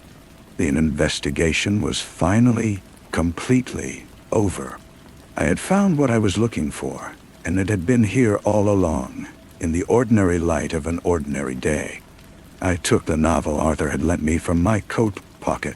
It was a well-worn copy of a classic adventure story, the spine cracked in several places. "I finished it," I said, handing it back to him. He took it, his gnarled fingers tracing the cover with affection. "And what did you think?" I considered it. The tale was full of grand quests and clear villains, a world where right and wrong were simple, and justice was always served in the end. "It was very straightforward," I said finally. Arthur chuckled, a dry, rasping sound. "Life rarely is." He didn't press for more. He never did. We sat until the sun dipped below the rooftops and the street lamps flickered on, casting our bench in a soft orange glow. I walked him to his bus stop, as had become our custom. He climbed aboard with a wave, and I turned towards my street, my room, my life. The next day at the print shop, the owner, a quiet man named David, called me into the back. "I'm getting older, Jax," he said, wiping his hands on an ink-stained apron. "My eyes aren't what they used to be for the fine typesetting. I was wondering if you'd be interested in learning. It would mean a raise." It was not a grand opportunity, but it was a vote of confidence. It was a future. "I'd like that," I said. "Thank you." He showed me the basics that very afternoon, the careful placement of letters, the alignment of the form. It required a patience I had learned in the long, silent hours at Blackwater, but this time the focus was on creation, not destruction. Weeks blended into months. I became proficient at the typesetting. The work was satisfying in a way that unloading crates had never been. I was making something, however small. David began to leave me in charge of the shop for short periods. The trust was a quiet, profound thing. One evening, I was closing up alone. The last of the daylight was fading, and I was sweeping the floor when the door opened. Lena stood there, a portfolio case in her hand. She looked surprised to see me. "Jax," she said, "you work here?" "I do," I said, leaning the broom against the counter. I needed some new invitations printed on short notice. I thought David would be here. "He's gone for the day, but I can help you." She hesitated for only a second before stepping inside and laying the portfolio on the counter. We discussed paper stock and font choices. Her manner was professional, but there was a new curiosity in her eyes. As I wrote down her order, she spoke again. "I never properly thanked you for that night." "You did," I said without looking up. "No, I said thank you, but I didn't understand. I thought you were just a passerby, but you knew who I was, didn't you?" I finally met her gaze. The guard was back, but it was tempered with a need to know. I had to choose my words with the care of a typesetter, placing the final, crucial piece of type. "I knew of you," I said, "from my time working for a family called Thorne. I was hired for a temporary position at Blackwater. The lie was a necessary shield, a simplified version of a truth too monstrous to share." Her face paled slightly at the name. "I see," she whispered. "So you knew what he was like, Ashton." "I knew enough to recognize the pattern when I saw that man with you." She absorbed this, her fingers tracing the edge of her portfolio. "It's a ghost that follows you, isn't it? That family." "It doesn't have to," I said. "You can choose to stop letting it haunt you." She looked at me for a long moment, and then she gave a slow, deliberate nod. "Yes," she said, "I believe you can." She finished the order and left. I locked the door behind her and finished sweeping the floor. The air in the shop smelled of ink and clean paper. I was not the man from Blackwater. I was not the man from the river. I was the man who worked at the print shop. I was the man who had a friend named Arthur. And that, new as I turned out the lights, was more than enough. It was everything. The invitations for Lena's gallery show were ready a week later. I boxed them carefully, my hands steady. When she came to pick them up, David was there, and the transaction was brief and professional. She thanked him, glanced at me with a small, unreadable smile, and left. The bell on the door chimed her exit, a sound that was already fading into the ordinary noise of the day. I did not see her again after that. The city, which had felt so small for a moment, expanded back to its normal, anonymous size. I continued my days at the print shop, my evenings with Arthur. The typesetting became second nature, the lines of text falling into perfect order under my hands. I started reading more, picking books from Arthur's recommendations and from the small library near my room. The worlds I found in them were safer than the one I had left behind. One afternoon, David handed me a set of keys.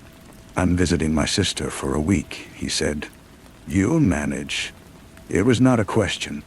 I nodded, the weight of the keys solid and real in my palm. For that week, the shop was my domain. I opened it in the morning, the cool, quiet space waiting for my touch. I closed it at night, counting the till and pulling the shutters down. It was a simple responsibility, but it was mine alone. On the final day of David's trip, a customer came in with a complex, multi-page job. He was nervous. A writer self-publishing his first novel. He had 1,000 questions about margins and gutters and binding. I answered them all, patiently. I showed him samples, explained the process. When he finally left his manuscript in my care, he looked relieved. He trusted me with his words. I stayed late to start the layout. The shop was silent, except for the hum of the lights and the soft click of the typesetting machine. I worked deep into the evening, the words of a stranger's story unfolding under my careful direction. There was a rightness to the work, a quiet purpose. I finished the first chapter and locked up, stepping out into the cool night air. The street was empty. I walked home, not with the weary tread of my old life, but with a steady, even pace. I climbed the stairs to my room. The window was open, and a breeze stirred the curtains. I could hear the distant sound of traffic. A lullaby now, not a threat. I lay in the dark, looking at the ceiling.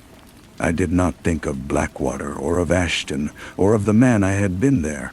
I thought of the manuscript waiting for me in the morning. I thought of the keys in my pocket. I thought of Arthur and our bench and the pigeons. The past was a closed book, its spine cracked, its story done. My own story was here, in this room, in this city, written one ordinary day at a time. And I was no longer just reading it. I was the one holding the pen. The following morning, I returned to the shop and began the meticulous work of setting the writer's novel. The process was slow, each letter a deliberate choice.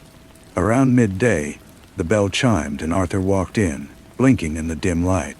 "So this is where you hide all day," he said, looking around at the presses and stacks of paper with interest.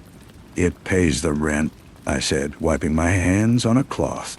He wandered over, peering at the type I was setting. "A story," he mused. "You're building a story. Someone else's. I'm just putting it on the page." He gave me one of his knowing looks. "There's no just about it, Jax. It's important work." He stayed for a quarter of an hour, asking questions about the machinery, his curiosity genuine and unassuming. After he left, the silence felt deeper, but warmer. David returned, tanned and relaxed from his trip. He inspected the progress on the novel and the state of the books, and found everything in order. He didn't praise me, but he clapped me on the shoulder, a gesture that said more than words. The seasons continued their turn. Another year passed. I took on more responsibility at the shop. David taught me how to manage the accounts, his trust in me becoming a foundational part of my life. I no longer flinched at my reflection. The face that looked back was familiar, its history written in lines that spoke of quiet endurance, not fear. One spring afternoon, I was walking through the park on my way to meet Arthur. Cherry trees were in bloom, a blizzard of pale pink petals. I saw a woman sitting on a bench ahead, her face tilted to the sun. It was Lena. Our eyes met, and this time, there was no surprise, only a quiet recognition. She smiled, a small, genuine thing, and gave a slight nod.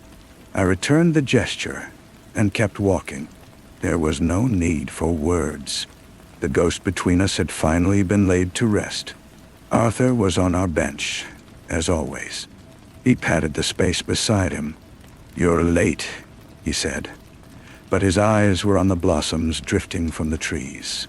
"I was held up," I replied, sitting down. I watched the petals fall, a slow, gentle rain. I thought of the man I had been, haunted and hunted, and of the long, difficult road that had led me here, to this bench, on this ordinary afternoon. The investigation had begun with a death and a mystery. It had ended here, with a friendship and the simple, profound act of being present in my own life. I had arrived. Story 4. The first thing Detective Miles noticed, stepping over the threshold into the girl's world, was the door. It was a heavy thing of solid oak, banded with iron, a statement of security and old money. But the hinges, 3 thick plates of brushed steel, were wrong. The space between the door's edge and the jamb was a sliver too wide at the top, a hair too narrow at the bottom, as if the entire structure had been lifted and then settled back into place by someone in a terrible hurry. It was a detail no one else would see, a shift in proportions known only to the house itself, a silent testament to a violent exit. This was the room of Christie, only daughter of Robert Bobby Vanguard, whose name was on half the cranes that scarred the city skyline. It was a museum of a life paused. A silver laptop, lid closed, reflected a distorted slice of the rainy window. Perfume bottles stood in silent congregation on a vanity, their scents of jasmine and vanilla lingering in the air, a ghost of the girl who was not there. The bed was made with a military precision that felt alien, an attempt by the staff to impose order on chaos.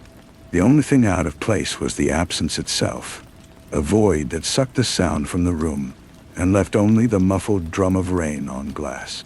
Downstairs, in a living room large enough to host a wedding, Bobby Vanguard was a ruin of a man folded into a 2-plush sofa. His wealth, A power that moved markets and municipalities was now a useless weight. He was a king without an army, his kingdom reduced to the four walls of this silent, waiting house. He held a phone in his hand as if it were a holy relic. They had called that morning. A voice, flat and mechanized through a filter, had given instructions. No police. A sum of money that was an abstraction to Miles. A number with too many zeros. And then, just before the line went dead, a sound. A faint, sharp intake of breath that was not quite a sob. Christie. Miles did not work for the department, not anymore. He was a private remedy for public failures, a man hired to navigate the shadows where official badges shone too bright. He moved through the house like a slow current, his presence a low pressure that disturbed nothing. He ran a finger along the frame of the crooked door, feeling the minute splinters where the wood had been stressed. This wasn't a professional job. Professionals don't wrestle with doors. They slip through them. The city outside was a watercolor of gray and neon, bleeding together in the relentless downpour. The warehouse they used was in the industrial belly of the city, a place of rust and forgotten purposes. It smelled of damp concrete, stale cigarette smoke, and the coppery tang of fear. Christie sat on a stained mattress in the center of the vast, echoing space, her knees drawn to her chest. The initial terror had subsided, leaving behind a strange, crystalline calm. She watched them. There were three. Jackson was the engine of it all. He moved with a prowling restlessness, all coiled muscle and simmering violence. He was the one who had laid out the plan, his voice a low rumble that promised consequences. The money was the object, the singular goal. But for Jackson, the process was a drug. He enjoyed the tension, the control, the way the world bent to his will through the simple application of fear. Then there was Cash. He was stillness, where Jackson was motion. He sat on an overturned drum, cleaning his fingernails with the tip of a switchblade, his eyes never leaving Christie. His attention was a physical weight, a cold spot in the room. He didn't speak often, but when he did, his voice was a soft, insidious thing, a whisper that seemed to come from inside your own head. He was the one who had tested the door, who had enjoyed the sound of the wood groaning under his shoulder. He was the one who had breathed that sharp, audible breath into the phone, a private joke for his own enjoyment. The third was Leo, a nervous boy with rabbit-fast eyes and trembling hands. He was the driver, the errand boy, already in over his head. He chain-smoked by the loading bay door, flinching at every distant siren, a live wire of impending disaster. Days bled into one another, marked only by the calls to Bobby Vanguard. The negotiations were a brutal ballet. Jackson's voice, through the filter, was a hammer. Bobby's was a frayed wire. Miles listened in the background, in Vanguard's study, surrounded by leather-bound books that no one read. He heard the things Bobby missed. The faint echo in the warehouse, the specific pattern of a drip of water hitting a puddle, the way Jackson's demands would sometimes hesitate, as if he were listening to a whisper from just off-screen. Cash's whisper. Back in the warehouse, a shift was occurring, subtle as the settling of the foundation. Jackson's control was absolute, but it was a blunt instrument. Cash's was surgical. He started to speak to Christie. Not threats, not demands, observations. He noted the quality of her silk blouse, the way she held herself, even in fear. The inherited privilege that was as much a part of her as her bones. He called her a princess in a tower, but his tone was not mocking. It was reverent, and that was far more frightening. He began to bring her small things. A bottle of water that wasn't warm. A blanket that smelled less of mildew. These were not acts of kindness. They were transactions of power. He was teaching her that comfort, that survival itself, flowed from him. And she, in her gilded cage of terror, was starting to learn.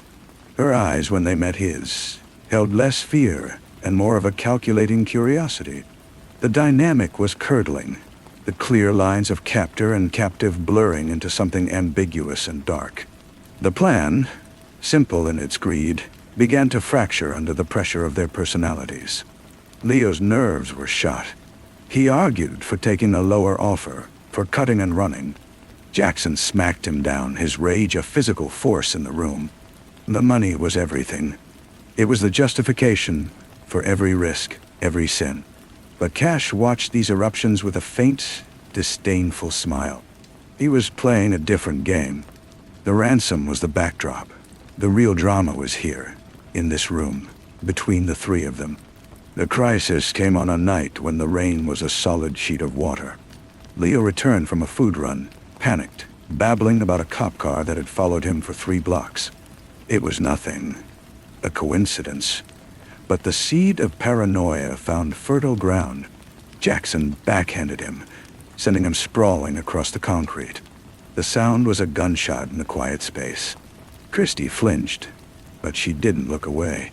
She watched Jackson's brute display, and then her eyes slid to Cash. He hadn't moved from his perch, but his stillness was now charged, predatory. He was waiting. Jackson, his control slipping, turned his fury on the only available target. He grabbed Christy by the arm, hauling her to her feet. His face was inches from hers, his breath hot and sour. He called her things, ugly words that reduced her to an object, a problem. He shook her, her head snapping back, and for a moment, it seemed the violence would consume everything. Then, Cash moved. It was not the explosive lunge of Jackson. It was a smooth, unhurried uncoiling. He didn't speak. He simply placed a hand on Jackson's shoulder. It was not a violent gesture, but it carried an absolute, final authority. Jackson froze. The two men locked eyes. A silent battle fought in the space between them. The warehouse held its breath. The only sound was the frantic hammering of the rain. And in that suspended moment, Christy looked from one man to the other. She saw the brute force of Jackson, suddenly checked. She saw the chilling, absolute control in Cash's eyes. And a strange, terrible understanding dawned on her face. The real power had never been Jackson's. It had always been this quiet, watching man. She was not a pawn between two thugs. She was the prize in a contest she had only just begun to understand. Jackson released her, shoving her back onto the mattress. He turned away, his pride wounded, his authority challenged. The air was thick with the promise of a storm yet to break. Leo cowered by the wall, a whimper escaping his lips. Cash returned to his drum, his work done. He had shown her, and he had shown Jackson, where the true hierarchy lay. The next call to Bobby Vanguard was different. The money was ready, the drop arranged, but the instructions were convoluted, paranoid, a product of Kash's intricate mind. Miles, listening on the extension in the study, felt a cold knot tighten in his stomach. This was no longer a simple exchange. This was a trap. But for whom? For the father? For the police? Or for the other men in the warehouse? The night of the drop was a study in monochrome. The designated location was a scrapyard at the river's edge, a graveyard of metal skeletons under a bruised, moonless sky. Puddles of oil shimmered like black rainbows. Miles was there, a shadow among shadows, watching from a distance through night vision glasses. He saw the car with Leo and Jackson arrive, saw the case of money change hands with a faceless intermediary Bobby had been forced to hire. It was clean, too clean. Back at the warehouse, the atmosphere was electric. Jackson was triumphant, the case of cash at his feet, a tangible proof of his success. He was already talking about splits, about disappearing, but Cash was not looking at the money. He was looking at Christy, and she was looking back. It was Leo who broke the final thread. Drunk on relief and cheap whiskey, he started babbling about how they should have just killed her. how she could identify them, how it was the only smart play. Jackson, his own nerves frayed, told him to shut up, but the word was out there. Kill her. Cash stood up. The switchblade was in his hand, not cleaning, but ready. He didn't look at Leo. He looked at Jackson. He said one word, soft as a sigh. No. Jackson laughed, a harsh, disbelieving sound. No? What? You got a soft spot for the rich bitch now? He took a step toward Christy, his intention clear. What happened next was a blur of terrible, efficient motion. Cash moved, not toward Jackson, but toward Leo. The boy had time for one short, choked cry before the blade opened his throat. It was not an act of rage. It was an act of housekeeping. Leo fell, his life gushing out onto the concrete in a dark, steaming pool. Jackson stared, stunned for a fatal second. The gun was in his waistband. He fumbled for it. Cash was already turning, his movements fluid and unhurried. He didn't have a gun. He had the knife and the absolute certainty of his own purpose. Jackson got the gun clear. A shot roared, deafening in the enclosed space. It went wide, sparking off a steel beam. And then Cash was on him. The fight was short, brutal, and silent except for the wet, tearing sounds and Jackson's gurgled attempts to breathe. When it was over, Cash stood over the two bodies, his chest rising and falling steadily. He was splattered in their blood. Christy had not screamed. She had watched it all, her hand clamped over her mouth, her eyes wide with a horror that was edged with a terrifying, undeniable thrill. She had seen the two men who held her life in their hands destroy each other. And the last one standing was the one who had looked at her not as a thing to be sold, but as a thing to be possessed. Cash wiped his blade on his jeans and walked toward her. He didn't speak. He simply held out a hand, red and slick. The warehouse was a charnel house. The money sat by the door, forgotten. The choice was laid out before her in the silence. The dead men on the floor, or the living one whose eyes promised a darkness she could no longer pretend to fear. Miles found the warehouse an hour later, drawn by the single, reported gunshot. The scene was a masterpiece of carnage. Two dead. The stink of blood and cordite was thick enough to taste. The ransom money was there untouched, and of Christy Vanguard and the man named Cash, there was no sign. No struggle. Just two sets of footprints leading out the back, into the swallowing darkness of the river docks, mingling together as they went. The official case was closed. A botched kidnapping, a falling out among thieves. Bobby Vanguard got his daughter back in a way.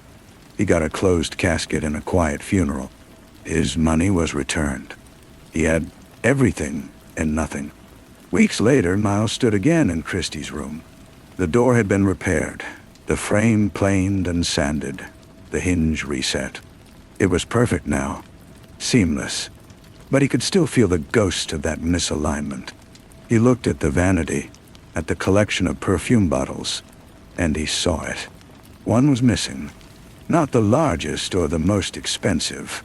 A small, cut crystal bottle of jasmine absolute. Her favorite. The one she'd kept closest to the mirror. He never filed a report on it. It was a detail that belonged only to him. A whisper of a truth too unsettling for the official record. The city moved on, forgetting Christy Vanguard. But sometimes, on rainy nights when the neon bled into the streets, Miles would think of that missing bottle, a small poisonous flower taken as a souvenir from a life left behind. He would think of two sets of footprints merging into one, leading away from the light, into a different kind of story altogether. One where the victim and the monster had walked away hand in hand, leaving only the scent of jasmine and blood hanging in the damp air. A clue that was also an epitaph, a mystery that refused to be solved.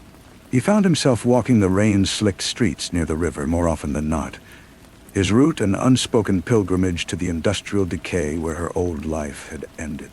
He wasn't looking for answers anymore. He was bearing witness to the silence they had left behind. The case was a cold stone in his pocket, a weight he carried by choice.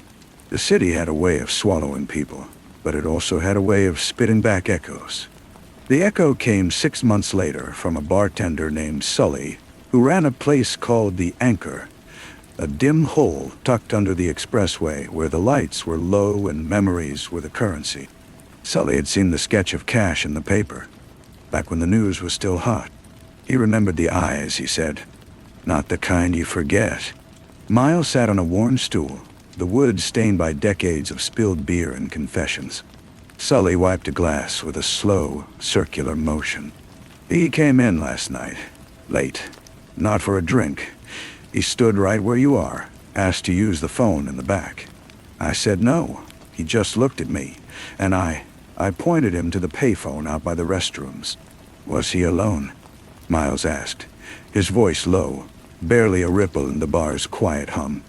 Sully shook his head, a slow, deliberate movement. No, there was a woman. She waited by the door. She had on a dark coat, hood up, didn't see her face, but she stood perfectly still. Didn't fidget, didn't look around. Just waited for him. The payphone was a relic, its cord coiled tight. Miles didn't expect to find prints, and he didn't.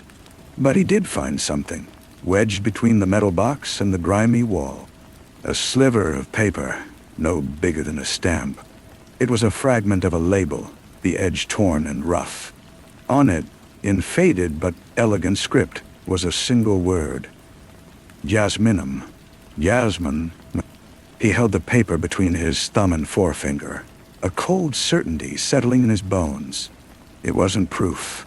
It was a message. A breadcrumb left not by accident, but by design.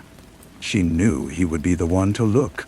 She knew he would understand the language of objects, of missing things and misplaced fragments. She was telling him she was still here, in the shadows, and that she had taken her scent with her. He didn't chase the echo. He knew better. To follow would be to step into a play where he didn't know his lines, a story that was no longer his to solve. He pocketed the paper sliver, a new ghost to keep company with the old one. The final piece fell into place a year later, in a different city, on a different case. He was tracking a skip tracer who had a taste for embezzling from his clients. The trail led to a modest apartment in a quiet neighborhood. The neighbor, an old woman who liked to watch the world from her porch swing, was happy to talk. She described the man perfectly. Then she nodded toward the apartment next door. Nice young couple just moved in there. Quiet. Keep to themselves. He works from home, some kind of computer thing. She paints. Smells like flowers all the time, real nice. Miles felt the air go out of him. He didn't ask for a description. He didn't need to. He simply stood in that peaceful, sun-drenched street, looking at the clean white door of the apartment, and he knew. The monster and the princess had not vanished into a life of squalor or crime. They had built a cage of their own design, a perfect, ordinary prison with quiet walls and a scent of jasmine on the air. They had found their happy ending in the ruins of other people's lives. He closed his file on the skip tracer and walked away. Some doors, he knew, were meant to remain closed. Some stories were not meant to have an ending, only a long, quiet aftermath. And sometimes, the only thing a good detective could do was to forget he ever knew how to read the signs. He never went back to that street. He buried the knowledge deep, a landmine in the field of his memory. His work continued, a procession of smaller solvable crimes that left no lingering ghosts in their wake. He fixed what could be fixed, closed what could be closed. But the world had taken on a different hue, a paler imitation of itself. The vibrant, terrifying colors of that warehouse case had bled out, leaving everything else looking washed out and gray. He saw Bobby Vanguard once, at a charity function the department was overseeing. The man was thinner, his expensive suit hanging on him like a shroud. He shook hands and smiled a politician's smile. But his eyes were vacant windows in a house where no one lived anymore. Miles watched him from across the room, and for a single vertiginous moment, he considered crossing the floor. He considered telling him about the missing perfume bottle, about the sliver of paper, about the quiet apartment with the flower-scented air. He wanted to offer this man, this father, the terrible, unvarnished truth, but he didn't. The truth would not be a kindness. It would be a fresh, more exquisite form of torture. It was a burden Miles had chosen to carry alone. Years bled away. The city changed. New buildings piercing the sky, old scars being paved over. Miles retired. The badge was put in a drawer, the weight of it lifted from his pocket, but the other, colder weight remained.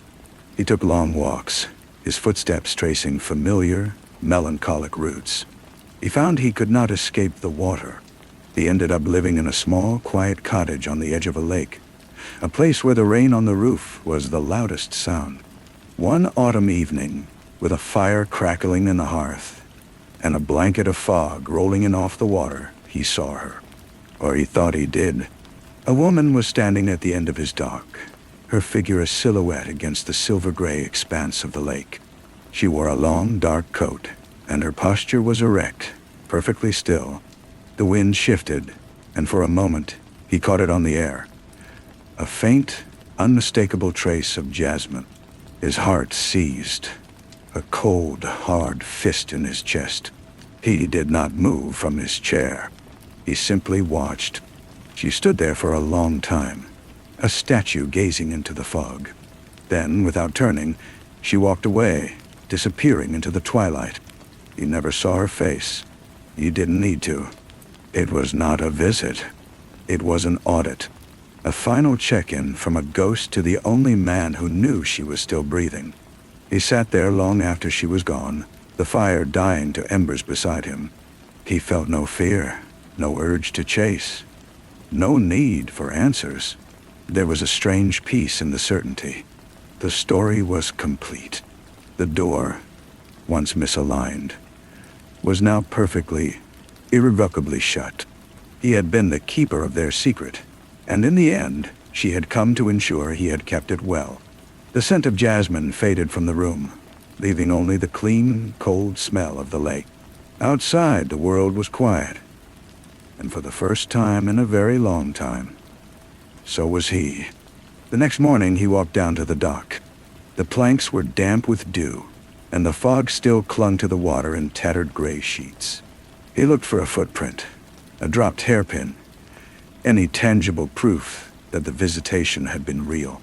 There was nothing, only the profound silence of the lake and the lingering impression of a presence that had chosen to be felt, not seen. He knew then that this was the last communication. The account was settled. He went about his day with a quiet deliberation, making coffee, reading the paper, the ordinary acts, a bulwark against the tide of memory. But the cottage felt different. It was no longer just a retreat from the city. It was a repository. He had housed a secret for so long it had become part of the foundation, a load-bearing wall in the structure of his life. Now that the secret's owner had acknowledged its safekeeping, the weight seemed to shift, to become less of a burden and more of a fact, like the lake itself. A week later, a parcel arrived with no return address. The postmark was from a city hundreds of miles away. Inside, nestled in plain brown paper, was a small cut crystal bottle. It was empty, but the stopper was loose, and the air around it was thick with the scent of jasmine absolute. There was no note. None was needed. It was not a message of thanks, nor one of threat. It was a final release. She was returning the clue, absolving him of his role as witness. He held the cool, smooth glass in his hand. He could have thrown it into the lake, could have buried it, could have shattered it on the stones of the fireplace. Instead, he placed it on the mantelpiece. It stood between a photograph of his former squad and a stone he'd taken from the river near the scrapyard. It belonged there. It was part of the collection, He never spoke of it, not to his few visitors, not to the quiet, uncomprehending dog he adopted from the shelter. The case of Christie Vanguard was a closed file in a dusty records room, a tragedy with a clear if unsatisfying conclusion. But here, in this quiet room by the water, a different truth was preserved. It was a story of transformation, of a door that had not been broken down, but had been opened from the inside, and of the two people who had walked through it, leaving the world of light and consequence behind for one of their own making. And he, the old detective, was its sole, silent curator. The dog, a placid Labrador mix named Gus, would sometimes sniff at the bottle on the mantel, his tail giving a slow, curious wag before he lost interest and settled by the fire. Miles found a perverse comfort in the animal's indifference. The world continued in its simple, uncomplicated ways, even as he guarded its most complicated secret. He began to write it down, not as a report, but as a narrative. He bought a thick, leather-bound journal and started with the splintered doorframe. He wrote about the scent of her room, the cold arrogance of Bobby Vanguard, the animal fear in Leah's eyes, and the terrifying stillness of Cash. He did not write to expose them or to solve anything. He wrote to give the memory a shape outside of himself, to transfer the weight from his mind to the page. The act of writing was an excavation. Details he had forgotten resurfaced with startling clarity. The way Jackson had constantly cracked his knuckles, the specific brand of cheap whiskey Leo had drunk, the sound of Cash's drumming. A rhythm that was not random, but a precise, repeating pattern. He wrote about finding the sliver of paper by the payphone, and the look on the old neighbor's face when she mentioned the woman who smelled of flowers. He filled the journal, and then he started another. He never used their real names. Christie became the princess, Cash was the quiet man, Jackson the braggart, and Leo the boy. He was not the detective, but the watcher. In this renamed world, the story felt both more true and more like a fable, a dark fairy tale that had unfolded in the shadows of his city. One afternoon, as he was describing the moment Cash's blade had flashed in the warehouse light, his pen stopped. He looked up, his hand aching, and saw a man standing on the opposite shore of the lake, looking directly at the cottage. The figure was too far away to make out any features, just a dark silhouette against the pines. But the posture, the absolute stillness, was unmistakable. Miles's blood went cold. He did not move. He simply stared back. The standoff lasted for a full minute before the figure turned and melted back into the trees. They knew where he was. The finality of the perfume bottle had been an illusion. The audit was ongoing. He closed the journal and locked it in a small metal box he buried under the floorboards of the tool shed. He did not feel afraid exactly. It was more a feeling of resignation, a confirmation that for him, the story would never truly be over. He was a part of their ecosystem now, a fixed point in the geography of their hidden world, a landmark they occasionally needed to check on. He continued his life, his walks with Gus, his quiet evenings by the fire, but his eyes were sharper now, always scanning the tree line, always noting the rare car that passed on the distant gravel road. He was waiting, not for an end, but for the next page. And he understood, with a clarity that was both chilling and peaceful, that he would be waiting until the day he died. The cottage was not just a repository for the secret. It had become the final scene of the story, and he was the last character, waiting in the quiet for a curtain call that would never come. The seasons turned, and the lake froze over, a sheet of white under a pale sun. Miles watched the ice, thinking of things hidden beneath the serene surface. He and Gus walked the perimeter every day, their breath pluming in the cold air. He no longer looked for the man in the trees or the woman on the dock. Their presence was a given, a fact of his existence, as certain as the lake itself. The waiting was no longer an anxious vigil, but a state of being. He received a second parcel when the first thaw began, the ice on the lake cracking with sounds like distant gunshots. This one was heavier. Inside, wrapped in the same plain paper, was a book. It was a thick, expensive volume on art history, focusing on the symbolist painters of the late 19th century. He opened it. The pages were crisp and smelled of new paper and faintly of jasmine. There was no inscription. He set it on the coffee table. That night, by the fire, he began to leaf through it. The art was dark, dreamlike, full of myth and melancholy.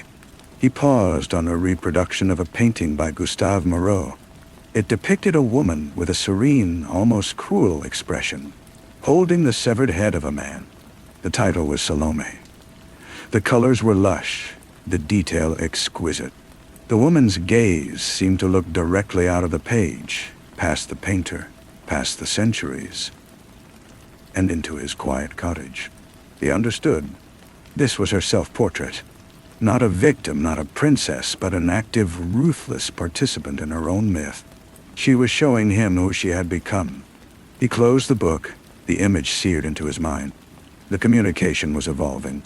It was no longer about clues or acknowledgments. It was about sharing a worldview. He was being granted a glimpse into the kingdom they had built, a place where beauty and horror were intertwined. He was their chronicler, whether he had chosen the role or not. The following week, he bought a new journal. He did not write about the case this time. He began to write about the lake, the way the light changed on the water, the habits of the birds, the slow, patient life of the trees. He wrote about Gus, his simple joys and loyal heart. He was documenting the world he could see and touch, the counterpoint to the dark fairy tale he held in trust. It was his answer to them. "You have shown me your world," he thought, as his pen moved across the page. "Let me show you mine." One evening in early spring, he saw a flicker of light from the opposite shore. A small, bright pinprick, like a match being struck, then gone. It was not a campfire. It was a signal. He went inside, to the mantelpiece. He picked up the empty crystal bottle, its facets catching the firelight. He carried it to the window and after a moment's hesitation held it up. He turned it slowly, letting the light refract, a tiny answering star in the deepening gloom. He held it for a full minute, then set it back in its place. No more signals came. No more parcels arrived. The book remained on his coffee table, a permanent and unsettling guest. The balance had shifted once more. A dialogue, silent and profound, had been established across the water. He was no longer just a keeper of their past. He was a pen pal in their present, a correspondent in the story that was, against all odds, still being written. And in the quiet of his cottage, Miles finally understood that he was not just waiting for an ending. He was living inside one, a long, slow, and strangely beautiful coda. The summer that followed was the most peaceful of his life. The fear was gone, replaced by a profound and watchful calm. He tended his small garden, his knees aching in the soil, and took Gus for long, meandering swims in the lake. He continued to write in his journal about the small, observable world around him. The scratch of his pen, a companionable sound in the evening quiet. He rarely thought of the city, of his old life. That man, the detective, felt like a character from a book he had read long ago. The book of symbolist art remained on his table. He found himself returning to it, not with dread, but with a kind of grim appreciation. He studied the other paintings, the languid figures and apocalyptic visions. He began to see the patterns she saw, the connections between desire and destruction, between beauty and decay. It was a dark education, but an education nonetheless. She had redefined his vision, and in doing so, had given him a new way to see everything. The first frost came early, silvering the dock one morning. He was stacking firewood on the porch when a car, a dark, unremarkable sedan, pulled up on the gravel road. It did not approach the cottage. It simply stopped. Miles stood still, a log in his hands, his breath held. The driver's door opened, and a man got out. He was tall, his hair shorter than Miles remembered, his frame leaner. He wore a simple dark jacket and jeans. It was Cash. He did not look at the cottage. He walked to the edge of the lake, his hands in his pockets, and stared out at the water, just as she had done from the dock. He stood there for perhaps 5 minutes, a statue of contemplation. Then he turned. His eyes met Miles across the distance. There was no threat in his gaze, no anger, no gratitude. It was a simple, stark acknowledgement, a look that said, "I see you. I know that you see me. That is all." Then he got back in the car and drove away, the sound of the engine fading into the crisp autumn air. Miles let out a long, slow breath. The log in his hands felt suddenly very heavy. He had seen the monster, and the monster had not bared its teeth. It had only come to look at the water. That night, he did not write. He sat by the fire, Gus at his feet, and simply watched the flames. The story was not a coda anymore. It was a living thing, a tree with roots that reached deep beneath the lake, connecting his cottage to a quiet apartment somewhere, to a past he could not change. He was not its prisoner. He was its anchor. And in the silent, flickering light, he found that this was enough. It was more than enough. It was a purpose.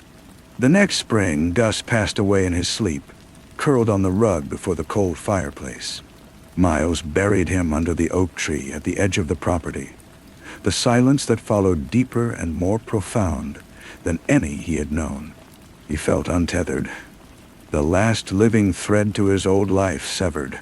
For a week, he did not leave the cottage, the emptiness within its walls, a physical presence.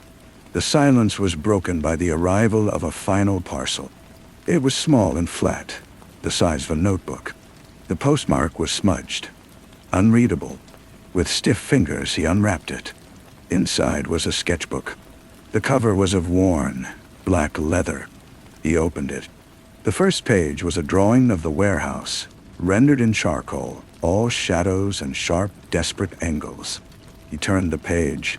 A portrait of Jackson, his face caught in a boastful laugh, but his eyes held a terrified gleam. Then Leo, younger than Miles remembered, his fingers nervously shredding a cigarette.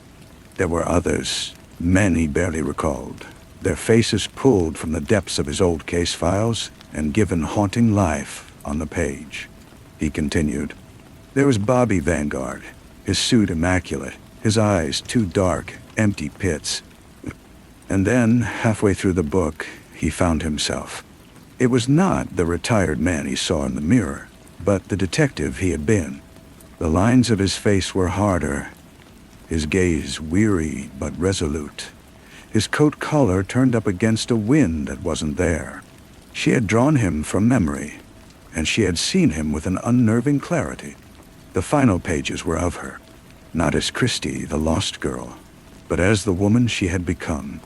In one, she was reading in a chair by a window, her face in profile, calm and focused. In another, she stood on a rocky shoreline, her coat whipping in a gale, her expression one of fierce, unassailable freedom. The last drawing was of her and Cash. They were not touching. They sat on a floor, leaning against opposite walls of a sparse room, a single candle between them. They were looking at each other, and the understanding in their shared gaze was more intimate than any embrace. There were no words in the entire book. None were needed. It was her statement, her confession, and her defense, all in one. She had handed him the entire story, not as a burden, but as a gift. She had trusted him with her truth, the whole of it, in a way she could never have done with words. He closed the sketchbook. He did not bury it or lock it away. He placed it on the shelf next to his own journals. The two narratives, his and hers, now stood side by side. The record was complete. Miles lived several more years in the cottage by the lake. He was an old man, his steps slow, his hands often quiet in his lap. He watched the seasons turn and the water change its mood. He was no longer waiting for anything. The story had given him everything it had to offer.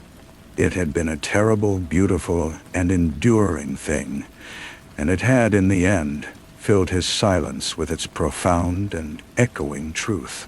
When he died, peacefully in his sleep, the sketchbook and the journals remained on the shelf, a testament to a mystery that was never solved, but was, finally and completely, understood. The cottage was sold to a young family from the city.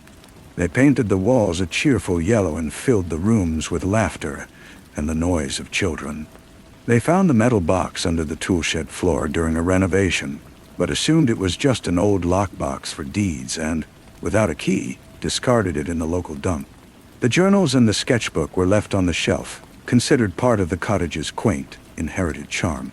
The new owner, a writer, would sometimes take them down and run his fingers over the worn leather, wondering about the previous occupant. He never read them. He found their silent presence comforting, a reminder that every house holds its own quiet history. Out on the lake, the water remained, holding its secrets under a placid, unreadable surface. The writer, a man named Ben, found the cottage's silence a balm for his own noisy mind. He was working on a novel that refused to cohere, and the previous owner's collection of blank-looking journals and the single, stark sketchbook became fixtures in his peripheral vision. They were artifacts of a life fully lived, he thought, a finished story. He liked having them near. One rainy afternoon, frustrated with his own work, he pulled the first journal from the shelf. He expected empty pages, or perhaps gardening notes. The first line he read was, "The door was splintered around the lock," but that was a lie. His breath caught.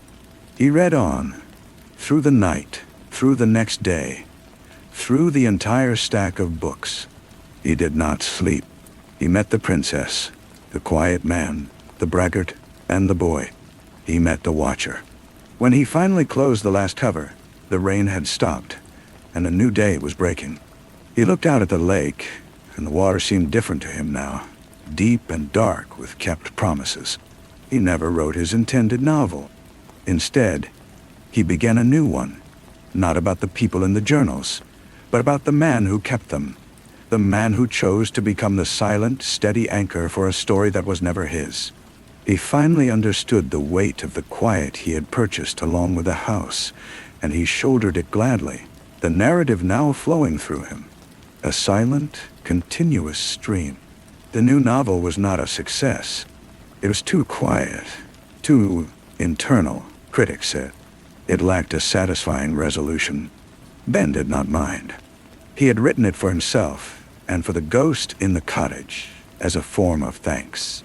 The act of writing it had changed his relationship with the place. He was no longer just a resident. He was a successor. He found himself on his evening walks, pausing at the oak tree where Gus was buried, or looking across the lake to the opposite shore, not with anxiety, but with a sense of quiet expectation. He was not waiting for a signal, but he was open to one. He kept the journals and the sketchbook in their place of honor. Sometimes he would open the sketchbook to the final drawing, the one of the man and the woman in the sparse room with the single candle. He thought he understood the nature of their peace. It was not the absence of violence, but the presence of a complete and unbreakable understanding.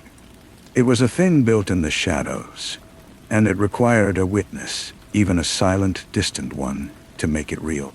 Years later, an elderly woman with sharp, intelligent eyes and a posture that spoke of a formidable will visited the small local library. She asked if they had any records of the area's previous residents.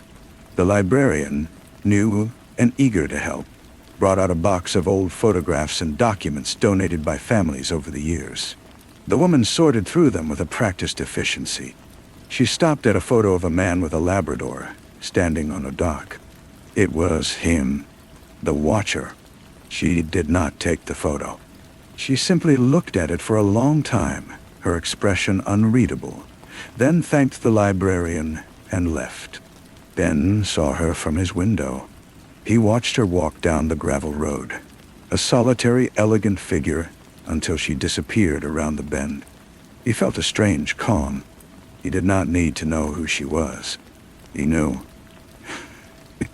The story was still breathing, its characters moving through the world on their own unseen paths. He went to his desk and wrote a single sentence, not for any book, but for himself. He wrote, "The anchor holds." Then he went back to his life, the keeper of a flame he had never lit, content in the knowledge that some stories are not meant to end, but to be passed on, like a light from one watchful heart to another. The light changed with the years. Ben grew older, his own hair graying, his steps on the dock a little slower. The cottage settled around him, its walls absorbing his quiet life, just as they had absorbed the life of the man before him. He never married, never had children. His family was the silence and the stories on the shelf. He added his own journals to the collection, not chronicles of crime, but of the lake's many moods, the flight patterns of geese, the slow, patient growth of the oak tree over Gus's grave. It was his contribution to the archive, his own layer of peace, laid over the foundation of turmoil. One afternoon, a woman came to the door. She was in her 40s, with a kind, open face and eyes that held a familiar, searching look. She introduced herself as Eleanor, Miles's niece. She had been going through her mother's things and found an old address, a deed. She had never known her uncle, only that he had disappeared into the north after a difficult career. She wondered if anyone still lived here who might remember him. Ben invited her in.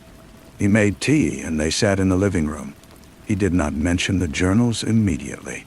He simply listened as she spoke of a family mystery, a man who had become a ghost to his own kin. After a long silence, Ben went to the shelf and took down the first of Miles' journals. He placed it gently on the table between them. "He knows," he said, "that some things are better shown than told." He left her alone with the books. He walked down to the lake and stood on the dock, giving her the same space Miles had once needed. He watched the sun begin to set, painting the water in hues of orange and violet. When he returned, hours later, she was still there. The sketchbook was open on her lap. She was not crying. She looked settled, as if a lifelong question had finally been answered. She looked at Ben and said, "He wasn't alone." "No," Ben replied. "He wasn't." She did not take the journals. She said they belonged with the cottage, with the lake. They were part of the soil now. Before she left, she asked to see the oak tree. Ben showed her. She placed a single smooth stone from the lake shore at its base, a small, solid marker for a dog she had never met, but who was part of the story too. She drove away, and Ben knew she would carry a version of the truth with her. A truth that was heavy, but not cruel. That night, Ben took all the journals and the sketchbook from the shelf. He carried them outside and built a small, careful fire in a pit by the water's edge. One by one, he fed them to the flames. The paper curled and blackened, the words and images dissolving into smoke and heat. He did not do this to destroy the story, but to release it. It had been held in trust for long enough. It did not need to be read anymore. It needed to be part of the air. The ashes cooled, and he scattered them into the lake. The wind caught some, carrying them over the water like a faint gray mist. The story was gone from the shelf, but it was not gone. It was in the water, in the trees, in the quiet understanding of the few who had known it. Ben went inside, the cottage feeling lighter, the silence no longer a repository for secrets, but a simple, clean space. He was the last watcher, and his vigil was over. The story had finally ended, not with a period, but with a slow, gentle exhalation, merging completely with the world it had so briefly, and so indelibly, touched. The following morning, the lake was perfectly still, a sheet of polished gray glass under a soft, featureless sky. Ben made coffee and stood at the window, looking at the empty space on the shelf. He felt no regret, only a quiet certainty. The act was complete. He spent the day in the garden, pulling weeds and turning the rich, dark soil, his hands engaging in the simple, cyclical work of growth. A week later, a storm rolled in from the north, churning the lake into a fury of whitecaps and driving rain. Ben sat inside, listening to the wind howl around the eaves. As the storm reached its peak, a brilliant fork of lightning struck the old oak tree at the edge of the property. The crack was immense, a sound that seemed to split the world in two. When the storm passed, he went out to inspect the damage. The lightning had sheared a massive limb from the trunk, scattering splintered wood and green leaves across the ground. The heart of the scar was blackened and exposed. It felt like a final punctuation, the closing of a circle that had begun with a man and his dog. He gathered some of the smaller, charred pieces of wood and brought them inside. He wasn't sure why. Perhaps for the same reason Miles had kept the crystal bottle. A relic of a moment that mattered. Months turned into years. Ben's hair turned fully white. His novel about Miles was published by a small press and was quietly forgotten by everyone but him. He was content. He had become what he had always admired in Miles. A man at peace with his own silence. He died in the autumn, much as Miles had, though he was sitting in his chair by the window, watching the last of the leaves fall. The cottage passed to a distant cousin who had no interest in it. It was sold again, this time to a couple who saw it as a vacation property. They cleared out most of the old furniture, including the shelf. The new owners, finding the charred pieces of oak in a box on the mantel, assumed they were just leftover kindling and used them to start a fire one chilly evening. The flames caught quickly, burning with a peculiar, bright intensity, and filled the room with a faint, sweet scent, like remembered rain. The couple, Amanda and David, never knew the origin of the wood. They only remarked on how well it burned, and how the fire that night seemed to cast deeper, more thoughtful shadows on the walls of the old cottage. They spent their weekends there, sailing on the lake and hosting friends, their laughter a new kind of music in the rooms. The history of the place was a vague and pleasant notion to them, like the scent of pine that lingered in the air. Years later, their daughter, a quiet child with a thoughtful gaze, found a single, overlooked journal wedged behind the built-in shelf during a game of hide and seek. It was one of Ben's, filled not with crime, but with descriptions of the light on the water and the habits of a family of foxes. She kept it, a secret treasure. She would read it under the oak tree, whose scarred trunk had healed into a twisted, beautiful shape. She didn't know about the dog buried beneath her, or the man who had written the words, but she felt a connection to the quiet observer who had loved the same world she did. She grew up and became a biologist, her life dedicated to studying and preserving fragile ecosystems. The journal remained on her own shelf, a personal touchstone. She never published any grand thesis on the interconnectedness of all things, but she lived it.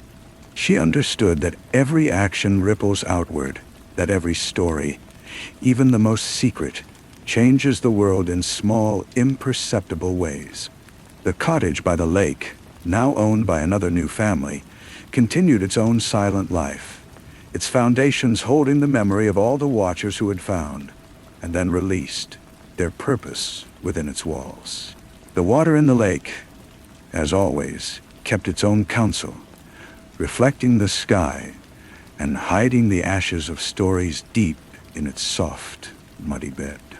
One afternoon, this biologist, whose name was Clara, was taking core samples from the lake bed, studying sediment layers for her research. Her coring device brought up a plug of dark, peaty soil from the deepest part of the lake. As she washed the sample in a sieve, something small and hard clinked against the metal mesh. It was a sliver of porcelain, no bigger than her thumbnail, blue and white. A tiny, painted fragment of a snowflake. She held it in her palm, the water from the lake beating on its glazed surface. It was a piece of a world that no longer existed, a message from a depth she could not fathom. She did not throw it back. She placed it in a small vial and added it to her desk, next to the old journal. The two objects, the word and the object, sat side by side, unrelated and yet inextricably linked by the same body of water.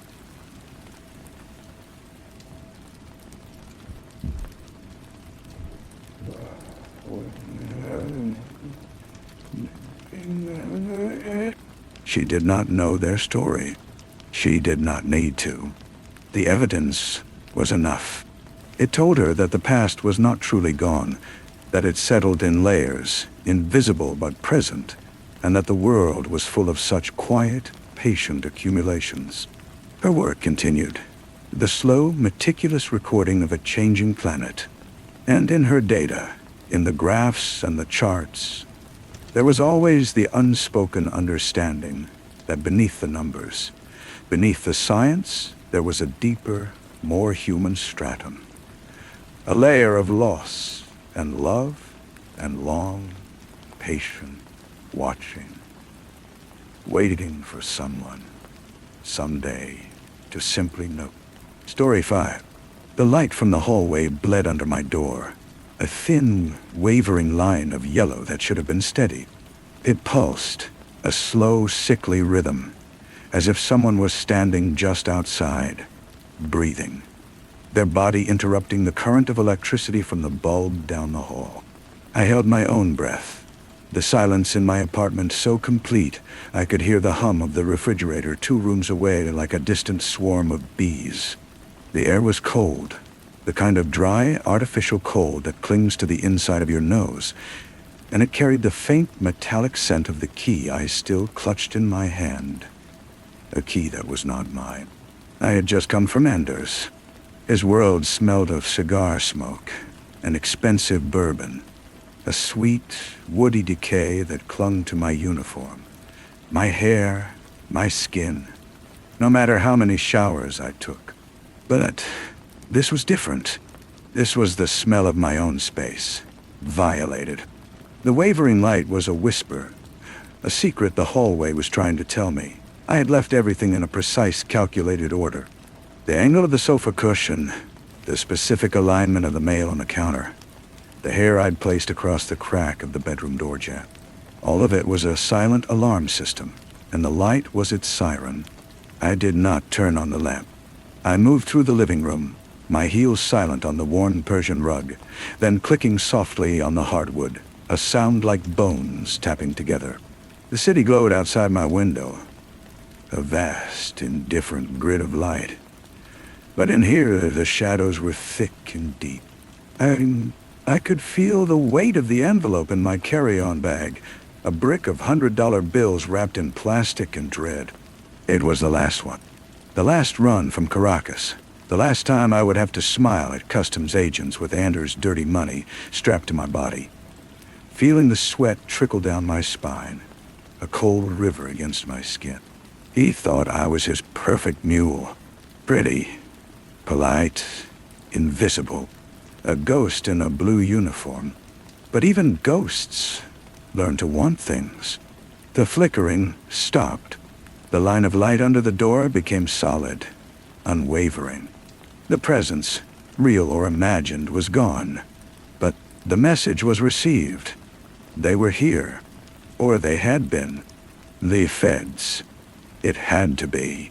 Anders's men were not so subtle. They preferred the language of splintered doorframes and fist-shaped bruises.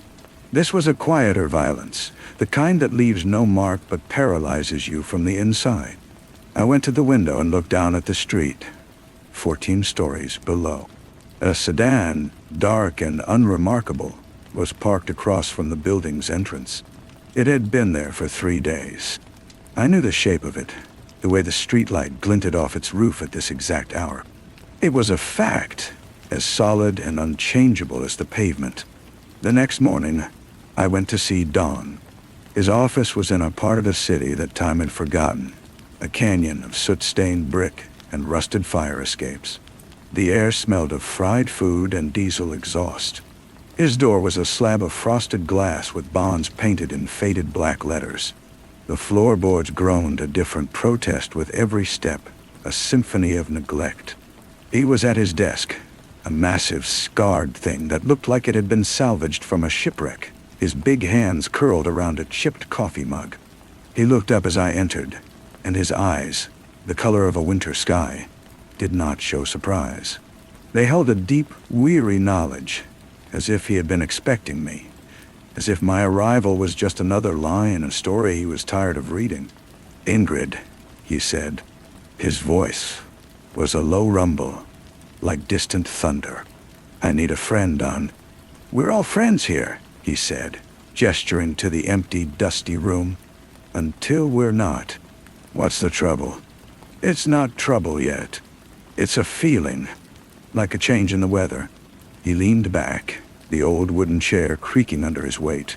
He wore a simple white shirt, the sleeves rolled up to his elbows, revealing forearms corded with muscle and a web of faded blue tattoos.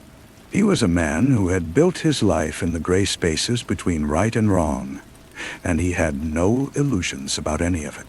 "A feeling," he repeated. "In my experience, your feelings are usually backed by solid evidence. Talk to me." And so I did. I did not tell him everything. I gave him shapes, shadows, the scent of the trap, the flickering light, the sedan, the way the man at the grocery store had looked at me for a beat too long.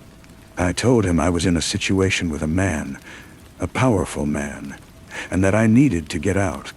I needed to disappear. I watched his face as I spoke, the slight tightening around his mouth, the way his gaze dropped to my hands, which were steady on my lap. He was attracted to the calm in the storm, to the pragmatic fearlessness he saw in me. It was my best weapon. He was quiet for a long time after I finished. The only sound was the faint drip of a leaky faucet in the small sink in the corner. He stood up and walked to the window, looking down at the street. "You don't want to disappear, Ingrid," he said, his back to me. "People who disappear are always found, or they spend their lives looking over their shoulder, jumping at every noise. You want to win. You want to flip the board." I said nothing. The truth hung in the air between us, acknowledged. "I know some people," he said, still looking out the window. "They might be interested in your situation. They might offer you a way, clear your debt to society. But dealing with them is like making a deal with the tide. You think you're commanding it, but it's only allowing you to stand there until it decides to swallow you whole." "The feds," I said. He turned, his expression grim. "They'll use you up and spit you out. They'll promise you protection, a new life. But the new life will be a smaller, quieter cage. And if you fail, they'll be the first to lock the door." "What's the alternative?" "The alternative is you run with the money. The last package. You think I don't know? You think they don't know?" He gestured vaguely, encompassing the world outside. "Anders will hunt you. His boys aren't smart, but they are persistent, and they enjoy their work. It's a short, brutal race, and the prize is your life." I stood and walked to his desk, standing close to him. I could smell the coffee on his breath, the faint, clean scent of his soap. I let my hand rest on his arm, feeling the warm, solid muscle beneath his skin. "I'm not asking you to run with me, Don. Don. I'm asking you to help me build a better trap. For all of them." He looked down at my hand, then into my eyes. A long, silent moment passed, filled with the unspoken history of every bad decision and desperate hope that had ever walked through his door. He was a bail bondsman. He understood risk. He was, in his own way, a bookie for freedom, and I was offering him the long bet of a lifetime. His office became our war room. The plan was a delicate, house of cards thing, built on double bluffs and timed revelations. I would play the terrified mule for the feds. I would give them Anders, piece by piece, just enough to keep them on the hook. I would tell them about the last big shipment, the one I was supposedly too scared to carry. And then I would offer to carry it anyway, for them. I would be their golden goose, walking into the lion's den with a wire, delivering Anders and his entire operation. In return, I would get my freedom, my wiped clean slate. But the real plan, the one I kept nestled deep inside me like a shard of ice, was different. The feds would get a show. A magnificent, bloody show where Anders and his chief enforcers would be taken down in a dramatic televised bust. And in the chaos, the money, the real, physical mountain of cash from that last shipment would vanish. And I would vanish with it. Don had a friend, a forger of breathtaking skill who operated out of a basement that smelled of ink and chemicals. He was my occasional ally, a nervous man with delicate hands who never looked you in the eye but could recreate a soul on paper. My new identity was already waiting in a safety deposit box, a phantom life hovering just out of reach. The meetings with the feds were held in sterile, windowless rooms that smelled of stale coffee and antiseptic wipes. The agent in charge was a man named Harper. He had a pleasant, forgettable face and eyes that held no light. He spoke in a calm, reasonable monotone. You understand, Miss Vogel, that your cooperation is the only thing standing between you and a federal prison sentence that would see you into old age. We are your lifeline. I am the lifeline, Agent Harper, I said, my voice soft, compliant. Without me, you have nothing on Anders. You have whispers. I have the ledger. I have the rotes. I have him. He smiled a thin, bloodless smile. We appreciate your assistance. He didn't believe me, not fully. He saw the calculation in my eyes, the same calculation he possessed. We were two chess players, each believing the other was the pawn.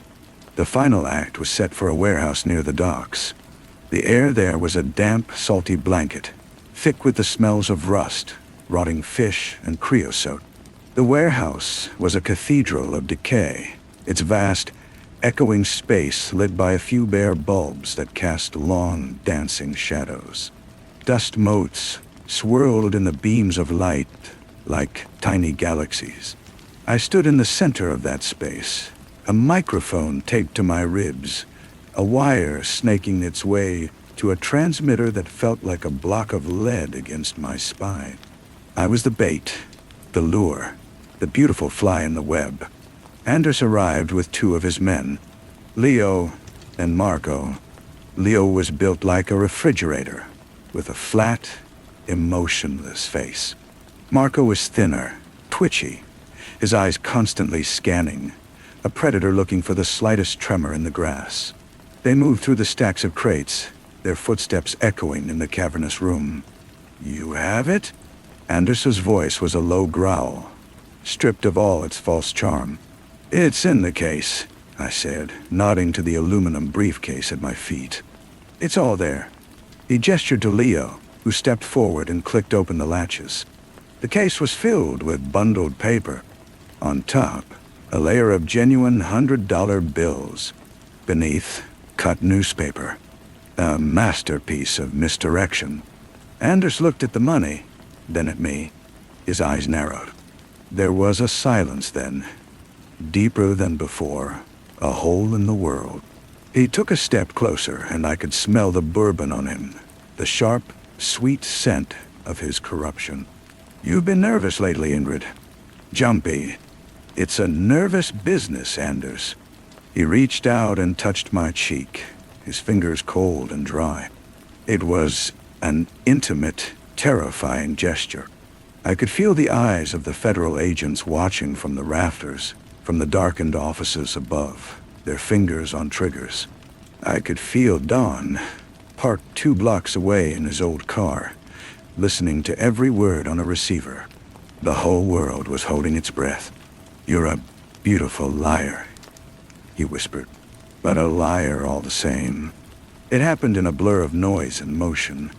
Leo, his hand diving into the case, coming up with a fistful of newspaper. His shout was a guttural roar. Marco's gun was already out, a black shape against the grimy light. And then the world exploded. The sharp, deafening crack of a sniper rifle from above. Leo dropped, a dark flower blooming on his chest. Shouts of FBI, freeze. A cacophony of boots on concrete. Anders moved with a speed I didn't know he possessed, grabbing me, spinning me around, using my body as a shield. His arm was a bar of iron across my throat. "We're leaving," he hissed in my ear, his breath hot. "You and me. We're going to have a long talk." He started backing towards a side door, dragging me with him. Gunfire popped and echoed through the warehouse. Marco was shooting wildly towards the shadows. I saw him stagger, hit. Anders's grip was choking me, my vision starting to speckle with black dots. This was not the plan. The plan was clean. The plan was for him to be arrested, cuffed, led away while I played the victim. We were at the door. He fumbled for the handle, his attention split. It was my only chance. I drove my heel down hard onto his instep, a sharp, brutal stomp. He grunted, his grip loosening for a fraction of a second. I twisted, elbowing him in the ribs, and broke free. I didn't look back. I ran. I ran through the door, out into the cold, wet night, the sounds of the gunfight fading behind me. I ran towards the alley where Dawn was supposed to be waiting. The getaway car, the beginning of my new life. The alley was empty. Not a soul. Just the steady drip of water from a broken drain pipe and the distant wail of sirens growing closer. My heart was a frantic bird beating against my ribs. I leaned against the wet brick wall, the cold seeping through my clothes. This was wrong. This was all wrong. A car turned into the far end of the alley, its headlights cutting through the gloom. It wasn't Dawn's car. It was the dark, unremarkable sedan. It rolled to a stop and the passenger door opened. Agent Harper sat inside, the interior light illuminating his placid, empty face. "Get in, Miss Vogel," he said. "It's over." "Where is he?" I asked, my voice a ragged whisper. "Dawn?" He made a choice, a rather final one. It seems his loyalties were complicated. "Get in. We have a lot to discuss." I looked behind me, back towards the warehouse. The sirens were deafening now, red and blue lights painting the walls of the buildings. There was no going back. I had played my hand and the board had been flipped, just not by me. I slid into the passenger seat. The car smelled of clean upholstery and his faint, soapy cologne. He drove smoothly, leaving the chaos behind, merging into the late-night traffic as if nothing had happened. He didn't take me to the federal building. He drove to a quiet, tree-lined street, in a neighborhood I didn't recognize. He parked the car and turned off the engine. The silence was absolute. "You're a very clever woman," he said, staring straight ahead through the windshield. "You thought you could play both ends against the middle. You thought you could outsmart everyone. Anders, us, even your bondsman friend. What did you do to Dawn?" He ignored the question. "The money from that case. The real money. Where is it?" "I don't know what you're talking about." "The money was in the case." He smiled that thin smile again.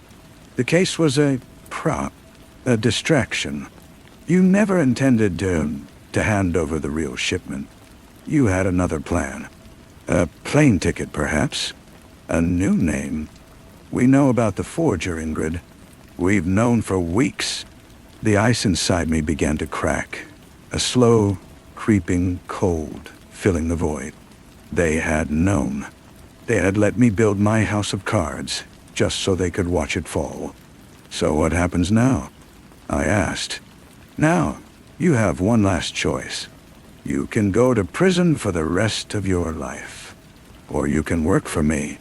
Not as a protected witness, as an asset. There are other men like Anders, other pipelines.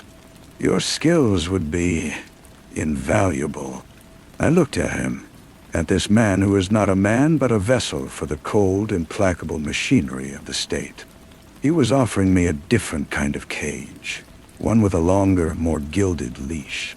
I would trade one master for another, the trafficker for the agent, the devil I knew for the devil I didn't. And if I say no, then I let you out of this car right here. You have no money, no friends. Anders' organization is in ruins, but there are men who will be looking for you. Men who will want to know what happened tonight. You'll be a ghost, but the world will be full of people who can see right through you. I give you 48 hours, maybe less. He reached over and opened my door. The hum of this city night spilled in. A dog barked somewhere in the distance. The choice was an illusion. There was no choice. There was only survival, a series of narrowing corridors, each one darker than the last. I got out of the car. He didn't say another word. He simply pulled the door shut and drove away. The sedan's taillights disappearing around a corner, absorbed by the night. I stood alone on the empty sidewalk. The air was cool and clean. Somewhere, a real life was waiting for me in a safety deposit box. Somewhere, Don was either dead or wishing he was. Somewhere, Anders was in custody or in the wind. I had no money. I had no allies. I had only the clothes on my back and the wire, still taped to my skin, a dead snake against my spine. I started walking, my footsteps the only sound in the sleeping world. I did not know where I was going. I only knew that the light was gone, and the shadows were beginning to move. The first order of business was to get the wire off. It was a tether to a life that was now over, a dead weight and a beacon. I found a public restroom in a small, shabby park a few blocks away. The light was a single, buzzing fluorescent tube that made my skin look green and corpse-like. In the smudged mirror, my eyes were too wide, the pupils black and bottomless. I locked the stall door and peeled the tape away, hissing as the adhesive tugged at my skin. The tiny microphone and the transmitter felt like artifacts from a different civilization. I dropped them into the toilet and watched them swirl away, a tiny, silent funeral for my former self. I had no money, but I had jewelry. A simple gold bracelet, a pair of small diamond studs, pawnable. It was a start. But first, I needed to know. I needed to know about Don. I walked until I found a payphone outside an all-night laundromat. The coins felt foreign in my hand. I dialed his office number from memory, a number I had never written down. It rang and rang into the empty night. No answer. That meant nothing, or everything. I then called his home, a line he had told me to use only in an absolute emergency. A man's voice answered on the second ring, a voice I didn't recognize. It was crisp, professional. Hello? I hung up, the plastic receiver slick in my hand. The phone felt hot, contaminated. Harper had not been lying. They were there. They had Don, or they had what was left of him. Complicated loyalties, Harper had said. The words echoed. Had Don betrayed me? Had he cut a deal at the last second, trading me for his own freedom? Or had they gotten to him, twisted him somehow? I leaned my forehead against the cool metal of the phone booth. The not knowing was a new kind of trap. I started walking again, aimless, my mind a scrambled mess of half-formed plans and sharp, stabbing fears. The city began to wake around me. The sky lightened from black to a deep, bruised purple. Delivery trucks rumbled down the streets, and the first early workers emerged, their faces blank with sleep. I was a ghost among them, moving through a world that was no longer mine. I found myself, as if pulled by a string, outside the library. It was a grand, old building with stone lions guarding its steps. It wouldn't open for hours, but that wasn't my destination. I went around to the side, to the row of public computer terminals that were accessible from the outside. My fingers, cold and clumsy, typed in the URL for a private, encrypted message board Don had shown me once. A dead drop for desperate people. I logged in with a burner account we had established, a username that was a line from a poem we both liked. The screen glowed in the pre-dawn gloom. There was one new message. It was timestamped from last night, just before the meeting at the warehouse. It was from Dawn. The message was brief, just a single line, but it sent a jolt through my system, a mix of relief and profound, chilling sorrow.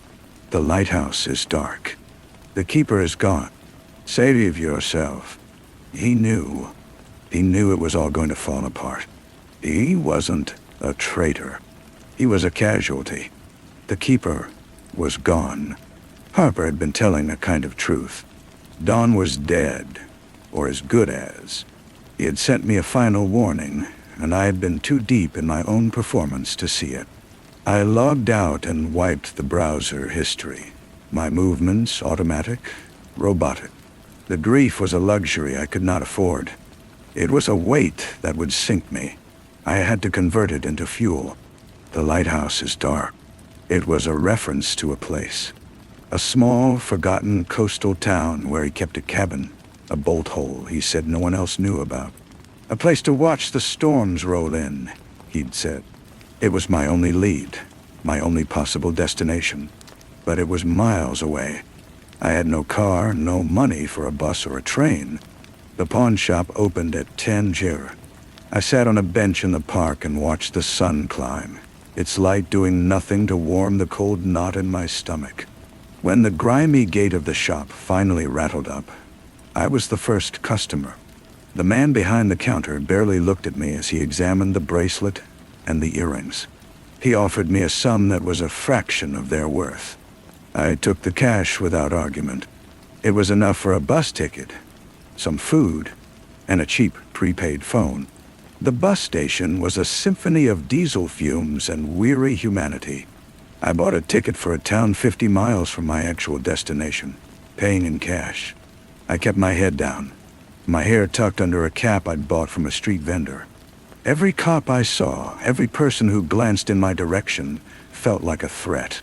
Harper's 48-hour clock was ticking in my head, a phantom heartbeat. The bus ride was a blur of monotonous highway and fields. I stared out the window, but I didn't see the scenery. I saw Don's face, his winter sky eyes. I saw the dark sedan. I saw Harper's empty smile. I had thought I was so clever, building my trap. But I was just a mouse who had outsmarted the other mice, while the owls watched from the trees. I got off at my stop and immediately walked to a different, smaller bus company and bought another ticket, this one taking me closer to the coast. It was a slow, meandering process, doubling back, changing routes. It was what a ghost would do. It was nearly dark again when I reached the town. It was just as Don had described it. A handful of streets, a general store, a diner with neon signs in the window. The air smelled of salt and pie. I walked past the last street light and onto a narrow dirt road that led towards the water.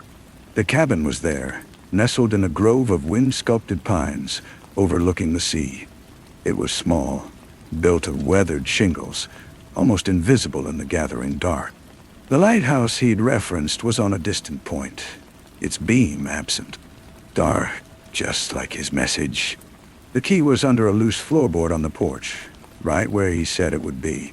The inside was cold and still, smelling of old wood and damp wool. I didn't turn on the lights. I stood in the darkness, listening to the rhythmic crash of the waves below. This was not freedom. This was a pause, a temporary hiding place.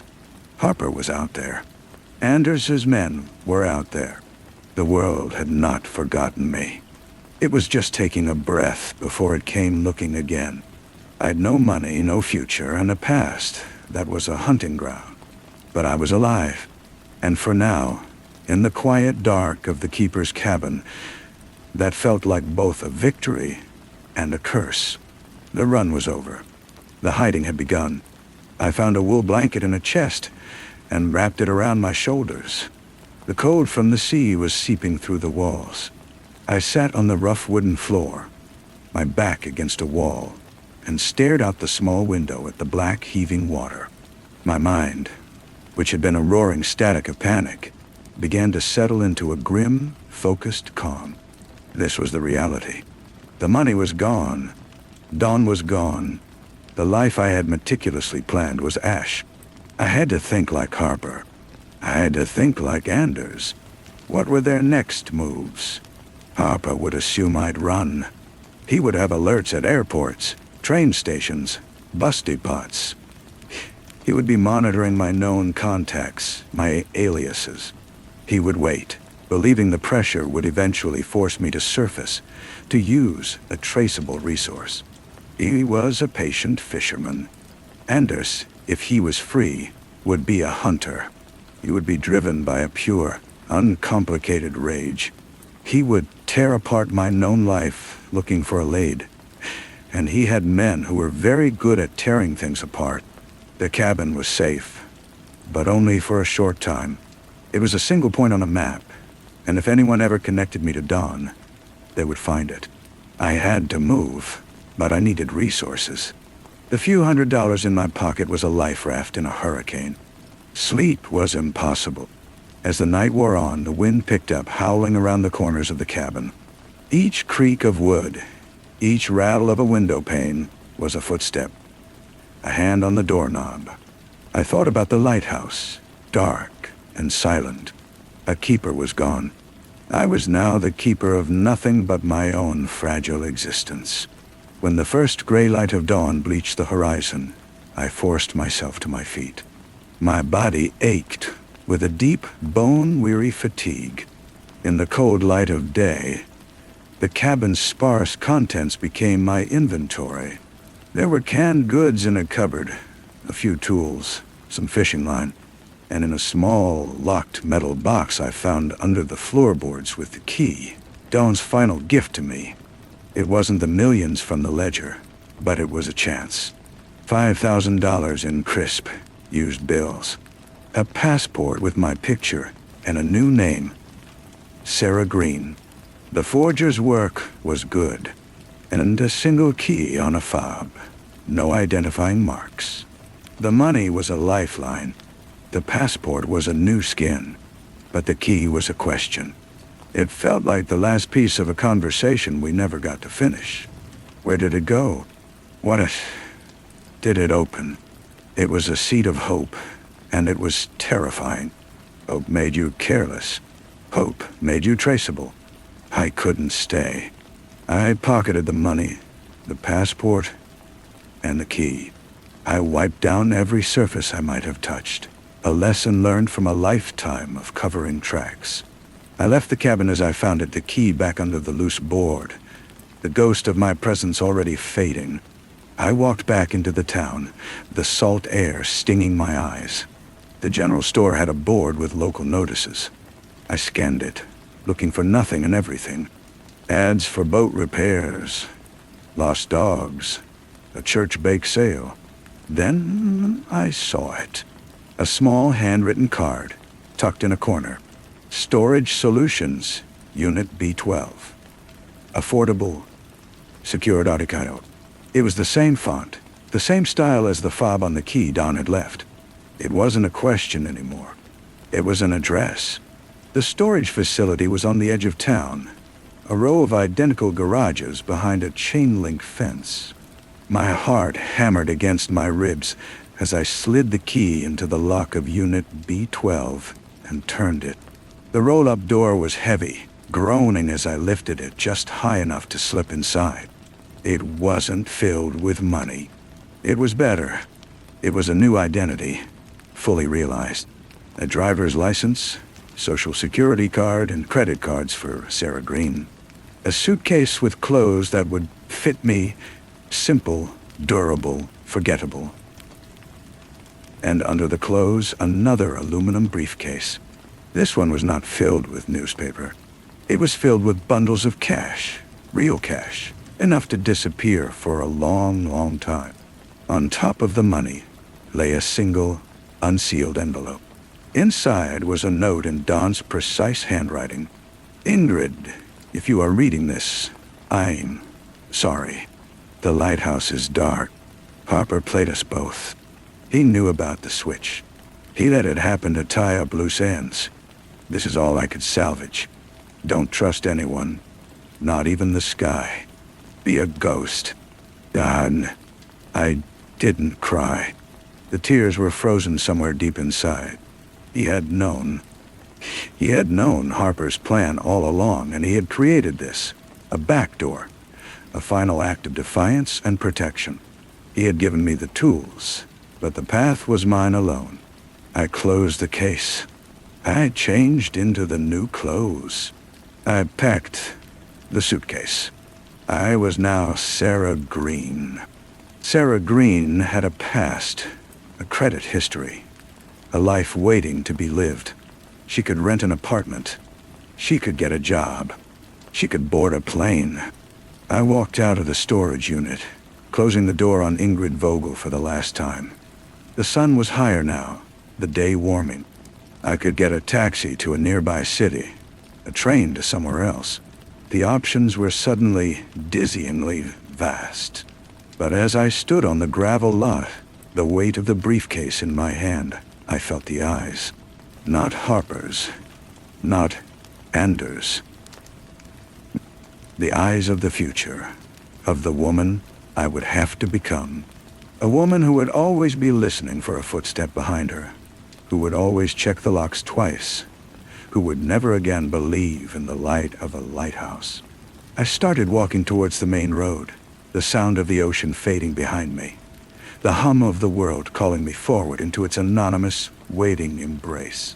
The taxi ride was an exercise in stillness. I held the briefcase on my lap, my hands resting on its cool surface, and watched the small town dissolve into scrubland, and then into the outskirts of a city. Sarah Green did not fidget. Sarah Green had nothing to fear from the rearview mirror. I paid the driver in cash from the new wallet, adding a tip that was neither too large nor too small, a transaction designed to be forgotten. The train station was a cavern of noise and light. I bought a ticket for a city several states away, a place known for its sprawl and its anonymity. I chose a seat in the middle of the car, away from the windows and the doors. The train began to move, and with its gentle rocking, a strange emptiness settled over me. The frantic energy of the chase was gone, replaced by the hollow quiet of the aftermath. I had won. I had escaped. So why did it feel like such a profound defeat? Dawn's note was a brand on my mind. Don't trust anyone, not even the sky. He meant surveillance, satellites, the all-seeing eye of the government he had once served. The money in the briefcase was both a resource and a burden. It was too much to carry, too much to spend without drawing attention. It needed to be broken down, dispersed, laundered through a series of small, mundane purchases. Sarah Green could not afford a first-class ticket to paradise. She had to take the slow route. I got off the train before my final destination, in a city large enough to get lost in. I rented a room in a motel that accepted cash and asked no questions. The carpet was stained, and the air smelled of stale cigarettes, but the lock on the door was solid. I sat on the edge of the bed and opened the briefcase. I counted the money, not out of greed, but out of a need to know the precise dimensions of my cage. It was enough for a year, maybe two, of careful living. The next few days were a blur of methodical errands. I rented a small furnished apartment under Sarah Green's name, paying 6 months in advance. I bought a used car from a private seller, haggling politely over the price. I opened a bank account with a small deposit, just enough to make her real. I bought groceries, clothes from discount stores, a library card. I was building a shell, layer by layer, a life of quiet mediocrity. But at night, in the silence of the anonymous apartment, The shell felt thin. Every siren was a warning. Every set of headlights pausing outside was a threat. I knew it was irrational. Harper had no reason to look for me here. I had vanished perfectly. Yet, his voice was a constant whisper in my ear. "You're a very clever woman." He hadn't been complimenting me. He had been stating a fact, one he believed he could control. A month passed. The seasons began to turn. I got a job as a clerk in a small, dusty bookstore. It was monotonous, peaceful. I rang up purchases for retirees and students. I shelved novels. I wiped dust from the tops of forgotten histories. I started to recognize the regulars. An old man who came in every Tuesday to read the poetry magazines. A young woman who was slowly working her way through the classics. They would nod at me, and I would nod back. Sarah Green was becoming real. One Tuesday, the old man didn't come. The absence felt louder than his presence ever had. I found myself watching the door, a knot of unease in my stomach. It was then I realized the true cost of my survival. I was not just hiding from Harper and Anders. I was hiding from everyone. Any connection, no matter how small, was a risk. Any pattern was a potential flaw in my armor. I was safe because I was utterly alone. The keeper was gone, and the lighthouse was dark, and I was adrift on a black, shoreless sea. The money in the briefcase, hidden in a compartment under a floorboard, was not a treasure. It was an anchor, chaining me to this empty existence. I had traded one prison for another, and the walls of this one were made of silence. The following Thursday, the old man returned. He looked paler, his hands trembling slightly as he reached for the same poetry magazine. I felt a surge of something dangerously close to relief. He glanced up and caught my eye, offering a faint, weary smile. I looked away immediately, my heart thumping a frantic warning against my ribs. That small moment of recognition was a crack in the foundation, a slip in my discipline. I had felt seen. That night I lay awake, the memory of that smile replaying in my mind. Don't trust anyone, not even the sky. The paranoia was a living thing, coiled in the dark corners of the apartment. It was then I understood that the money and the passport were not the final solution. They were just tools for a different kind of battle, a long, cold war of attrition against my own humanity. Harper had not caught me, but he had won. He had turned me into this cautious, isolated creature jumping at shadows. A week later, a new customer came into the bookstore. He was my age, with a kind, open face and glasses. He asked for help finding a specific book on maritime history. His fingers brushed against mine as I handed him the volume. He apologized, smiling. His name was Ben. He came back the next day, and the day after that. He talked about the sea, about his work as a freelance researcher, about nothing of consequence. Each conversation was a tiny, terrifying breach of protocol. Sarah Green would be friendly. Sarah Green would be normal. But every laugh felt like a betrayal of Ingrid, and every moment I spent enjoying his company felt like I was dancing on the edge of a knife. One evening, as I was closing up, he was waiting outside. The street was quiet, washed in the orange glow of the streetlights. He asked if I wanted to get a coffee. The question hung in the air, simple and immense. It was a test. To say no was to retreat further into the fortress. To say yes was to open a gate, to allow a variable into the carefully controlled experiment of my life. I looked at him, at his unguarded expression, and I made a choice. Not for Sarah, and not for Ingrid, but for the person trapped between them. "Oh, okay," I said. "Just coffee." We walked to a diner down the street. The coffee was bitter and hot. He talked about growing up near the ocean, and I listened, constructing safe, bland answers about a childhood that never happened. It was exhausting. It was exhilarating. For an hour, The weight of the briefcase under my floorboards, the memory of Dawn's note, the sound of Harper's voice, all of it receded. It was just coffee in a cheap diner. But when I walked home alone, the cold night air felt different on my skin. The silence of my apartment was no longer a sanctuary. It was a judgment. I had taken a step, and there was no way to know if it was toward a life or toward a precipice. The hiding was over. The balancing act had begun. The next few days were a careful negotiation with myself. I went to work. I shelved books. I spoke to Ben when he came in, keeping my answers short, my smiles brief. I was building a new wall, this one designed to look like a friendly fence. He seemed to sense the boundary, his own approach becoming more cautious, more patient. This, I realized, was perhaps more dangerous than outright pursuit. Patience could wear down defenses. At home, I took the briefcase from its hiding place. I counted out $5,000, a sum that felt both insignificant and enormous. This was my risk money. I hid it in a different place, taped behind a loose outlet cover. The rest I left where it was. I needed to know that if I had to run again, I could grab a small, vital fraction and go. Sarah Green would not be attached to a large, suspicious sum of cash.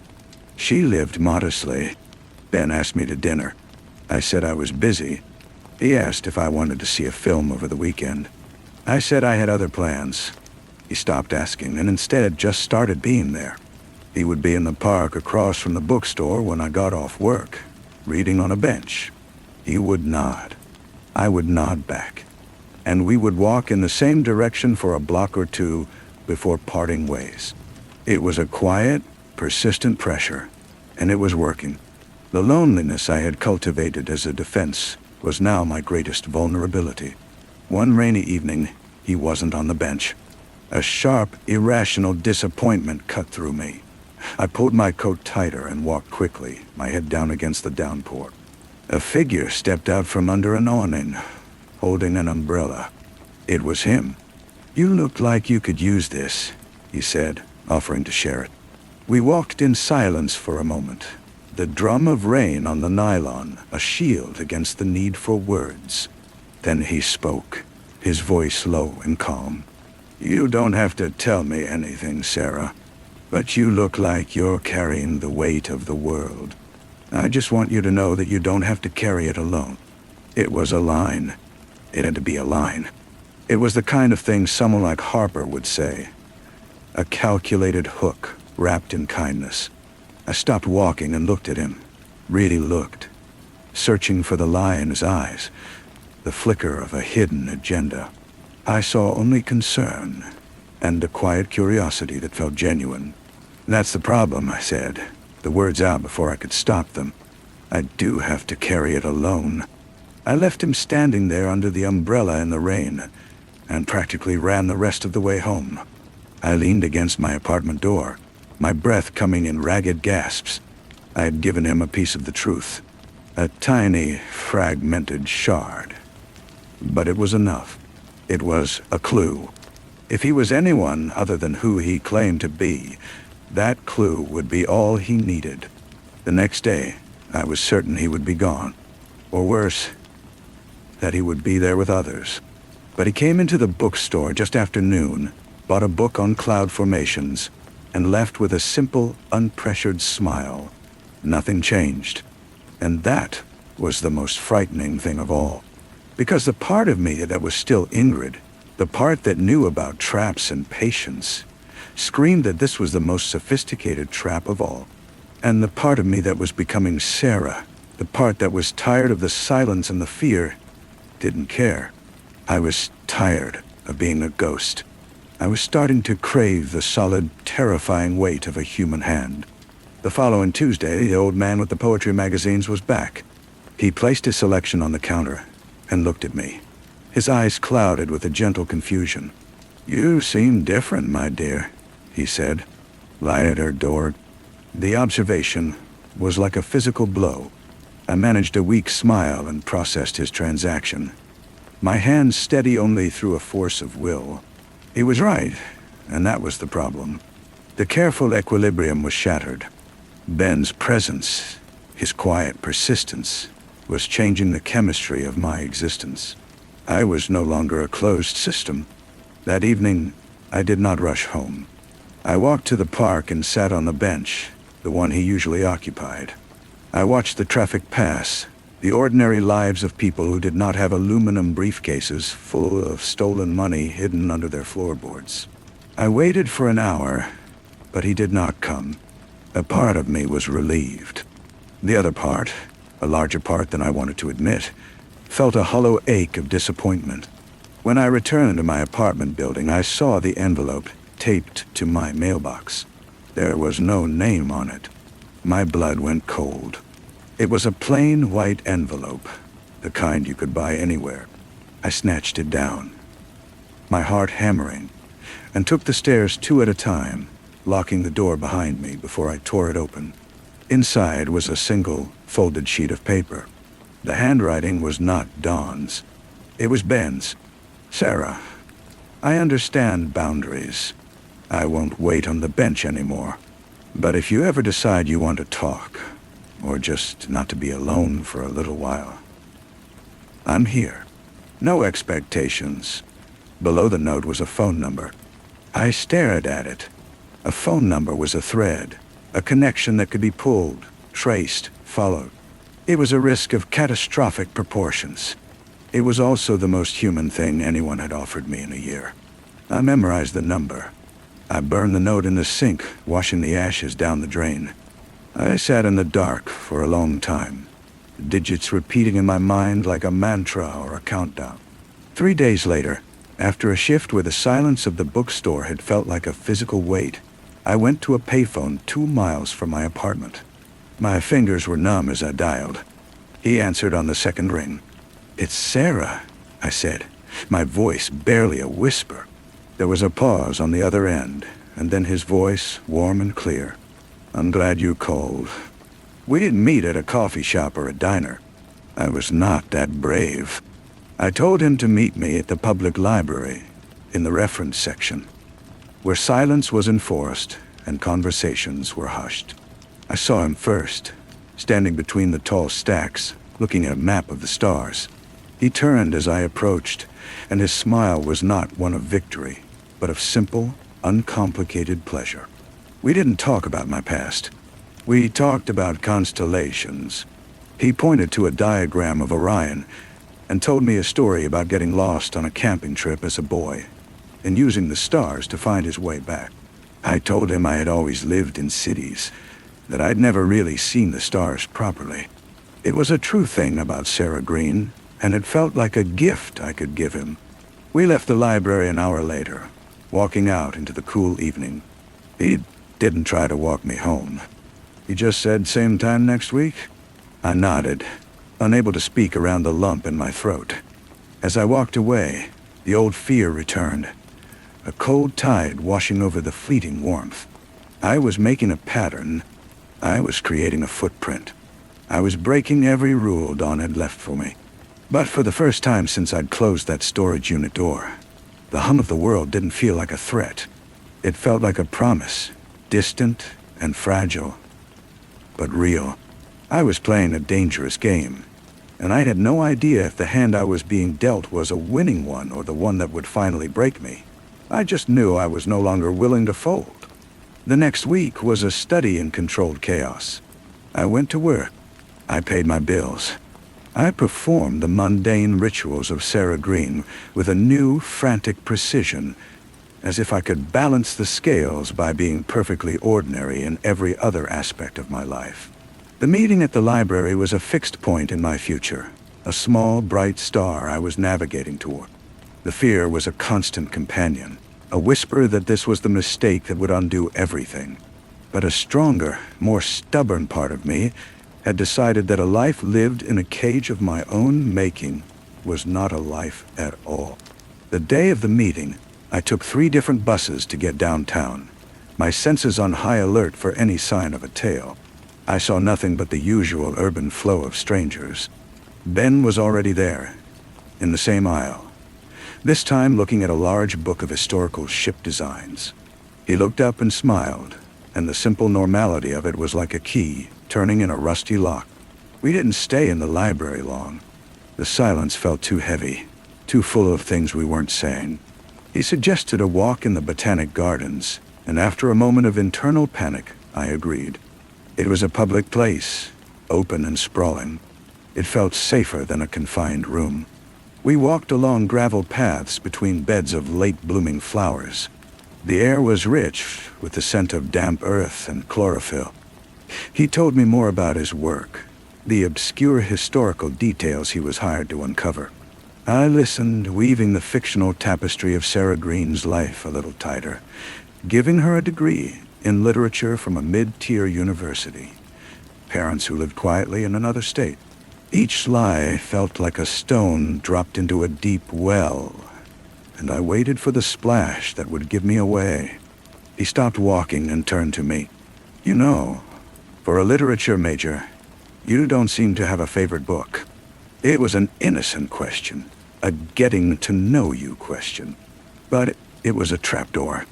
Ingrid's favorite book was a worn copy of Rebecca She'd read until the spine broke. A story about a woman haunted by a past that wasn't her own.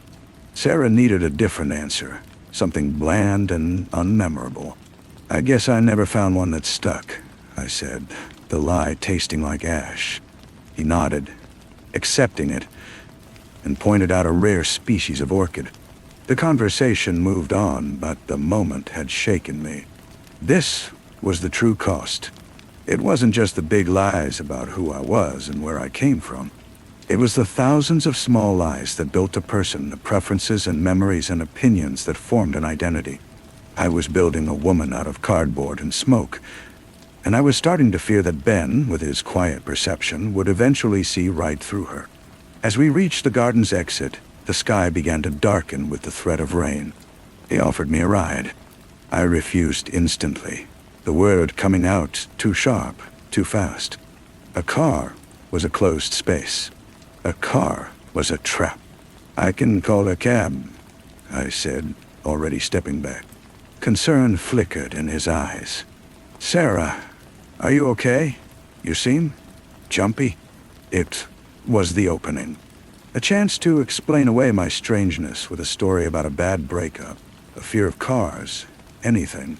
But I couldn't form the words.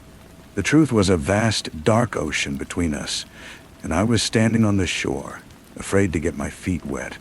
I'm fine, I said, forcing a smile. Just a long day. Thank you for the walk. I turned and walked away, leaving him standing there. The first drops of rain began to fall, cold and sharp on my skin. I didn't look back. I knew if I did, I would see the confusion on his face, the dawning realization that the woman he was trying to know was a phantom. I had chosen connection, but I was still bound by the chains of my own history. I had taken a step out of the shadows, only to find that the light was the most frightening place of all. The rain began to fall in earnest, a cold, steady drizzle that soaked through my jacket. I walked for blocks without any direction, the city blurring around me. His question echoed in my mind. A favorite book. Such a simple thing. A thing any real person would have. I had built Sarah Greene to be unremarkable, but I had forgotten to give her a soul. I was a collection of evasions and denials, and the emptiness at my core was starting to show. I found myself outside a small, independent bookstore I had never dared to enter before. It was the kind of place Ingrid would have loved. The bell above the door jingled as I stepped inside, the smell of old paper and binding glue a familiar, painful comfort. I browsed the shelves, my fingers trailing over the spines, a silent apology to the person I used to be. I stopped in the fiction section. There it was, a new glossy copy of Rebecca. I bought it without even looking at the price. Back in my apartment, I placed the book on the small table next to my bed. It was a reckless act, a sentimental indulgence. It was a piece of Ingrid in Sarah's sterile world. I stared at it, a strange feeling of defiance rising in my chest. This was who I was. Not entirely Ingrid, and not entirely Sarah, but some fragile new creature forged in the space between. A few days later, Ben came into the bookstore. He mentioned the Botanic Gardens or my abrupt departure. He just asked if I had a good weekend. The normalcy of it was a relief. I did, I said. Then, before I could stop myself, I added, I started a new book. It's called Rebecca. He looked surprised, then pleased. That's a classic. I read it in college. It's haunting, isn't it? Yes, I said, my voice a little steadier. It is. It wasn't a confession, but it was a truth. A small shared understanding. He smiled, a real genuine smile that reached his eyes, and for a moment, the fear receded. We were just two people talking about a book. The world did not end. No one kicked the door down. That night, I took the $5,000 from behind the outlet cover. I put it back with the rest of the money under the floorboard. I wasn't sure what the gesture meant. Perhaps it was a declaration that I was no longer planning to run. Or perhaps it was just an admission that if I had to run, no amount of money would be enough to save me. The real currency was the life I was building. Brick by painful brick. It was a terrible gamble, and I had no idea what the final bet would be. I only knew I was still in the game. Story 6.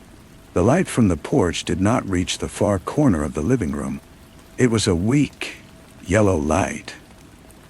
The kind that gathers moths and casts long, trembling shadows. But in that one corner, just beyond the archway that led to the dining room, the darkness was not still. It pulsed, a slow, deliberate rhythm, as if the house itself were breathing. I stood at the sink, a glass of water in my hand, and watched it. The shadow was too tall, too dense to be cast by the swaying ficus tree outside the window. It had a shape, a suggestion of shoulders, a head cocked at an angle that was both curious and predatory. I did not move. I let the cold from the glass seep into my palm, a grounding sensation in the warm, still night. The hum of the refrigerator was the only sound, a low drone that seemed to amplify the silence. Then, a car passed on the coastal road below, its headlights sweeping through the slats of the blinds, and the shadow was gone. The corner was just a corner again, empty and dark. I finished the water. I placed the glass in the sink. The click of the ceramic on the stainless steel was a small, definitive sound in the quiet house. I told myself it was nothing, a trick of the light, a fatigue-induced phantom. I was Fabian, a man on vacation, a father, a husband. I was no longer the man who looked for patterns in the shadows. That man had been left behind in a windowless room in Virginia, his eyes raw from the glow of a dozen screens. That was 3 days ago. The memory of the shadow had faded, replaced by the solid, sun-drenched reality of our rental house on the Oregon coast. The days were a pleasant blur of salt spray and childish laughter, of Mariella's hand in mine as we walked the damp, packed sand at the water's edge. Our daughter, Chloe, was 6, an age of boundless questions and unwavering belief in the goodness of the world. She collected sand dollars and sea glass, her small hands presenting them to us like treasures from a sunken kingdom. Mariella, an architect, would study the lines of the cliffs and the way the light hit the water, her mind always working, always building. She was my anchor, her rationality a steady counterweight to the latent paranoia that was my professional inheritance. I had been an intelligence analyst, not a field agent. My wars were fought with data, with patterns of communication, with the ghostly trails left in the digital ether. I had left it all for them, for this, the simple, profound peace of a family life. The town was called Haven's End. It was a cliché of a coastal village, all weathered wood and salt box houses, a place that seemed to exist outside of time. On the 4th day, we drove into the main street for groceries. The air was thick with the smell of brine and frying fish. Gulls wheeled overhead, their cries like rusty hinges. I was waiting outside the general store, leaning against the sun-warmed hood of our car, watching the slow parade of tourists and locals. It was then that I saw him, a man in a dark windbreaker, despite the heat, standing across the street. He was not looking at the shop windows or out to sea. He was looking at me. His posture was too still, his focus too absolute. It was the same quality I had sensed in the shadow in my living room. A patient, predatory attention. My body knew before my mind did. The old instincts, dormant for years, stirred. My breathing shallowed. My senses sharpened, filtering the mundane sounds into a hierarchy of potential threats. The rumble of a truck, the slam of a car door, the cadence of his breathing. I could almost hear it from across the street. He lifted a hand, not to wave, but to adjust the collar of his jacket. His fingers tapped a rhythm against his chest. 1, 2, 3, 1. A meaningless fidget to anyone else. But to me, it was a key turning in a lock I had forgotten I possessed. It was a cadence used by a cell we had monitored for years, a ghost from my past life. The Stygian Brigade, a messy, ideologically fluid group who'd believe dismantled. The man's eyes met mine, and in that flat, empty gaze, I saw recognition. He knew who I was. More than that, he knew what I had done. I pushed off the car and started across the street, not running, but moving with a purpose that cut through the leisurely crowd. The man did not flee. He smiled, a thin, bloodless slit in his face, and then melted into an alley between a bookstore and a chandler. By the time I reached the alley, it was empty. Nothing but a dumpster and the faint, lingering scent of cigarette smoke. I stood there, my heart hammering against my ribs. It was not a coincidence. The shadow in my house, this man on the street. It was a preamble, a message. They had found me. That night, I did not sleep. I sat at the kitchen table in the dark, the laptop open before me. The glow of the screen was the only light. I accessed servers I had no legal right to touch, using backdoors and old passwords that should have been revoked. The world I had left behind unfolded on the screen, a tapestry of lies and secrets. I found the file on the Stygian Brigade. Its leader was a man named Gregory, no last name. A phantom, an ideologue who believed in the purity of chaos. His picture was a grainy image from a decade ago. Sharp cheekbones, deep-set eyes, a mouth set in a line of utter conviction. The file was supposed to be closed, but chatter had resumed. Faint, encrypted signals pointing to a new operation, an ambitious one, and the geolocation data, fragmented and unreliable, had a cluster of pings right here, in this quiet corner of the Oregon coast. They were not here for me. I simply had the profound misfortune of vacationing in their theater of operations. The next 48 hours were a slow, meticulous unraveling. My life became a ritual of observation and deduction. I walked the same path to the beach each morning, noting the cars, the faces. I sat in the same coffee shop, my back to the wall, watching the door. I listened to the rhythm of the town, learning its normal sounds so I could identify the abnormal ones. The crunch of gravel under a tire that was out of sync with the others. The scent of a particular brand of soap on a man who claimed to be a local fisherman.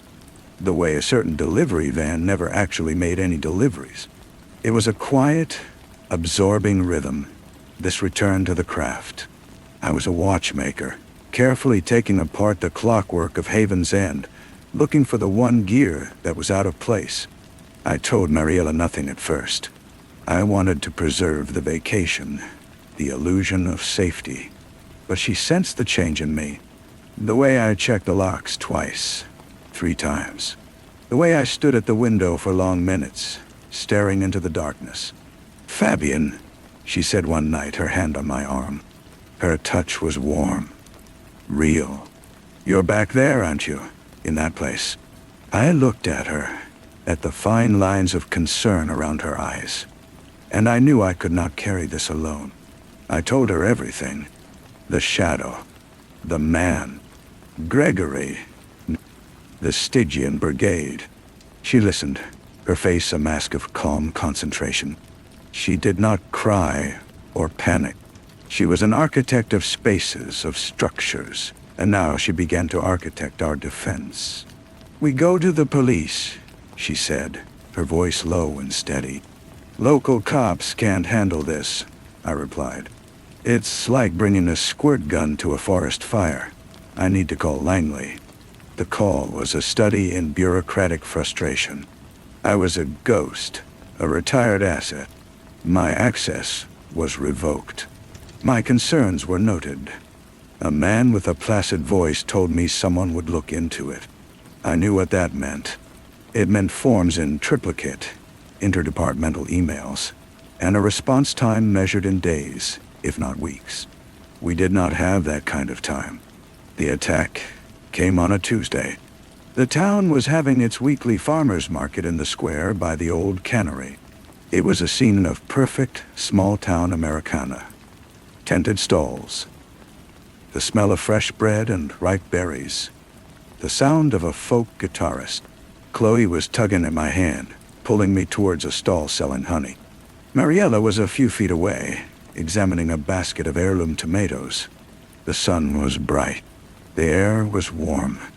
It was the last moment of ordinary life.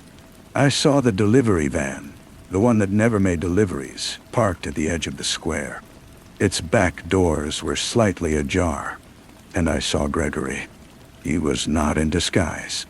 He stood by the fountain, a map in his hands, the picture of a confused tourist, but his eyes were not on the map. They were scanning the crowd, calculating, assessing. He was the conductor. The van was the instrument.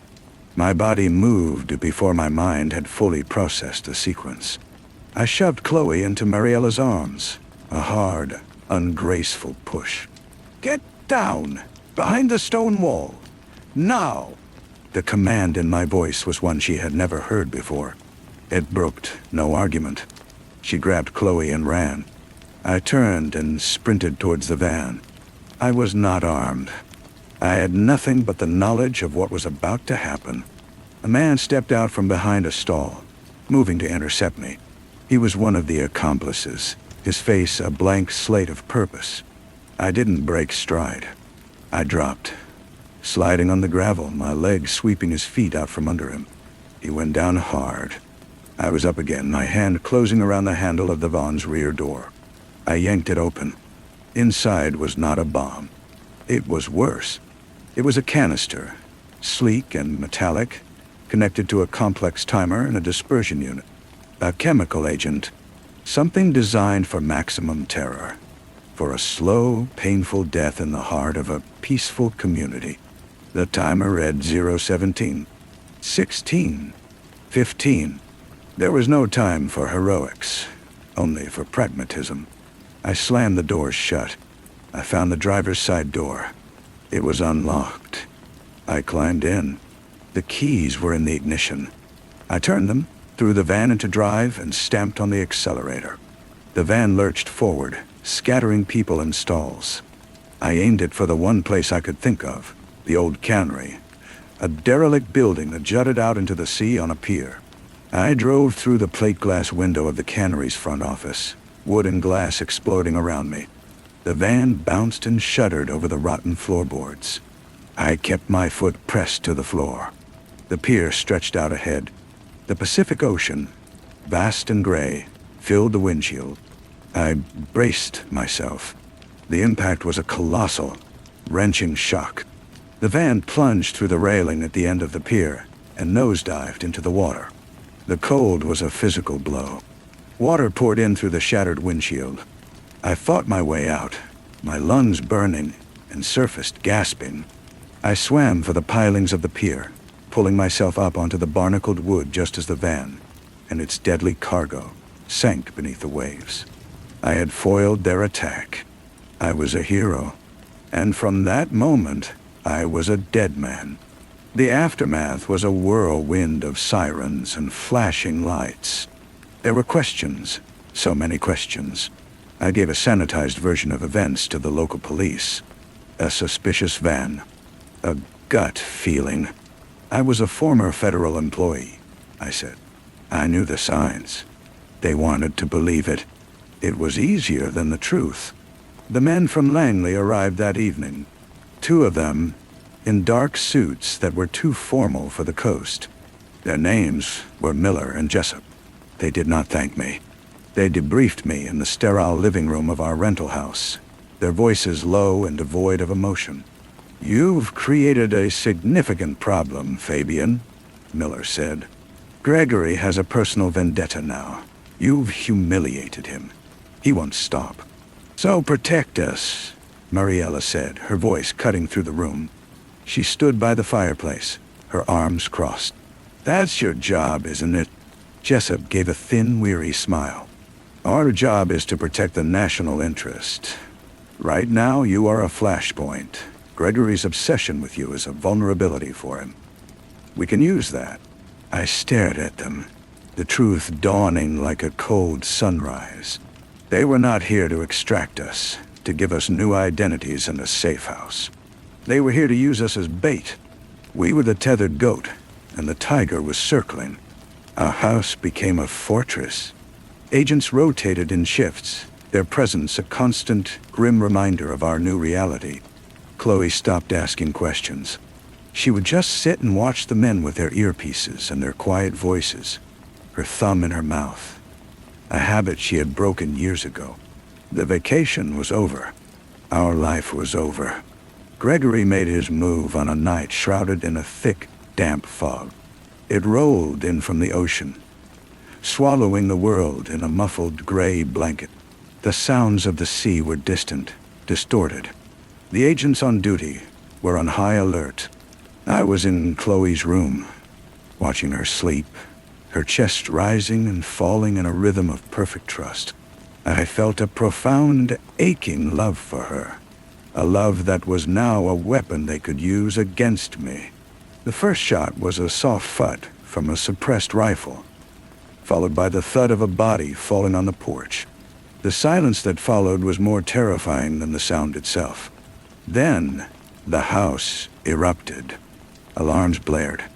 Shouts. More silenced gunfire. "Fabian!" Mariella screamed from the hallway. She was on the floor, pulling a rug back to reveal a hidden trapdoor I hadn't known was there. "The old root cellar," the agent showed me.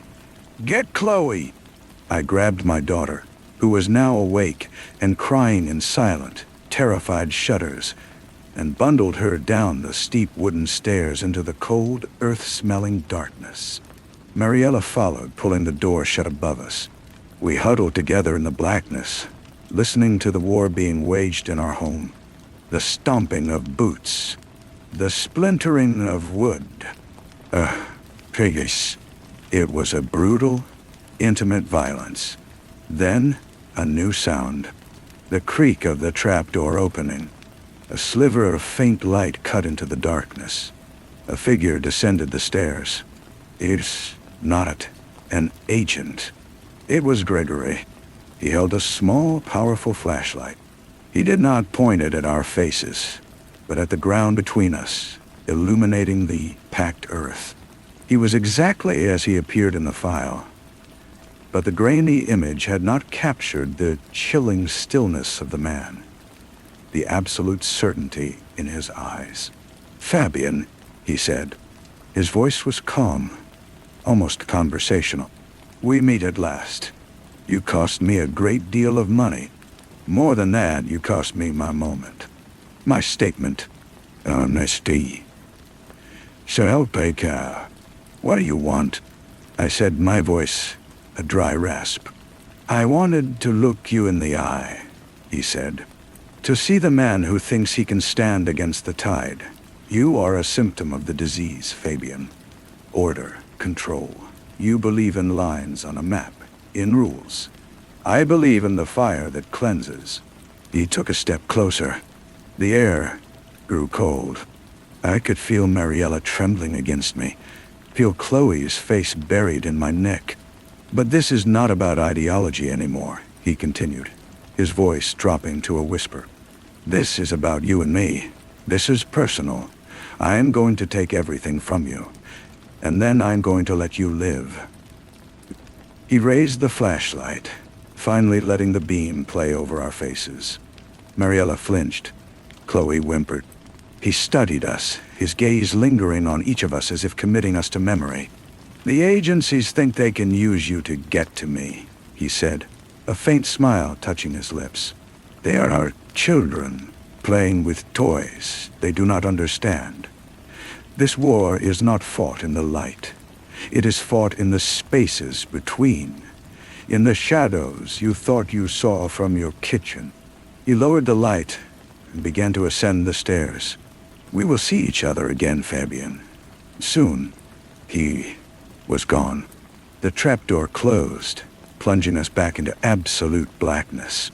We stayed there, frozen, until the sounds above us ceased. When agents finally opened the trapdoor, their faces grim, they found us huddled together, shivering in the cold earth. They had driven Gregory off, but they had not caught him. 2 agents were dead. The house was a wreck. We were flown out the next day on a private government jet. There were no debriefings. Miller was there, his face a stone mask. "He's gone to ground," he said, "but he'll surface. And when he does, we'll be ready." We were given a new house in a nondescript suburb. New names, new histories. Fabian, Mariella, and Chloe were gone. We were now Mark, Sarah, and Emily. The house was monitored. Our lives a curated exhibit in a museum of security. I tried to go back to being ordinary. I got a job as a logistics consultant. Mariella worked from home, designing structures she would never see built. Chloe started at a new school. We were safe. We were prisoners. The days bled into weeks, then months. The fear did not leave. It simply changed shape, becoming a low-grade hum in the background of our lives, a constant companion. I would catch myself staring at shadows again, but now every shadow held Gregory's face. The line between my duty to my family and my duty to a country that had used me as a pawn had been erased. There was only survival. Then the package arrived. It was a plain brown cardboard box left on our doorstep. No postage, no return address. Inside, nestled in crinkled brown paper, was a single object. A child's sand dollar, pristine and white, the kind Chloe had collected with such joy on the beaches of Haven's End. It was a relic from a lost world.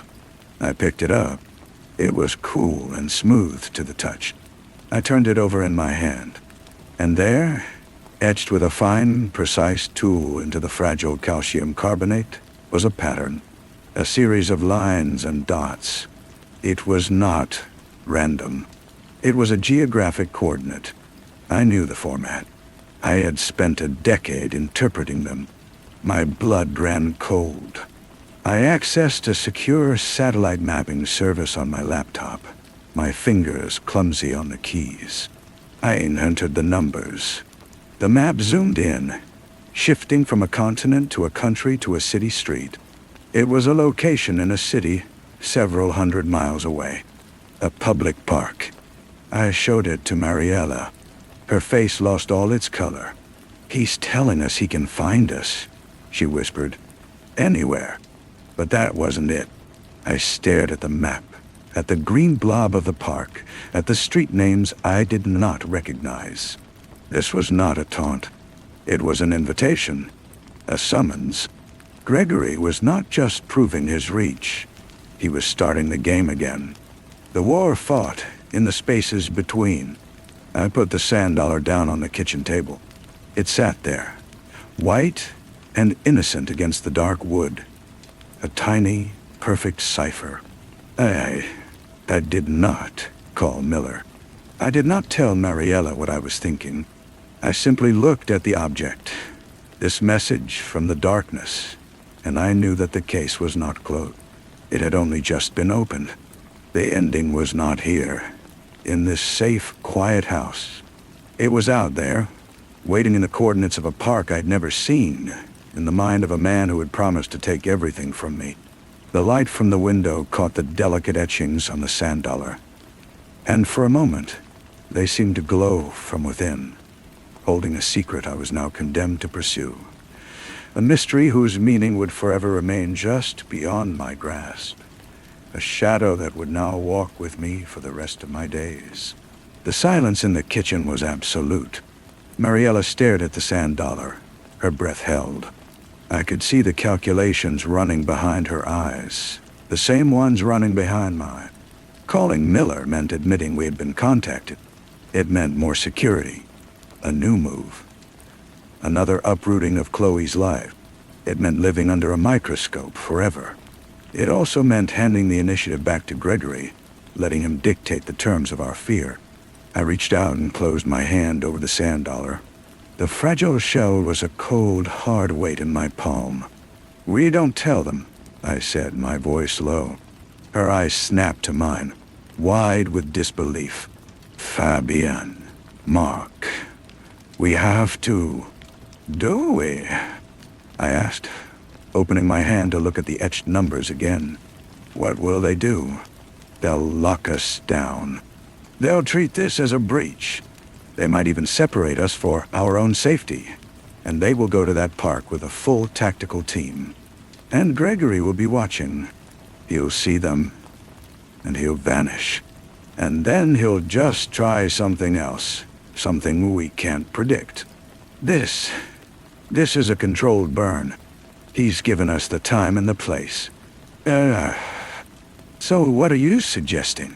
she asked, her voice trembling with a mixture of fear and anger. "That you go? That you walk into his trap? It's the only way to change the game," I said. "He expects me to be the retired analyst, the family man, the rabbit frozen in the headlights. He doesn't expect me to be the one who drove a van into the ocean. That was desperation. This is suicide." "It's a negotiation," I said, though I didn't fully believe it.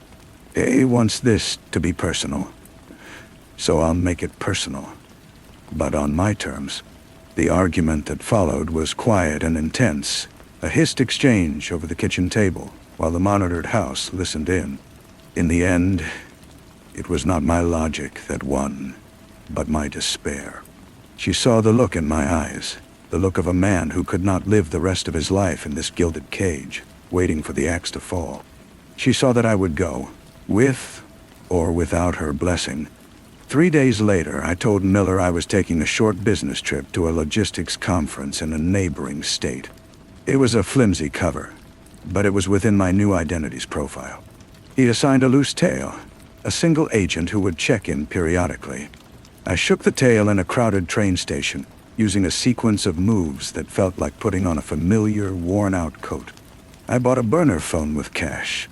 I rented a car under a different alias, one I had crafted myself from fragments of data, and kept secret from Langley. It was the first truly independent thing I had done in months, and it felt like breathing fresh air. The drive to the city was long and monotonous. I arrived at night, checking into a motel that smelled of mildew and disinfectant. The park was called Willow Creek Park. In the morning, I went to scout it. It was a large, sprawling space with walking trails, a playground, and a creek winding through it. The coordinate was specific. It pointed to a secluded bench overlooking a duck pond, shielded from the main path by a weeping willow. I spent the day watching. I saw mothers with strollers, old men feeding birds, joggers lost in their music. I saw no sign of Gregory, no sign of any surveillance. He was a ghost. That was the point. The next day, at the exact time implied by the coordinate's longitudinal minute, I walked to the bench and sat down. I placed a brown paper bag at my feet. Inside was the sand dollar. I waited. The minutes stretched. A duck waddled out of the pond and quacked at me hopefully. My heart was a trip hammer in my chest. Then, a man sat down next to me. He was not Gregory. He was younger, with a bland, forgettable face, dressed in jeans and a hoodie. He didn't look at me. He stared out at the pond. "He's watching," the man said, his voice barely a murmur. "He wanted me to give you this." He slid a sealed envelope onto the bench between us, then stood up and walked away, disappearing down the path without a backward glance. I waited a full 5 minutes before picking up the envelope. It was heavy, not with paper, but with a small, cold object. I tore it open. Inside was a key, a simple brass key for a standard door lock. Taped to it was a small, typewritten label with an address. It was in the same city, and beneath the key was a photograph. It was a picture of Chloe, taken just last week, walking home from her new school. She was laughing, her backpack slung over one shoulder. Someone had drawn a small red circle around her head with a marker. The message was not an invitation. It was a timeline. The game had already begun, and the first move was his. I sat on the bench for a long time, the key in the photograph burning a hole in my hand. The sun was warm, the ducks were peaceful, and the world around me was utterly normal. But I was in a different place, a cold, dark place where a man I had never properly seen held my daughter's life in his hands.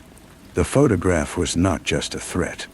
It was a demonstration of total vulnerability. Our protectors, our walls, our new names. It was all a fiction he could pierce at will. I could not go to the police. I could not call Miller. Involving them would be a death sentence for Chloe. Gregory had made that perfectly clear. This was a private transaction. I stood up, my legs unsteady, and walked back to my car. The address on the label was for a self-storage facility on the industrial edge of the city. The unit was one of dozens, a metal door identical to all the others. The key turned smoothly in the lock. I rolled the door up, the rattling sound echoing in the cavernous corridor. The unit was small, and it was not empty. A single metal shelving unit stood against the back wall. On the bottom shelf was a black duffel bag. I unzipped it. Inside was money, bundles of used non-sequential bills. A lot of it.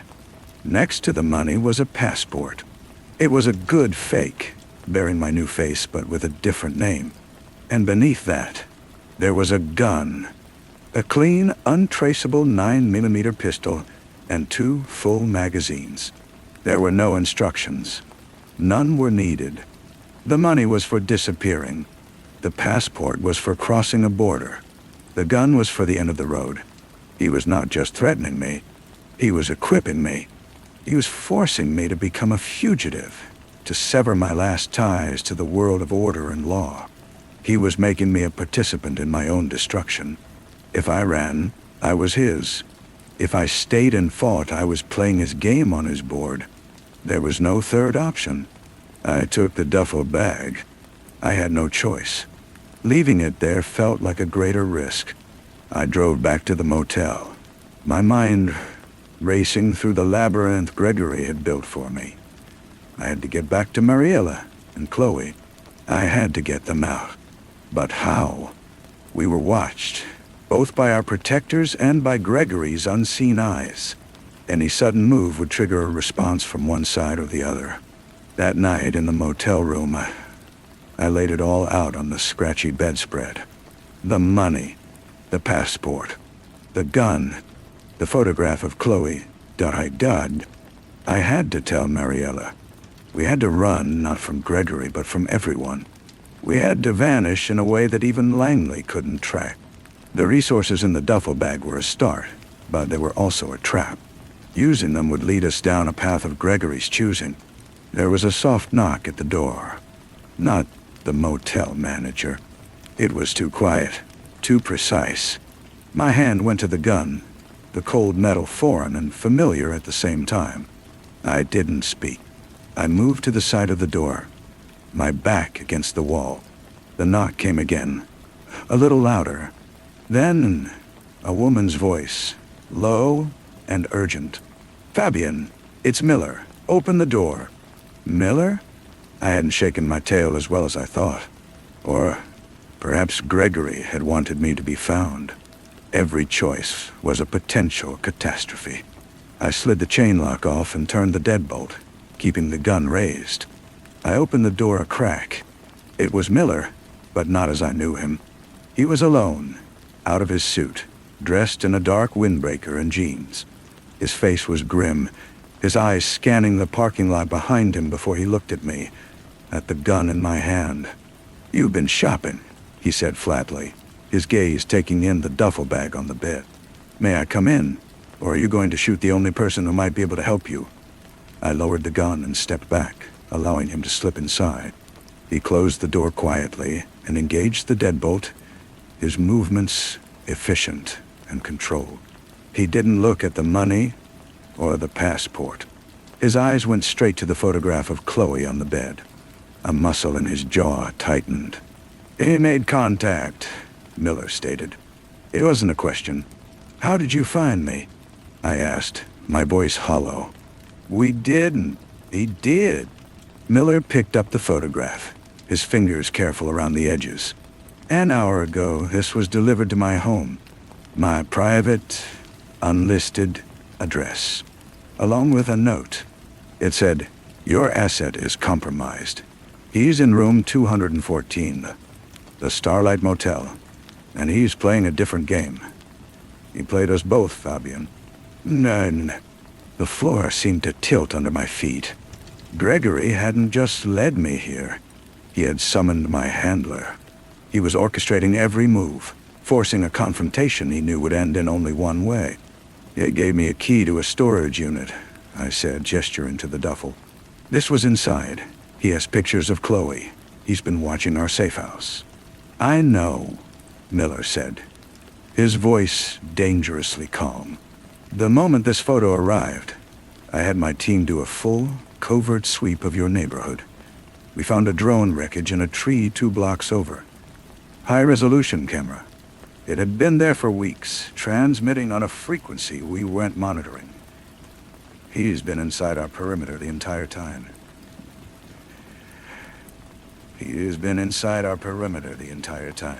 The revelation was a physical blow. Our safety, our peace, had been a complete illusion. We were living in a fishbowl, and Gregory had been tapping on the glass. "So what happens now?" I asked. "You take me in, shut me down." Miller looked from the photograph to my face. For the first time, I saw something in his eyes other than professional detachment. It looked like resignation. "If I follow protocol, I call this in. A containment team picks you up. You are debriefed, deemed unreliable, and placed in deep, deep storage for your own protection. Your family joins you. You will never see the sun again. It's the safe play. The right play. According to the book." He paused, letting the weight of that future settle in the room. "But Gregory knows the book," he continued. "He's written chapters of it. He's anticipating a safe play. He wants you locked away because it makes you a static target. It makes you part of the system he wants to burn. He wants you to run because it makes you his creature." He tossed the photograph back onto the bed. "So we do neither. What's the third option?" I asked, my heart starting to beat faster. "We give him what he wants," Miller said softly. "A personal war, but we cheat." He nodded at the duffel bag. "You use his money. You use his gun. You become the fugitive he's trying to create. But you don't run from him. You run toward him. And I will be the ghost in your machine.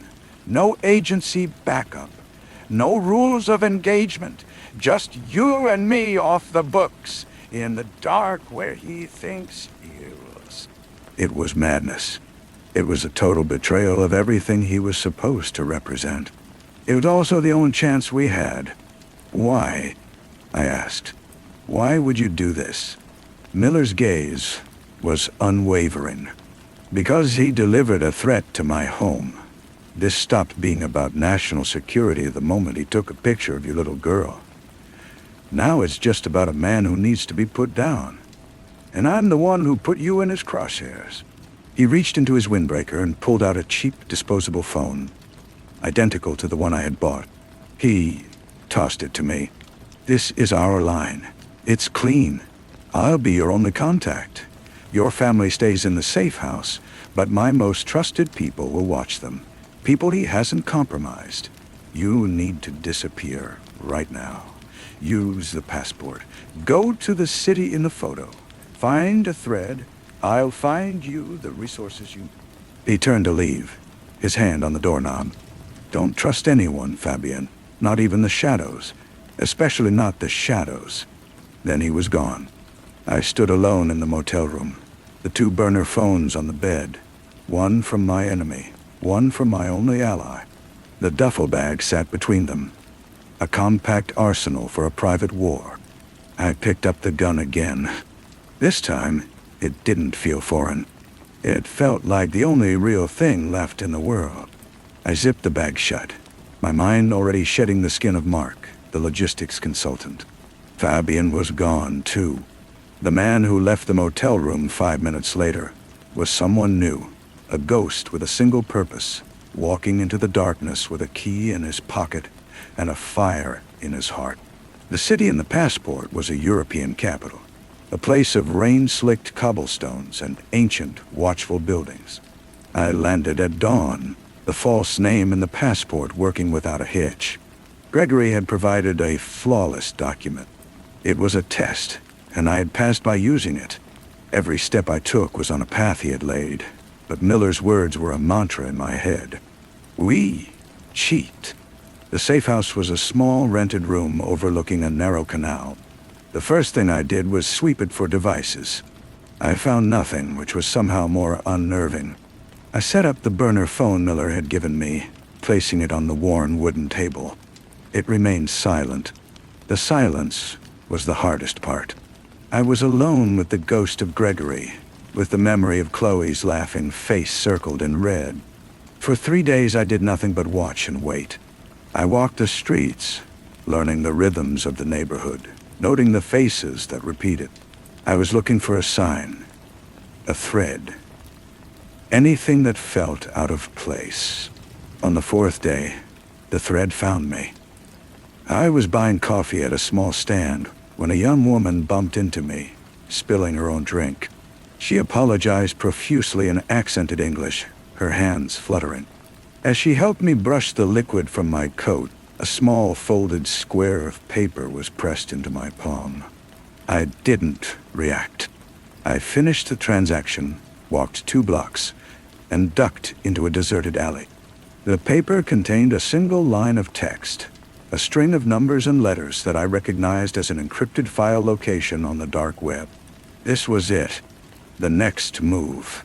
Back in the room, I used a public terminal in a library, routing through multiple layers of obscurity to access the location. A single file awaited me. It was not a message. It was a document. A personnel file from my own agency, dated 5 years ago. It detailed the investigation into a suspected mole, an internal leak that had compromised a dozen assets. The primary suspect had been a mid-level analyst. The investigation had been closed for lack of evidence. The analyst's name was Miller. I sat back, the blood draining from my face. Was this the truth? Was it a lie?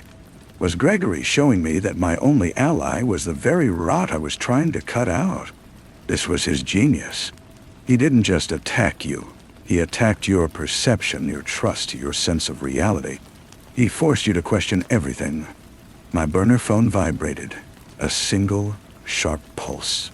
A message from Miller. It read only, "The seed of doubt is his favorite weapon. The file is a forgery.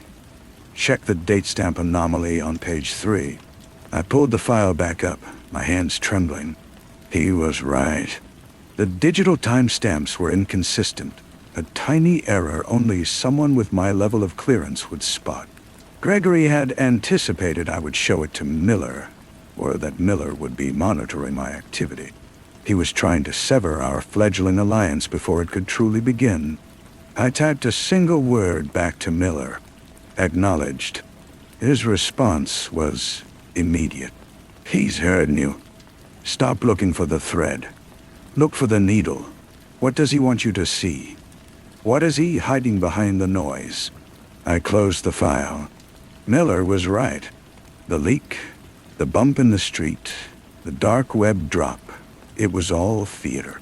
Misdirection. I needed to look past the stagecraft. What was the one thing Gregory had always been obsessed with? Control.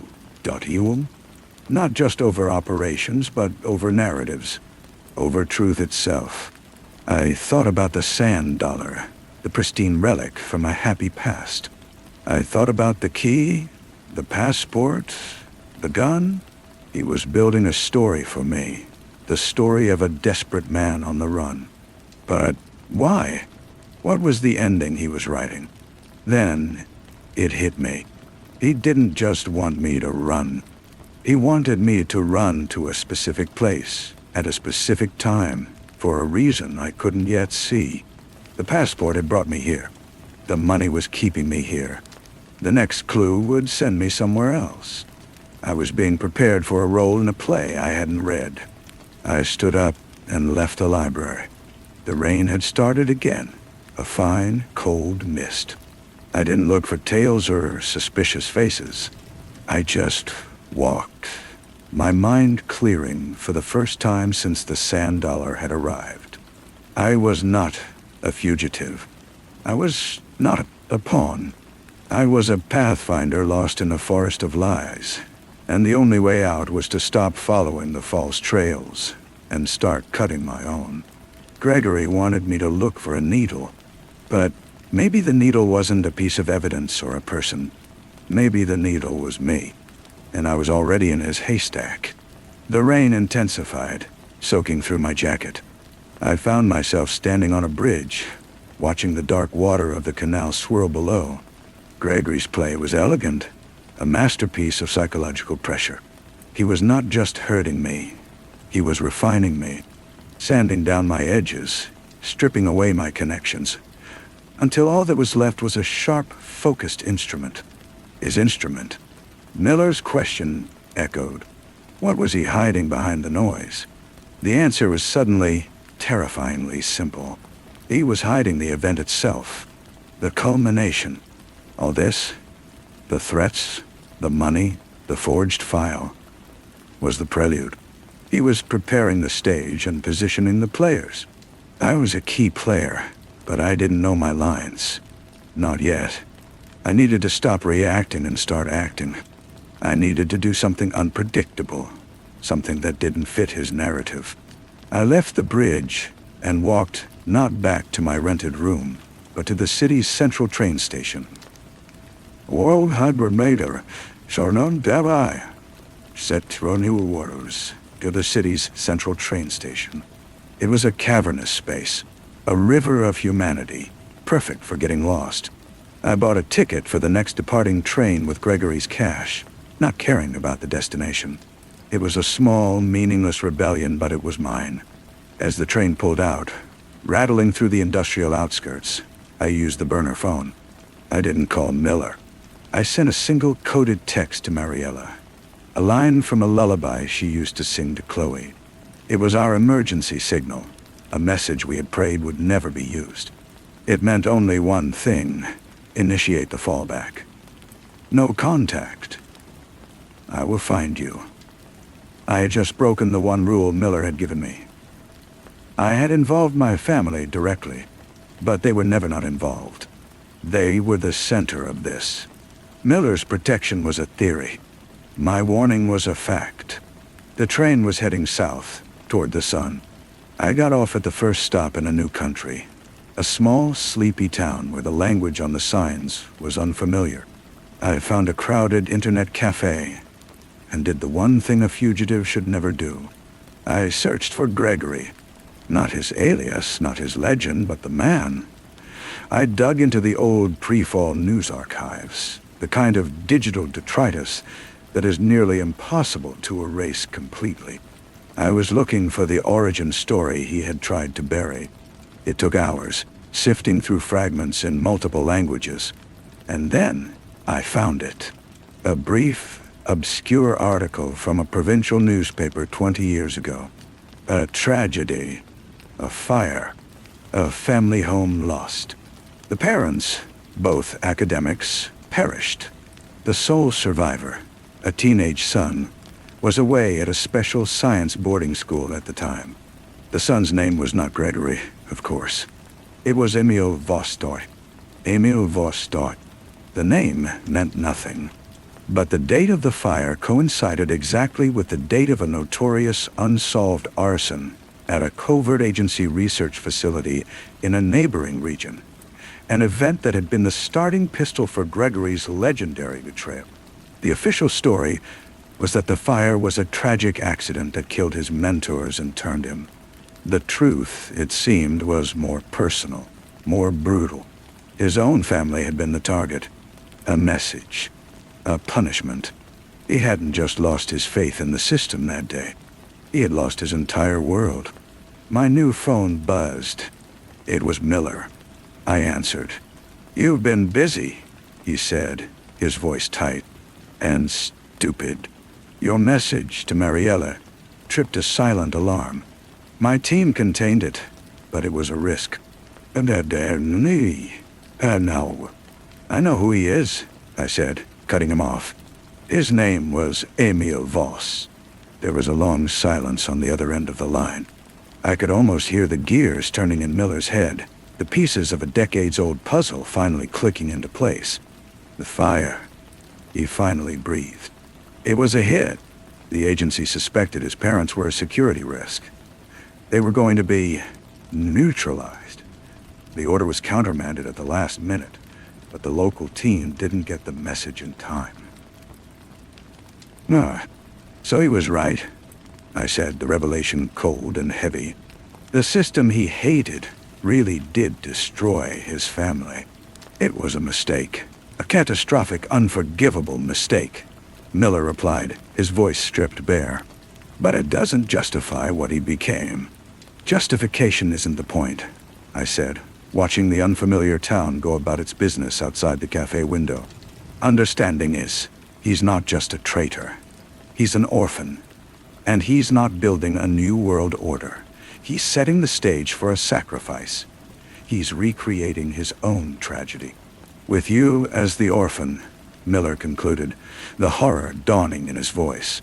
And Chloe, he didn't finish the sentence. He didn't have to. The photograph of my daughter, the red circle. Gregory wasn't just threatening her to control me. She was central to his script. She was to be the family lost, the catalyst for my final, complete transformation into a monster like him. The sand dollar wasn't a message from the past. It was a blueprint for the future. He's not herding me to a location, Miller, I said, my voice quiet and certain. He's herding me to a choice, the same choice he never got to make. The line was silent for a moment.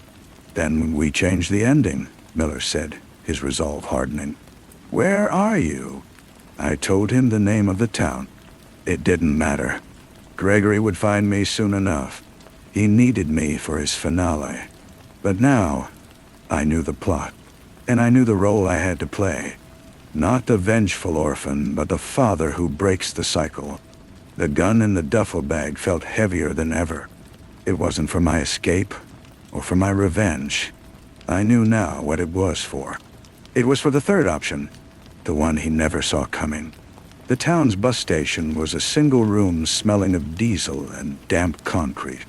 I bought a ticket for a route that zigzagged back toward the border. Another meaningless journey, another layer of dust on my trail. I sat on a hard plastic chair, the duffel bag between my feet, and watched the people come and go. A mother scolding a toddler, a pair of backpackers sharing headphones, an old man sleeping with his mouth open. Normal lives.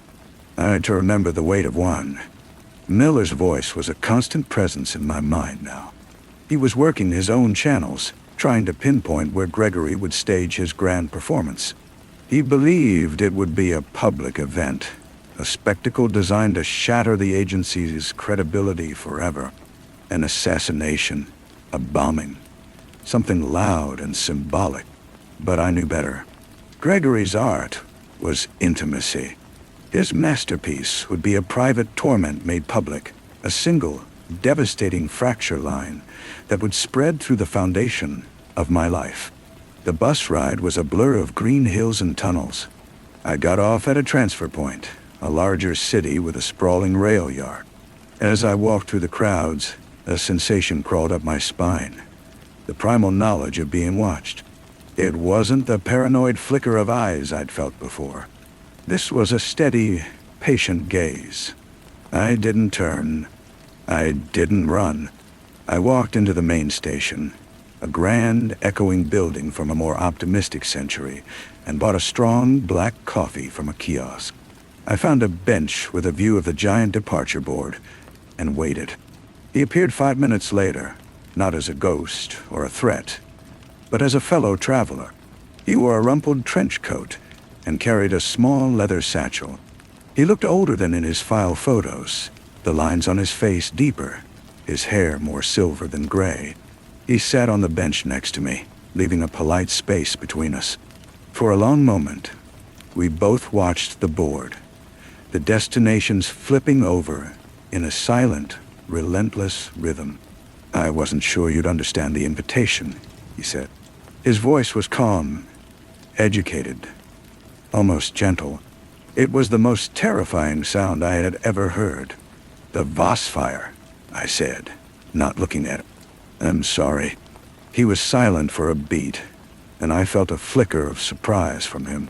It was the smallest of victories. "An apology from the machine is a rare thing," he replied, "but it changes nothing. The machine must still be broken.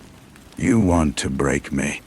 I want to liberate you," he corrected, his tone that of a weary teacher.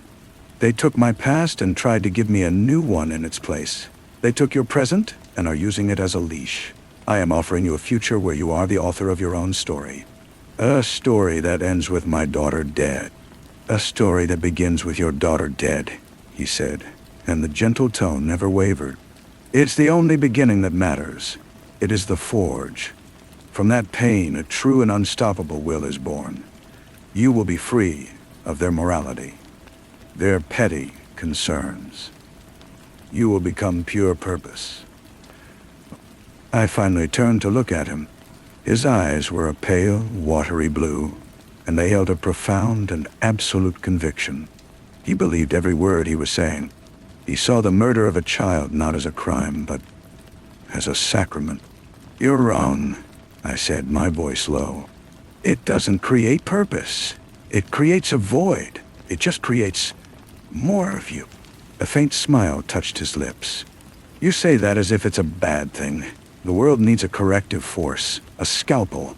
He reached into his satchel and pulled out a single, plain, white envelope. He placed it on the bench between us.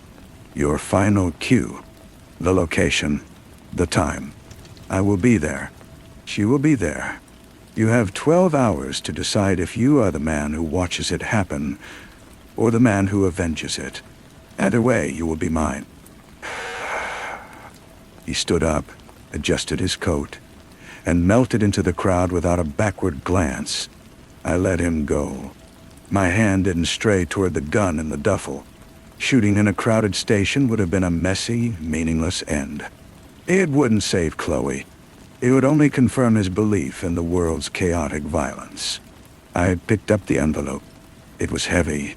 Inside was not a note, but a key. A real physical key, cold and brass. And a photograph. This one, recent. It showed Chloe and Mariella, their faces bright with laughter, sitting at a sidewalk cafe in a city I didn't recognize. The sun was shining. The photo was taken from only a few feet away. My burner phone vibrated. "Miller.D. Tia. Melon. Tards." I opened the line. "Hey, found me," I said. "I know. I have a partial visual from a station camera. He's gone. What did he give you?" "A key. And another photo. They're out. They're not in the safe house." Miller's breath hissed over the line. "That's not possible. My team..." "Your team has been bypassed," I said, the certainty like ice in my veins. "He's not using agency protocols anymore. He's using his own. He has them." The silence from Miller was absolute. It was the sound of a professional realizing he was utterly, completely outplayed. "The key," I said, holding it up. It was unmarked. "It's not for a storage unit. It's older. A house key." "The location in the photo," Miller said, urgency sharpening his tone. "Find a landmark. Anything." I studied the picture again, past my family's smiling faces. There was a shop sign in the background, blurred but legible. "Patisserie du Soleil," and on the corner of the building a street name carved into the stone. "Rue des Jardins." "I have it," I said. "Send it to me. I'll mobilize everything." "No," I said, the word final. "No more mobilizing. No more teams. He's expecting that. He's expecting you. He wants the machine to come crashing in. That's his spectacle." I closed my hand around the key. It bit into my palm. This ends where it began, not with an army. With a choice. My choice. I ended the call before he could protest. I knew where I had to go. The key in my hand was not a cue. It was an invitation, and I was finally ready to accept. I stood and walked toward the ticket counter. Not as a ghost, not as a weapon, but as a father going to fetch his family. The gun in the duffel bag was a lie. The key was the truth. And I knew, with a clarity that was almost peaceful, that only one of them would be coming home. Story 7. The faucet in the corner of the kitchen drips. It's a small, precise sound, a tiny hammer striking the porcelain anvil. Drip. And then, a moment later, drip. I count the spaces between them. A rhythm as constant as my own heartbeat, a metronome for this new borrowed life. It was the first thing I heard when Benedict ushered me into the cold grandeur of Blackwater Manor, and it is the last thing I hear each night as I climb the grand staircase. The sound chasing me up the steps like a whispered secret. It is a flaw in the perfect, polished silence of this house, and I have come to understand that I am another one. Benedict found me in a library in a city that smells of wet asphalt and regret. I was Gideon then, just Gideon. A man so thin of substance I was nearly transparent. I haunted the stacks, a ghost reading about other ghosts. My life a collection of quiet shifts and smaller rooms. He stood beside the philosophy section, a man carved from expensive wool and quiet certainty. He didn't ask if I was alone. He knew. He looked at me not as one looks at a person, but as an artist looks at a block of marble, seeing the shape hidden within, the shape he intended to carve. "You have his eyes," he had said, his voice low, a confidential murmur that bypassed my ears and went straight to the core of my fear. The same slope of the shoulder. It's quite remarkable. He showed me a photograph. Jonas Blackwater. My mirror, my ghost, my key. To a kingdom I had only ever read about in the novels I shelved. The resemblance was not just remarkable. It was unsettling. A cosmic joke, or profound mistake. We could have been twins separated at birth, an idea Benedict subtly nurtured.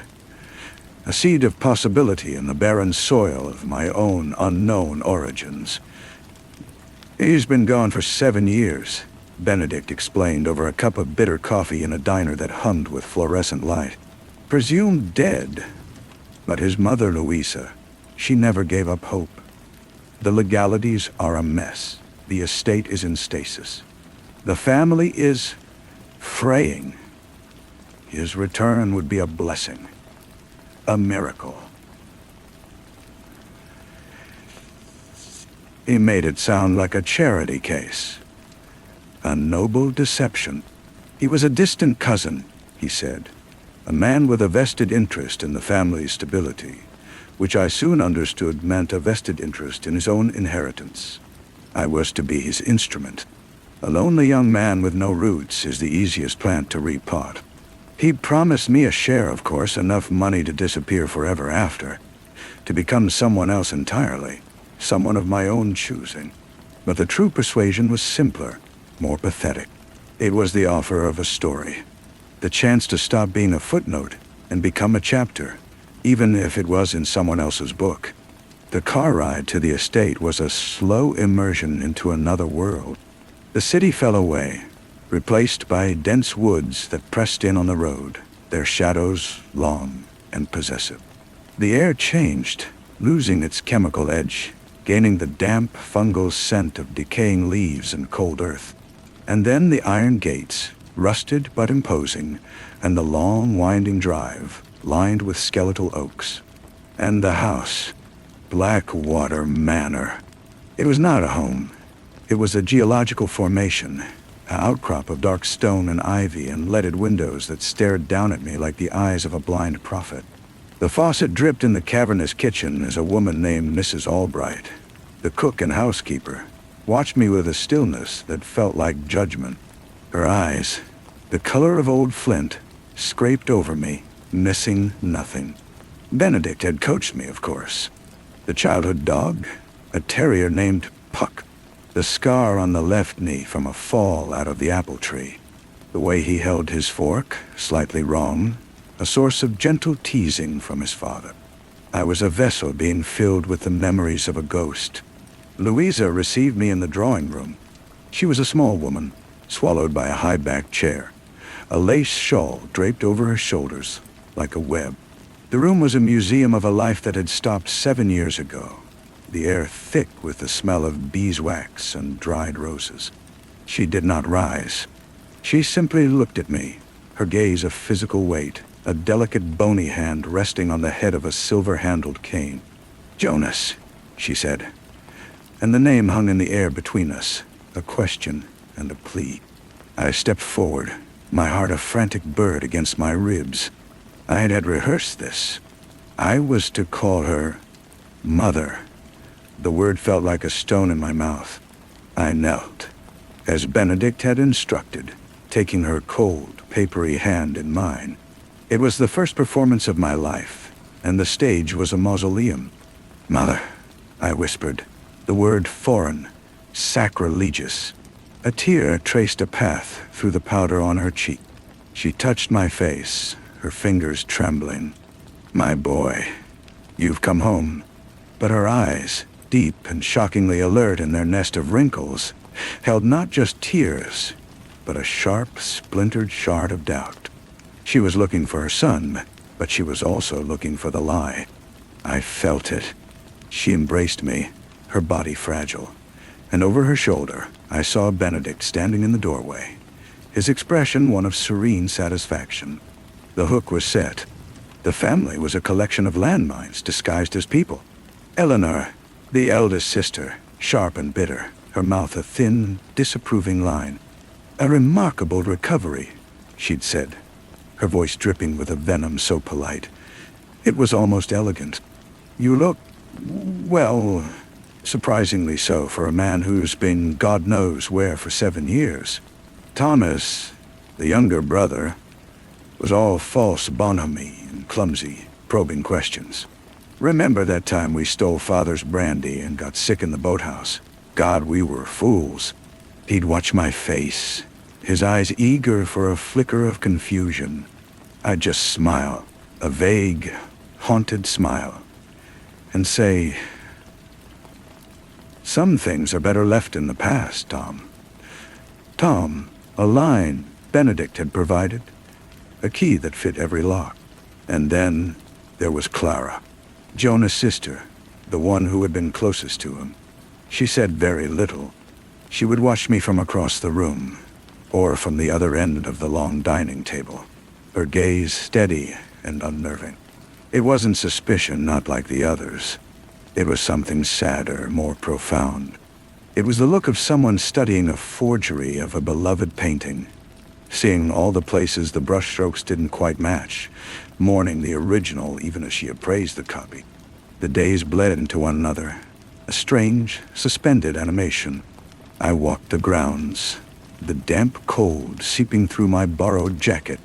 I learned the rhythms of the house, the creak of the third step on the main staircase, the way the morning light hit the portrait of old Josiah Blackwater in the hall, making his painted eyes seem to follow you. I spent hours in the library, running my fingers over the leather-bound spines, feeling like an imposter even among the books. The house was a living thing, and it knew I didn't belong. The past was not dead here. It was a current running just beneath the floorboards, and I was treading water above it. I began to dream of Jonas, not as a photograph, but as a presence. I would see his back, just turning a corner ahead of me in a long corridor. I would wake with the scent of lake water and pine in my nostrils, a scent that wasn't in the room. I found myself in his old bedroom, a room kept as a shrine, untouched for 7 years. A thin layer of dust covered everything. On the desk was a copy of Marcus Aurelius, a dried wildflower pressed between the pages. I picked it up and a slip of paper fluttered out. A receipt from a train station in a town 50 miles away, dated the day after he disappeared. The mystery of his disappearance was the true ghost haunting Blackwater. The official story was that he had gone out sailing on the lake on a stormy night and never returned. The boat was found, capsized. His body was never recovered. An accident. A tragedy. But the receipt suggested something else. A departure. A choice. I pocketed the receipt, my skin crawling. That night, at dinner, the tension was a fine wire stretched taut. Eleanor was discussing the trust funds, the legal implications of my return. Thomas was drinking heavily, his jokes becoming more barbed. Louisa sat at the head of the table, silent, her food untouched, her eyes fixed on me with an intensity that was becoming frightening. "Jonas," she said, her voice cutting through Thomas's drunken laughter. "The locket, the one I gave you for your 18th birthday, you never took it off. What happened to it?" The air left the room. Benedict had not mentioned a locket. I could feel his gaze from down the table. A warning. I wiped my mouth with a linen napkin, buying a second. My mind was a blank page. I looked at Louisa, at the desperate hope warring with the cold intelligence in her eyes. I saw Clara watching me, her fork suspended halfway to her mouth. "I lost it," I said. The words soft, barely a whisper. "On the lake. That night. I'm sorry, Mother. I'm so sorry I lost it. It was a gamble. A guess. An appeal to the tragedy, to the gap in the story where the real answers lay." Louisa's face crumpled, then smoothed. She gave a slow, single nod. "Of course," she murmured.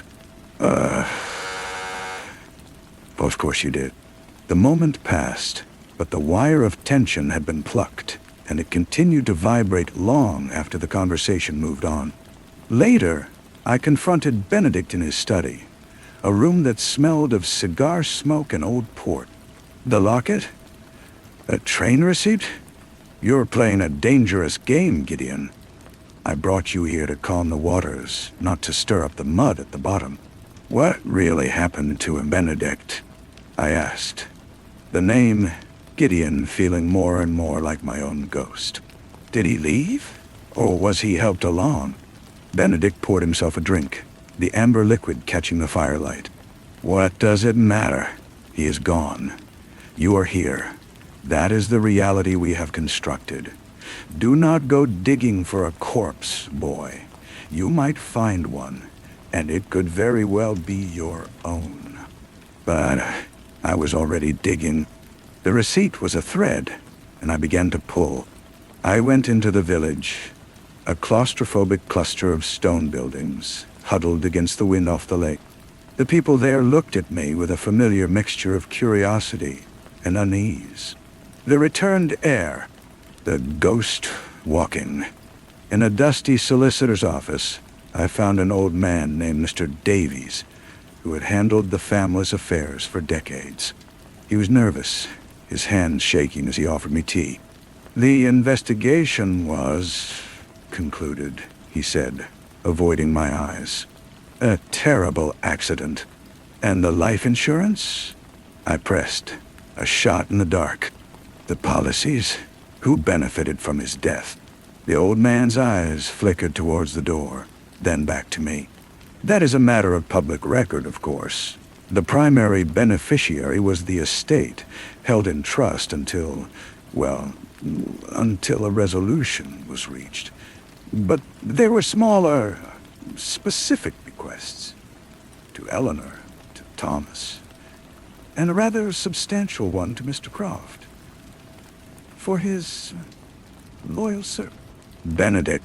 He hadn't just stood to gain from my return. He had gained from Jonas' disappearance. The pieces were shifting, forming a new, more terrifying picture. Benedict hadn't plucked me from obscurity to solve a family's grief.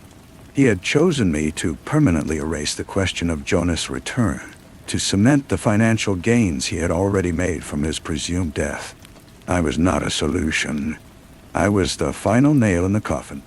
That night, I couldn't sleep. The house was too quiet, the silence itself a noise. The dripping faucet was a maddening, distant pulse. I slipped out of my room and walked, drawn by some instinct I didn't understand, down to the boathouse. The moon was full, its cold light painting the world in shades of silver and charcoal. The lake was a sheet of black glass. The boathouse door was unlocked. Inside, the smell of damp wood and gasoline was overwhelming. I lit a match, the flame dancing wildly in the draft, and I saw it. Faint, but there. A dark, irregular stain on the wooden planking near the water's edge. It could have been oil. It could have been paint. But I knew with a cold certainty that settled in my bones that it was not. I heard a soft footstep behind me. I turned, the match dying, plunging us into near darkness. It was Clara. She stood silhouetted in the doorway, the moonlight outlining her slender form. "You shouldn't be in here," she said, her voice quiet. "I know what happened," I said, the words tasting like ash. "I think I've always known." She stepped closer. I could see her face now, pale and composed, but her eyes were full of a terrible, weary knowledge. "Do you?" she whispered. That night, he told me he was leaving. He couldn't stand it anymore. The pressure, the expectations, this house. He was going to take the train, start over. He had a bag packed. He was meeting someone here at the boathouse to get some money before he left. "Who?" I asked, though I already knew. "Benedict," she said, the name a sigh. He was furious. He said Jonas was throwing away his inheritance, disgracing the family. They argued. I heard them from the path. I was coming to say goodbye. She paused, her breath a white cloud in the cold air. I heard a cry, a thud, and then a splash. The truth was not a thunderclap, but a slow, chilling seep, like the lake water soaking into my shoes. It hadn't been an accident. It had been a crime of passion, of greed, disguised as a tragedy. "You never said anything," I said. "What was there to say?" Her voice broke. My brother was gone. Benedict was. He was the only one who held things together after that. And what proof did I have? The word of a grieving girl against his. He told me it was an accident. That Jonas had slipped, hit his head, fallen in. He made me believe it. I wanted to believe. But she hadn't. Not really. The doubt had festered for 7 years. "And me?" I asked. "Why did you let me come here? Why didn't you expose me?" She looked at me then. a look of such profound pity, it was worse than hatred. "Because you are the proof," she whispered. "You're the thing he never accounted for. A conscience. A ghost that talks back. I saw it in your eyes that first day. The fear. The guilt. You're not a monster, Gideon. You're just a lost boy. And I thought if you were here, the truth might finally..." Her sentence trailed off, unfinished, lost in the vast, silent darkness of the lake and the years of secrets it held. We stood there together, the impostor and the witness, bound by a truth we could not speak, the final, terrible confession hanging unspoken in the air between us, as the cold water lapped gently against the stained wood, a sound that would follow me, I knew, for the rest of my life. The walk back to the house was a silent, shared trance. The gravel of the path crunched under our feet, each step a tiny explosion in the profound quiet. Clara did not speak, and I had no words left. The story was complete now. A perfect, ugly mechanism. I was not just an imposter. I was a walking, breathing piece of evidence in a cover-up, placed here by the very man who had orchestrated it. My presence was a paradox, a lie designed to make the original lie unassailable. By confirming Jonas was dead through my eventual staged departure or confession, Benedict would finally be safe. We entered through a side door, the heavy oak groaning on its hinges.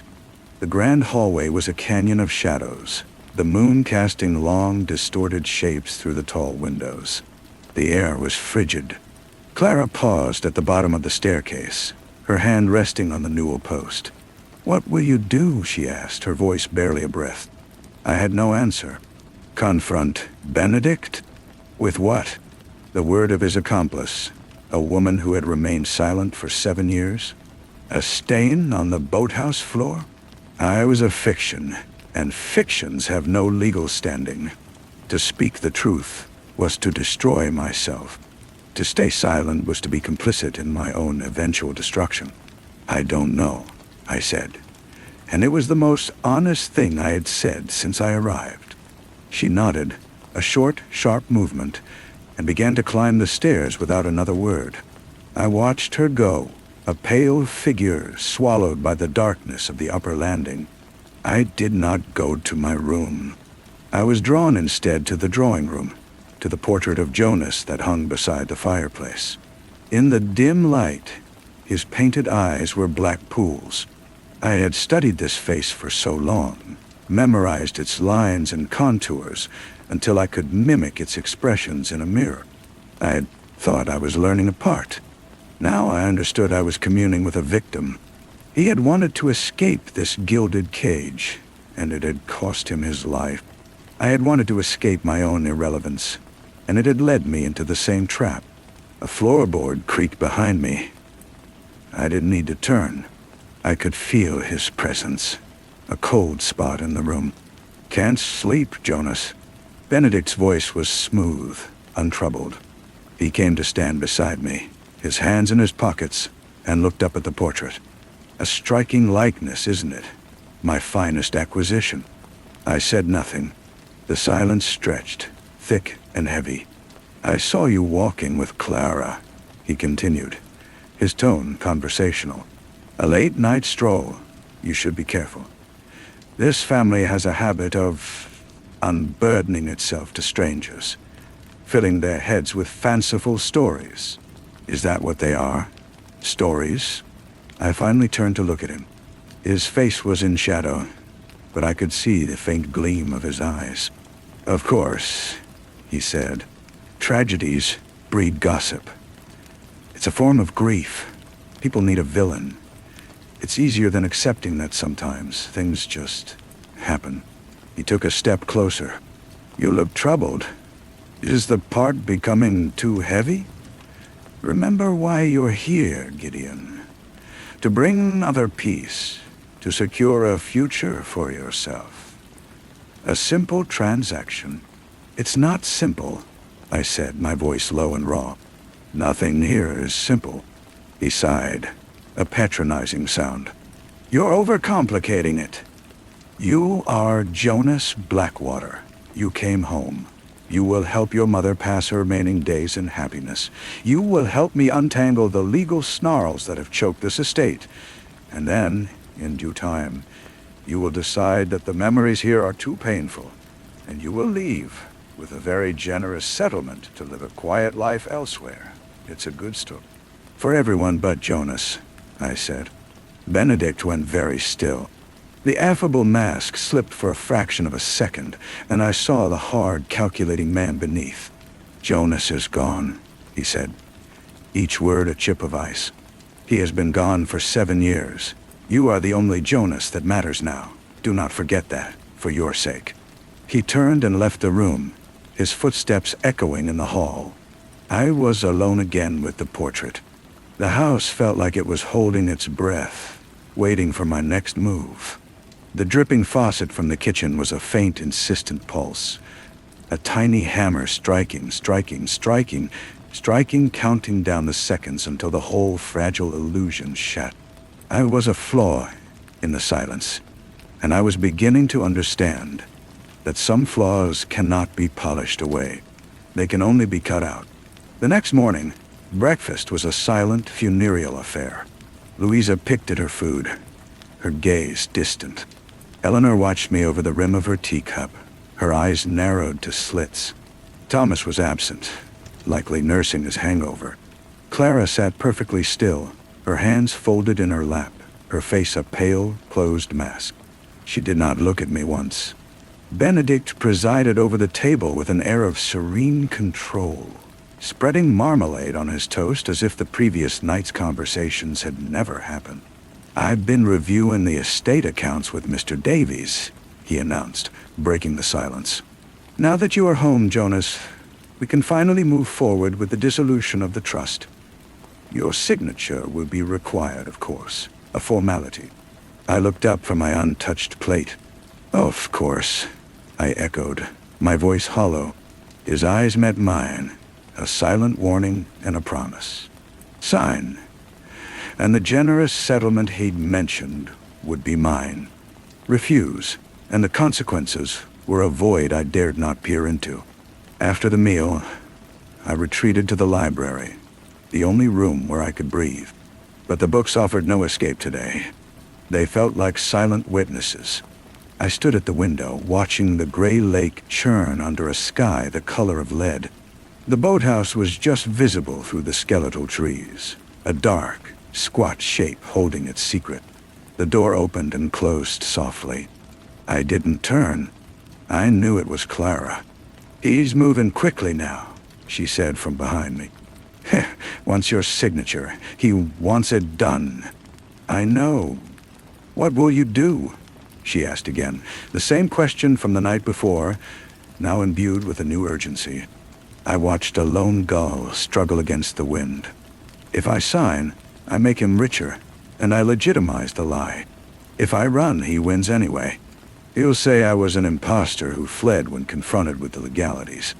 Either way, he gets what he wants. The only way to hurt him is to tell the truth." "Penya, and who will believe you?" Her voice was soft, hopeless.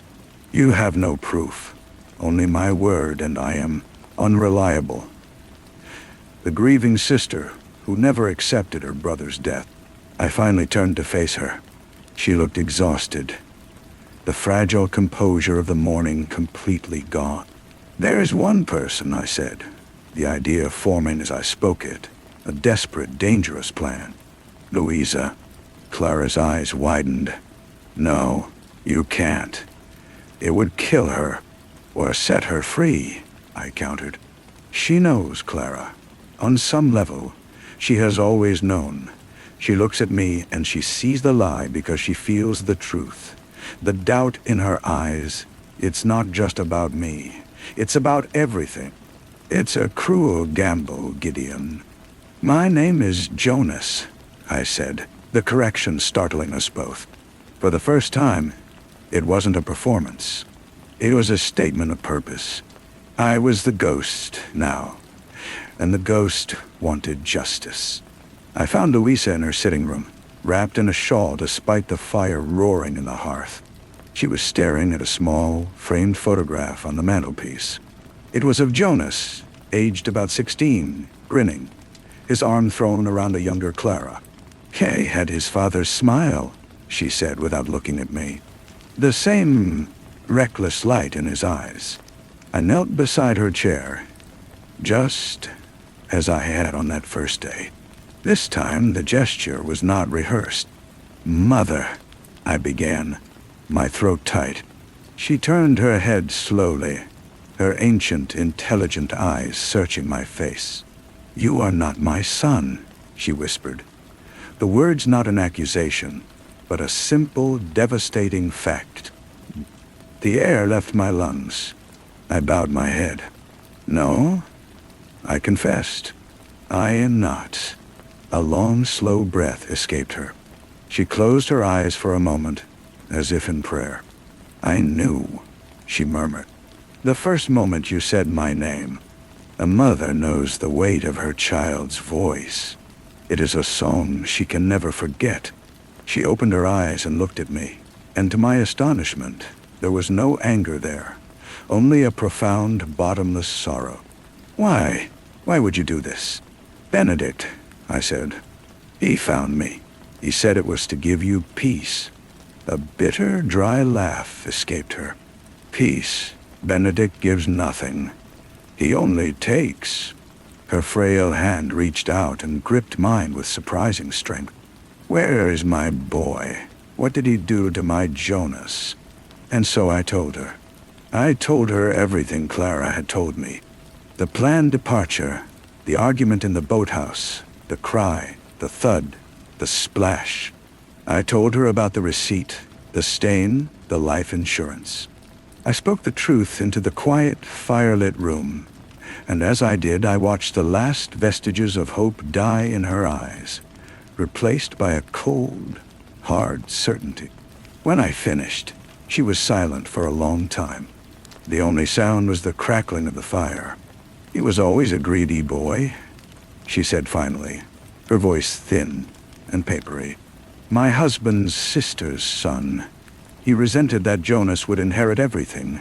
He coveted it all." She looked at the photograph again. "I wanted to believe he had just run away, that he was alive somewhere, happy. It was a kinder truth." "I am so sorry," I said, and the words were utterly inadequate. She patted my hand. "You are a good boy, whoever you are. You brought me the truth. That is a greater gift than the lie." She took a deep, rattling breath, and her demeanor shifted, the sorrow hardening into a steely resolve. "Now, you will listen to me. You will do exactly as I say." Her plan was simple and ruthless.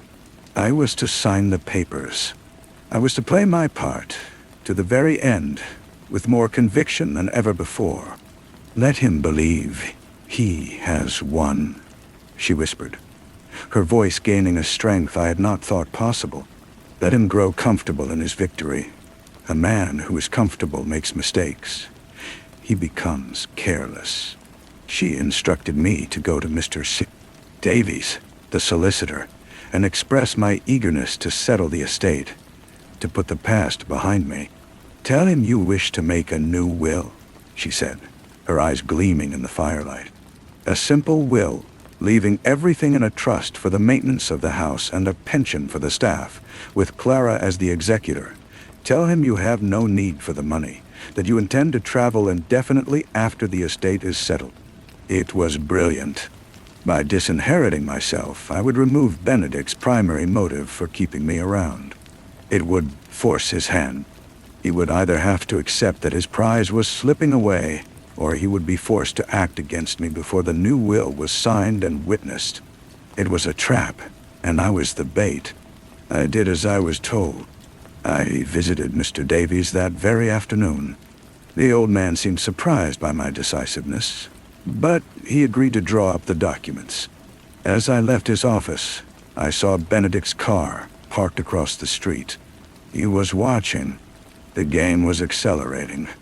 That evening, I announced my intentions at dinner. I am thinking, I said, my voice carefully neutral. This house, this legacy, it's a weight I'm not sure I can carry. Once everything is settled, I think I'll go abroad. See the world. Mr. Davies is drawing up the necessary papers to ensure the estate is properly cared for in my absence. Shurka. The silence that fell was absolute. Thomas dropped his fork with a clatter. Eleanor stared at me, her mouth a thin, hard line. Clara kept her eyes on her plate, but I saw her knuckles were white as she gripped her napkin. Benedict smiled. It was a thin, strained expression. That is a sudden decision, Jonas. Are you certain this is your birthright? It feels more like a burial shroud, I said, meeting his gaze. I need to be free of it. His smile did not waver, but his eyes turned to stone. We shall discuss it later, in private. The rest of the meal passed in a stifling haze of tension. I excused myself early, pleading a headache. I knew the private discussion was coming. I retreated to my room, but I did not lock the door. I waited. The knock came just after midnight. It was not Benedict. It was Thomas. He slipped inside, his face flushed, his breath smelling of brandy. You're a fool, he hissed, closing the door quietly behind him. Do you have any idea what you're doing? I'm trying to survive, I said. By signing away your fortune? By provoking him? Thomas shook his head, a frantic, jerky motion. You don't know him. You don't know what he's capable of. He didn't just get rich from Jonas's death. He got powerful. He has friends in the city, men with no names and fewer scruples. That accident on the lake 7 years ago, it wasn't his first. There was a groundskeeper, before my time, who asked too many questions about some missing silver. A cold dread, deeper than any I had felt before, seeped into me. This was not a crime of passion. It was a pattern. Benedict was a predator, and Blackwater House was his hunting ground.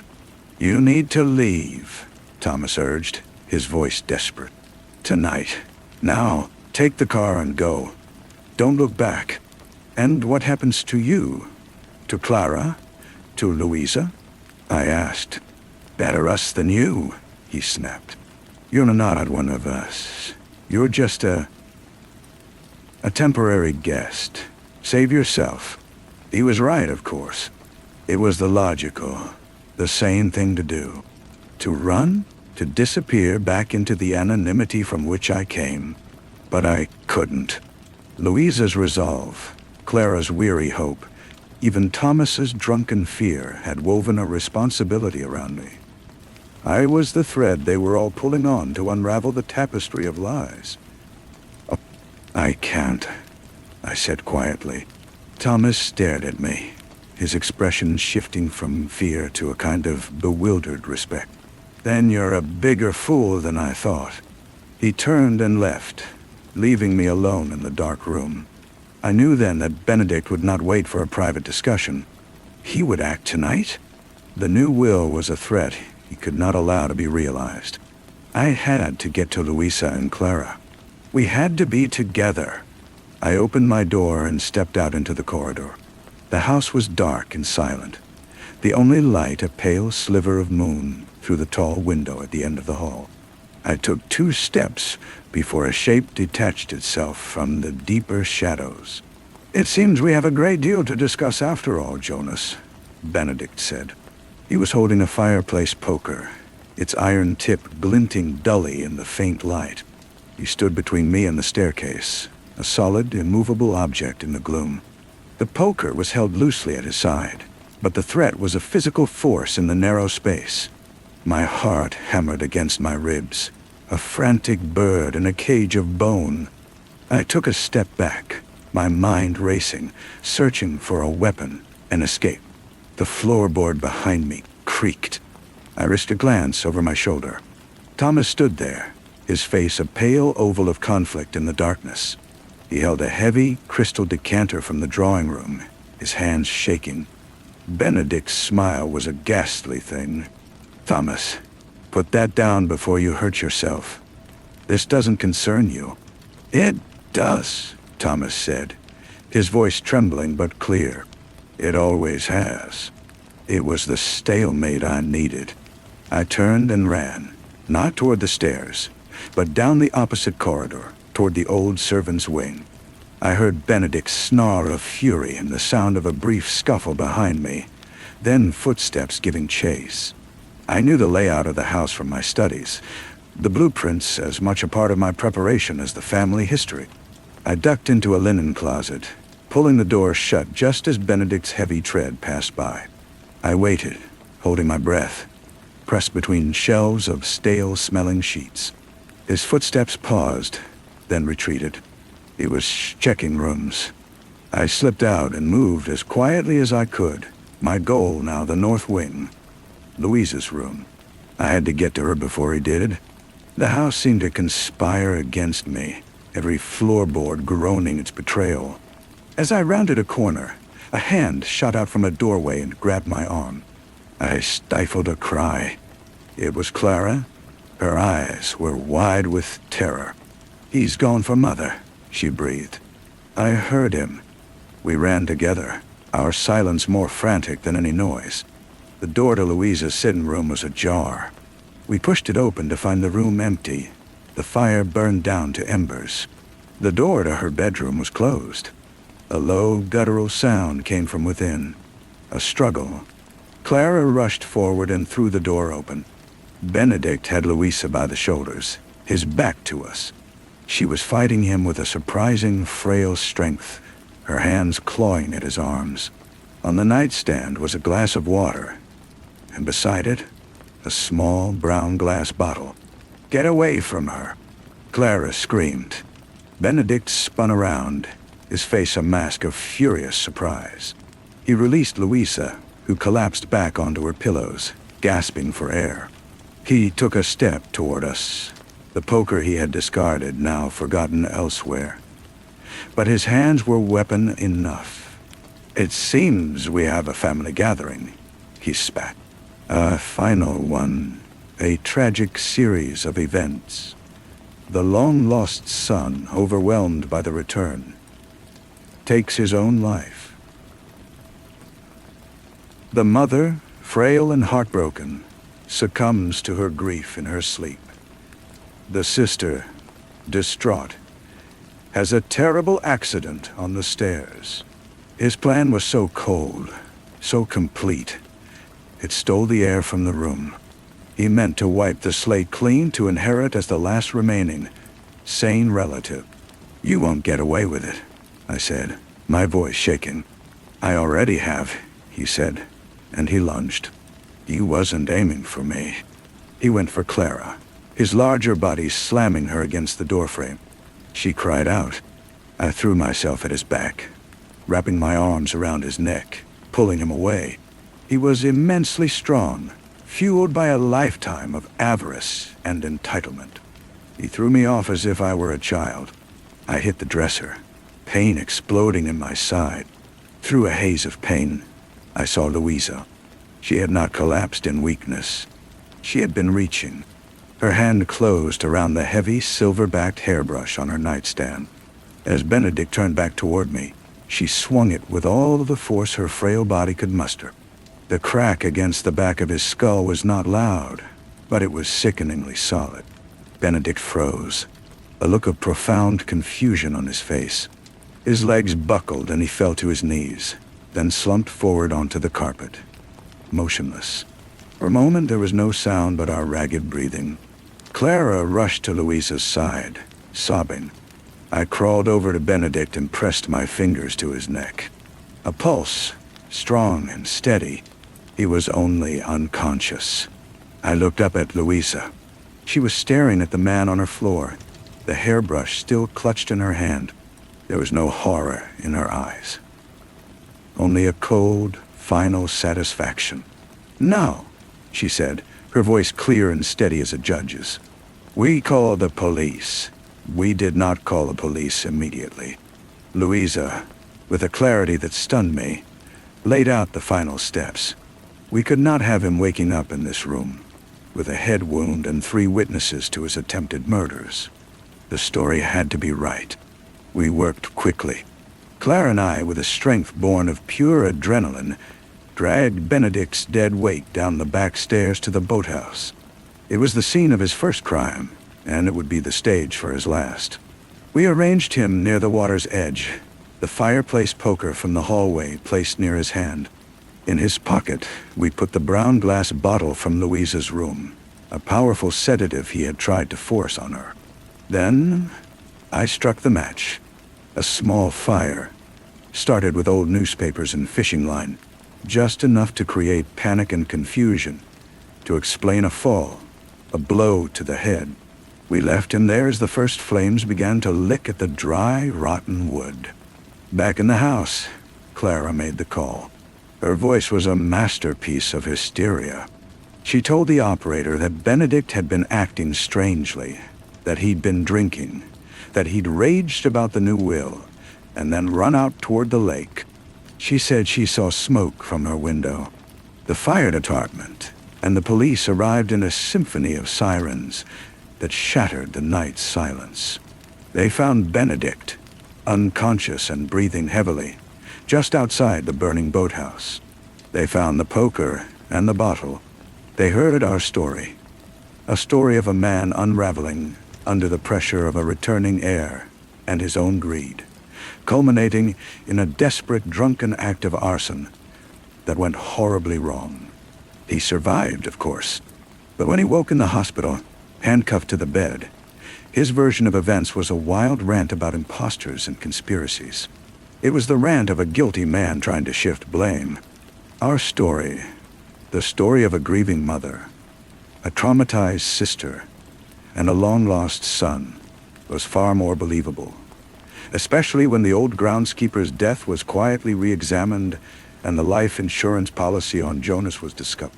A week later, the house was quiet again, but it was a different kind of quiet. It was the quiet of exhaustion, of release. I stood in the library, looking out at the charred skeleton of the boathouse. The legal proceedings had begun, but they were a formality now. Benedict would spend his life in a cell. Clara entered and stood beside me. "The solicitor is here," she said. "A has the final papers for the trust, and your travel documents." I had not forgotten my part. The will was signed, the estate secured for the staff and for Clara. And I, Jonas Blackwood, had to disappear. The ghost had to return to the shadows. "Louisa wants to see you before you go," Clara said, her voice thick. I found her in her sitting room, wrapped in her shawl, but she looked different. The weight of a decade of doubt had been lifted from her shoulders. "You gave me back my son," she said, taking my hand. "Not in the way I had hoped, but you gave me the truth. That is his legacy now. Not this house, not the money, the truth." I knelt. "I am sorry for the pain I caused. You were the instrument of our deliverance," she said softly. "Now you must be free." She pressed an envelope into my hand. It was thick. "Do not argue. It is yours, a small part of what was almost stolen. Live a life, Gideon, a real one, a real one." An hour later, I stood at the edge of the drive, a single bag at my feet. The car that would take me to the station was waiting. Clara walked me out. The morning was crisp and clear, the lake calm for the first time since I had arrived. "Where will you go?" she asked. "I don't know," I said, and it was the truth. The world was suddenly, terrifyingly open. She reached out and touched my cheek. A brief, gentle contact. "Thank you," she whispered. Then she turned and walked back into Blackwater House, not looking back. I got into the car. As we drove down the long, winding drive, I did not look back at the house. I looked ahead, at the road, at the world waiting for a man with no name, and a past that was not his own. I was not Jonas. I was not Gideon. I was simply a man, finally, beginning. The train station was a small, windswept platform on the edge of the town. I bought a ticket for the next city, a place with no history for me. The envelope felt heavy in my coat pocket. I didn't open it until I was on the train, watching the gray countryside blur past. It was not a small amount. It was a fortune. Enough to live on for years. Enough to build something. Louisa had not just given me money. She had given me a foundation. For weeks, I drifted. I took a room in a quiet city, a place where no one knew my face or asked my name. I was adrift in my own life. The habits of deception so ingrained I didn't know how to stop. I would introduce myself as Gideon and feel the lie like a sour taste in my mouth. The money felt tainted, a reward for a performance that had ended in real bloodshed. I started having dreams of the lake, not as I had seen it, but as Jonas must have seen it in his final moments. The dark, churning water. The silhouette of a man he trusted.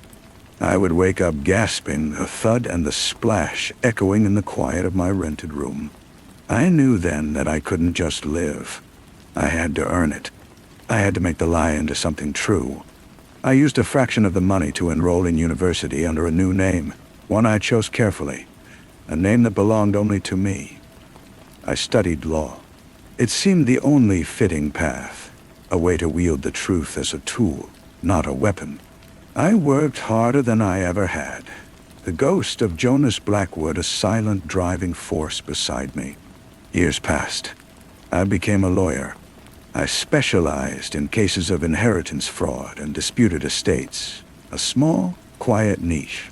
I developed a reputation for a preternatural understanding of family secrets, and the lengths people would go to for money. My clients never knew why I fought for them with such ferocity. They never knew I was chasing a ghost, atoning for a sin that was not my own. One autumn day, a letter arrived at my office. The handwriting was elegant, familiar. It was from Clara. She wrote that Louisa had passed peacefully in her sleep the previous winter. The house was now truly hers. She wrote of the quiet rhythm of life at Blackwater, of the new roof on the boathouse, of Thomas, who had sobered up and now managed the grounds with a devoted care. She did not ask me to visit. She simply wrote to tell me that the house was at peace, and she hoped that I was, too. I folded the letter and placed it in my desk drawer. I looked out my window at the city stretching out below. A world of concrete and glass, so different from the Gothic isolation of the lake. I had built a life here, a real one. It was not the life I was born to, nor the one I had stolen. It was the one I had made from the ashes of both. I was not Jonas. I was not the man who had arrived at Blackwater. I was the man who had left. And for the first time, that felt like enough. The past was finally, truly behind me. The following spring, I took a case that brought me closer to that past than I had been in a decade. A woman from a small coastal town believed her brother had been coerced into changing his will, leaving his shipping business to a new, charismatic partner. The details had a faint, unsettling echo. I almost declined, but a sense of unfinished business compelled me to accept. The town was a place of salt-scrubbed streets and the constant cry of gulls.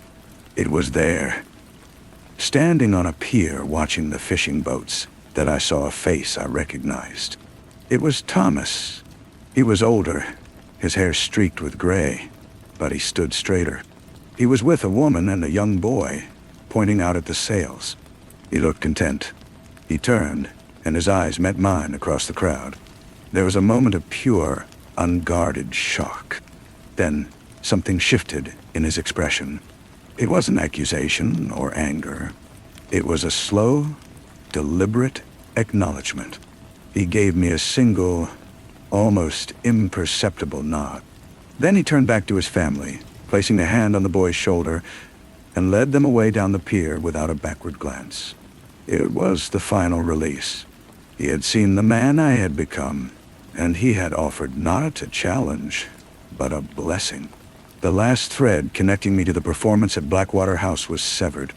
I was no longer an imposter in my own skin. The life I had built was solid, real, and finally, completely my own. I finished the case, saw justice for the woman, and returned to the city, the ghost of the lake finally laid to rest. The city welcomed me back with its familiar, impersonal roar. I threw myself into my work, but the frantic edge was gone. The cases were still puzzles to be solved, injustices to be righted, but the personal demon that had driven me was quiet. I had proven something to myself on that pier, something I hadn't known I needed to prove. I began, for the first time, to build something that wasn't just an atonement. I bought a small house with a garden, a thing of soil and growth, far removed from stone and water. I planted roses, their thorns and blossoms a satisfying, tangible reality. I even dated, tentatively, a sharp-witted librarian named Eleanor who loved the quiet order of books and had no patience for ghosts. She found my past, the carefully edited version I offered, to be a sad but closed chapter. She never pressed for the parts I kept in shadow. One evening we were sorting through a box of old books I had acquired at an auction. A faded, cloth-bound volume slipped from the stack, and a photograph fluttered to the floor. It was a picture of Blackwater House, taken from the lake, its dark windows reflecting the gray sky. I must have tucked it away years ago and forgotten. Eleanor picked it up.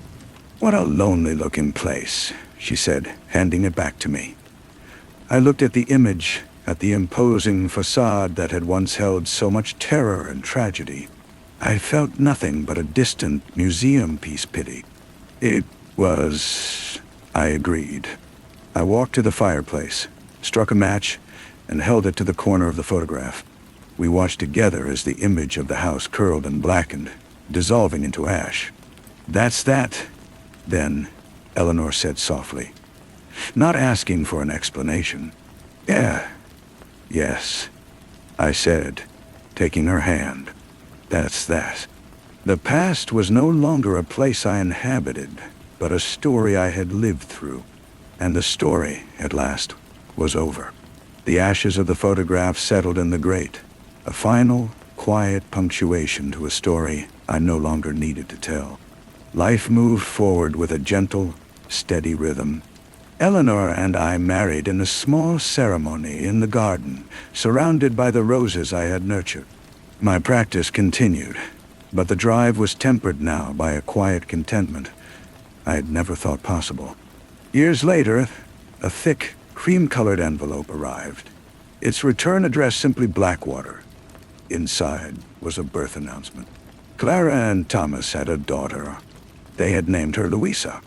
There was no request, no summons, just a simple sharing of joy from a world I had left behind. I showed it to Eleanor, who smiled and suggested we send a silver rattle. It felt right, a harmless gift from a distant, fond acquaintance. We never spoke of it again. My life was here, in this house, with this woman, in this city of humming possibility. The man who had arrived at Blackwater, who had fought and lied and survived, was a character from a book I had closed long ago. I was no longer an heir, nor an imposter.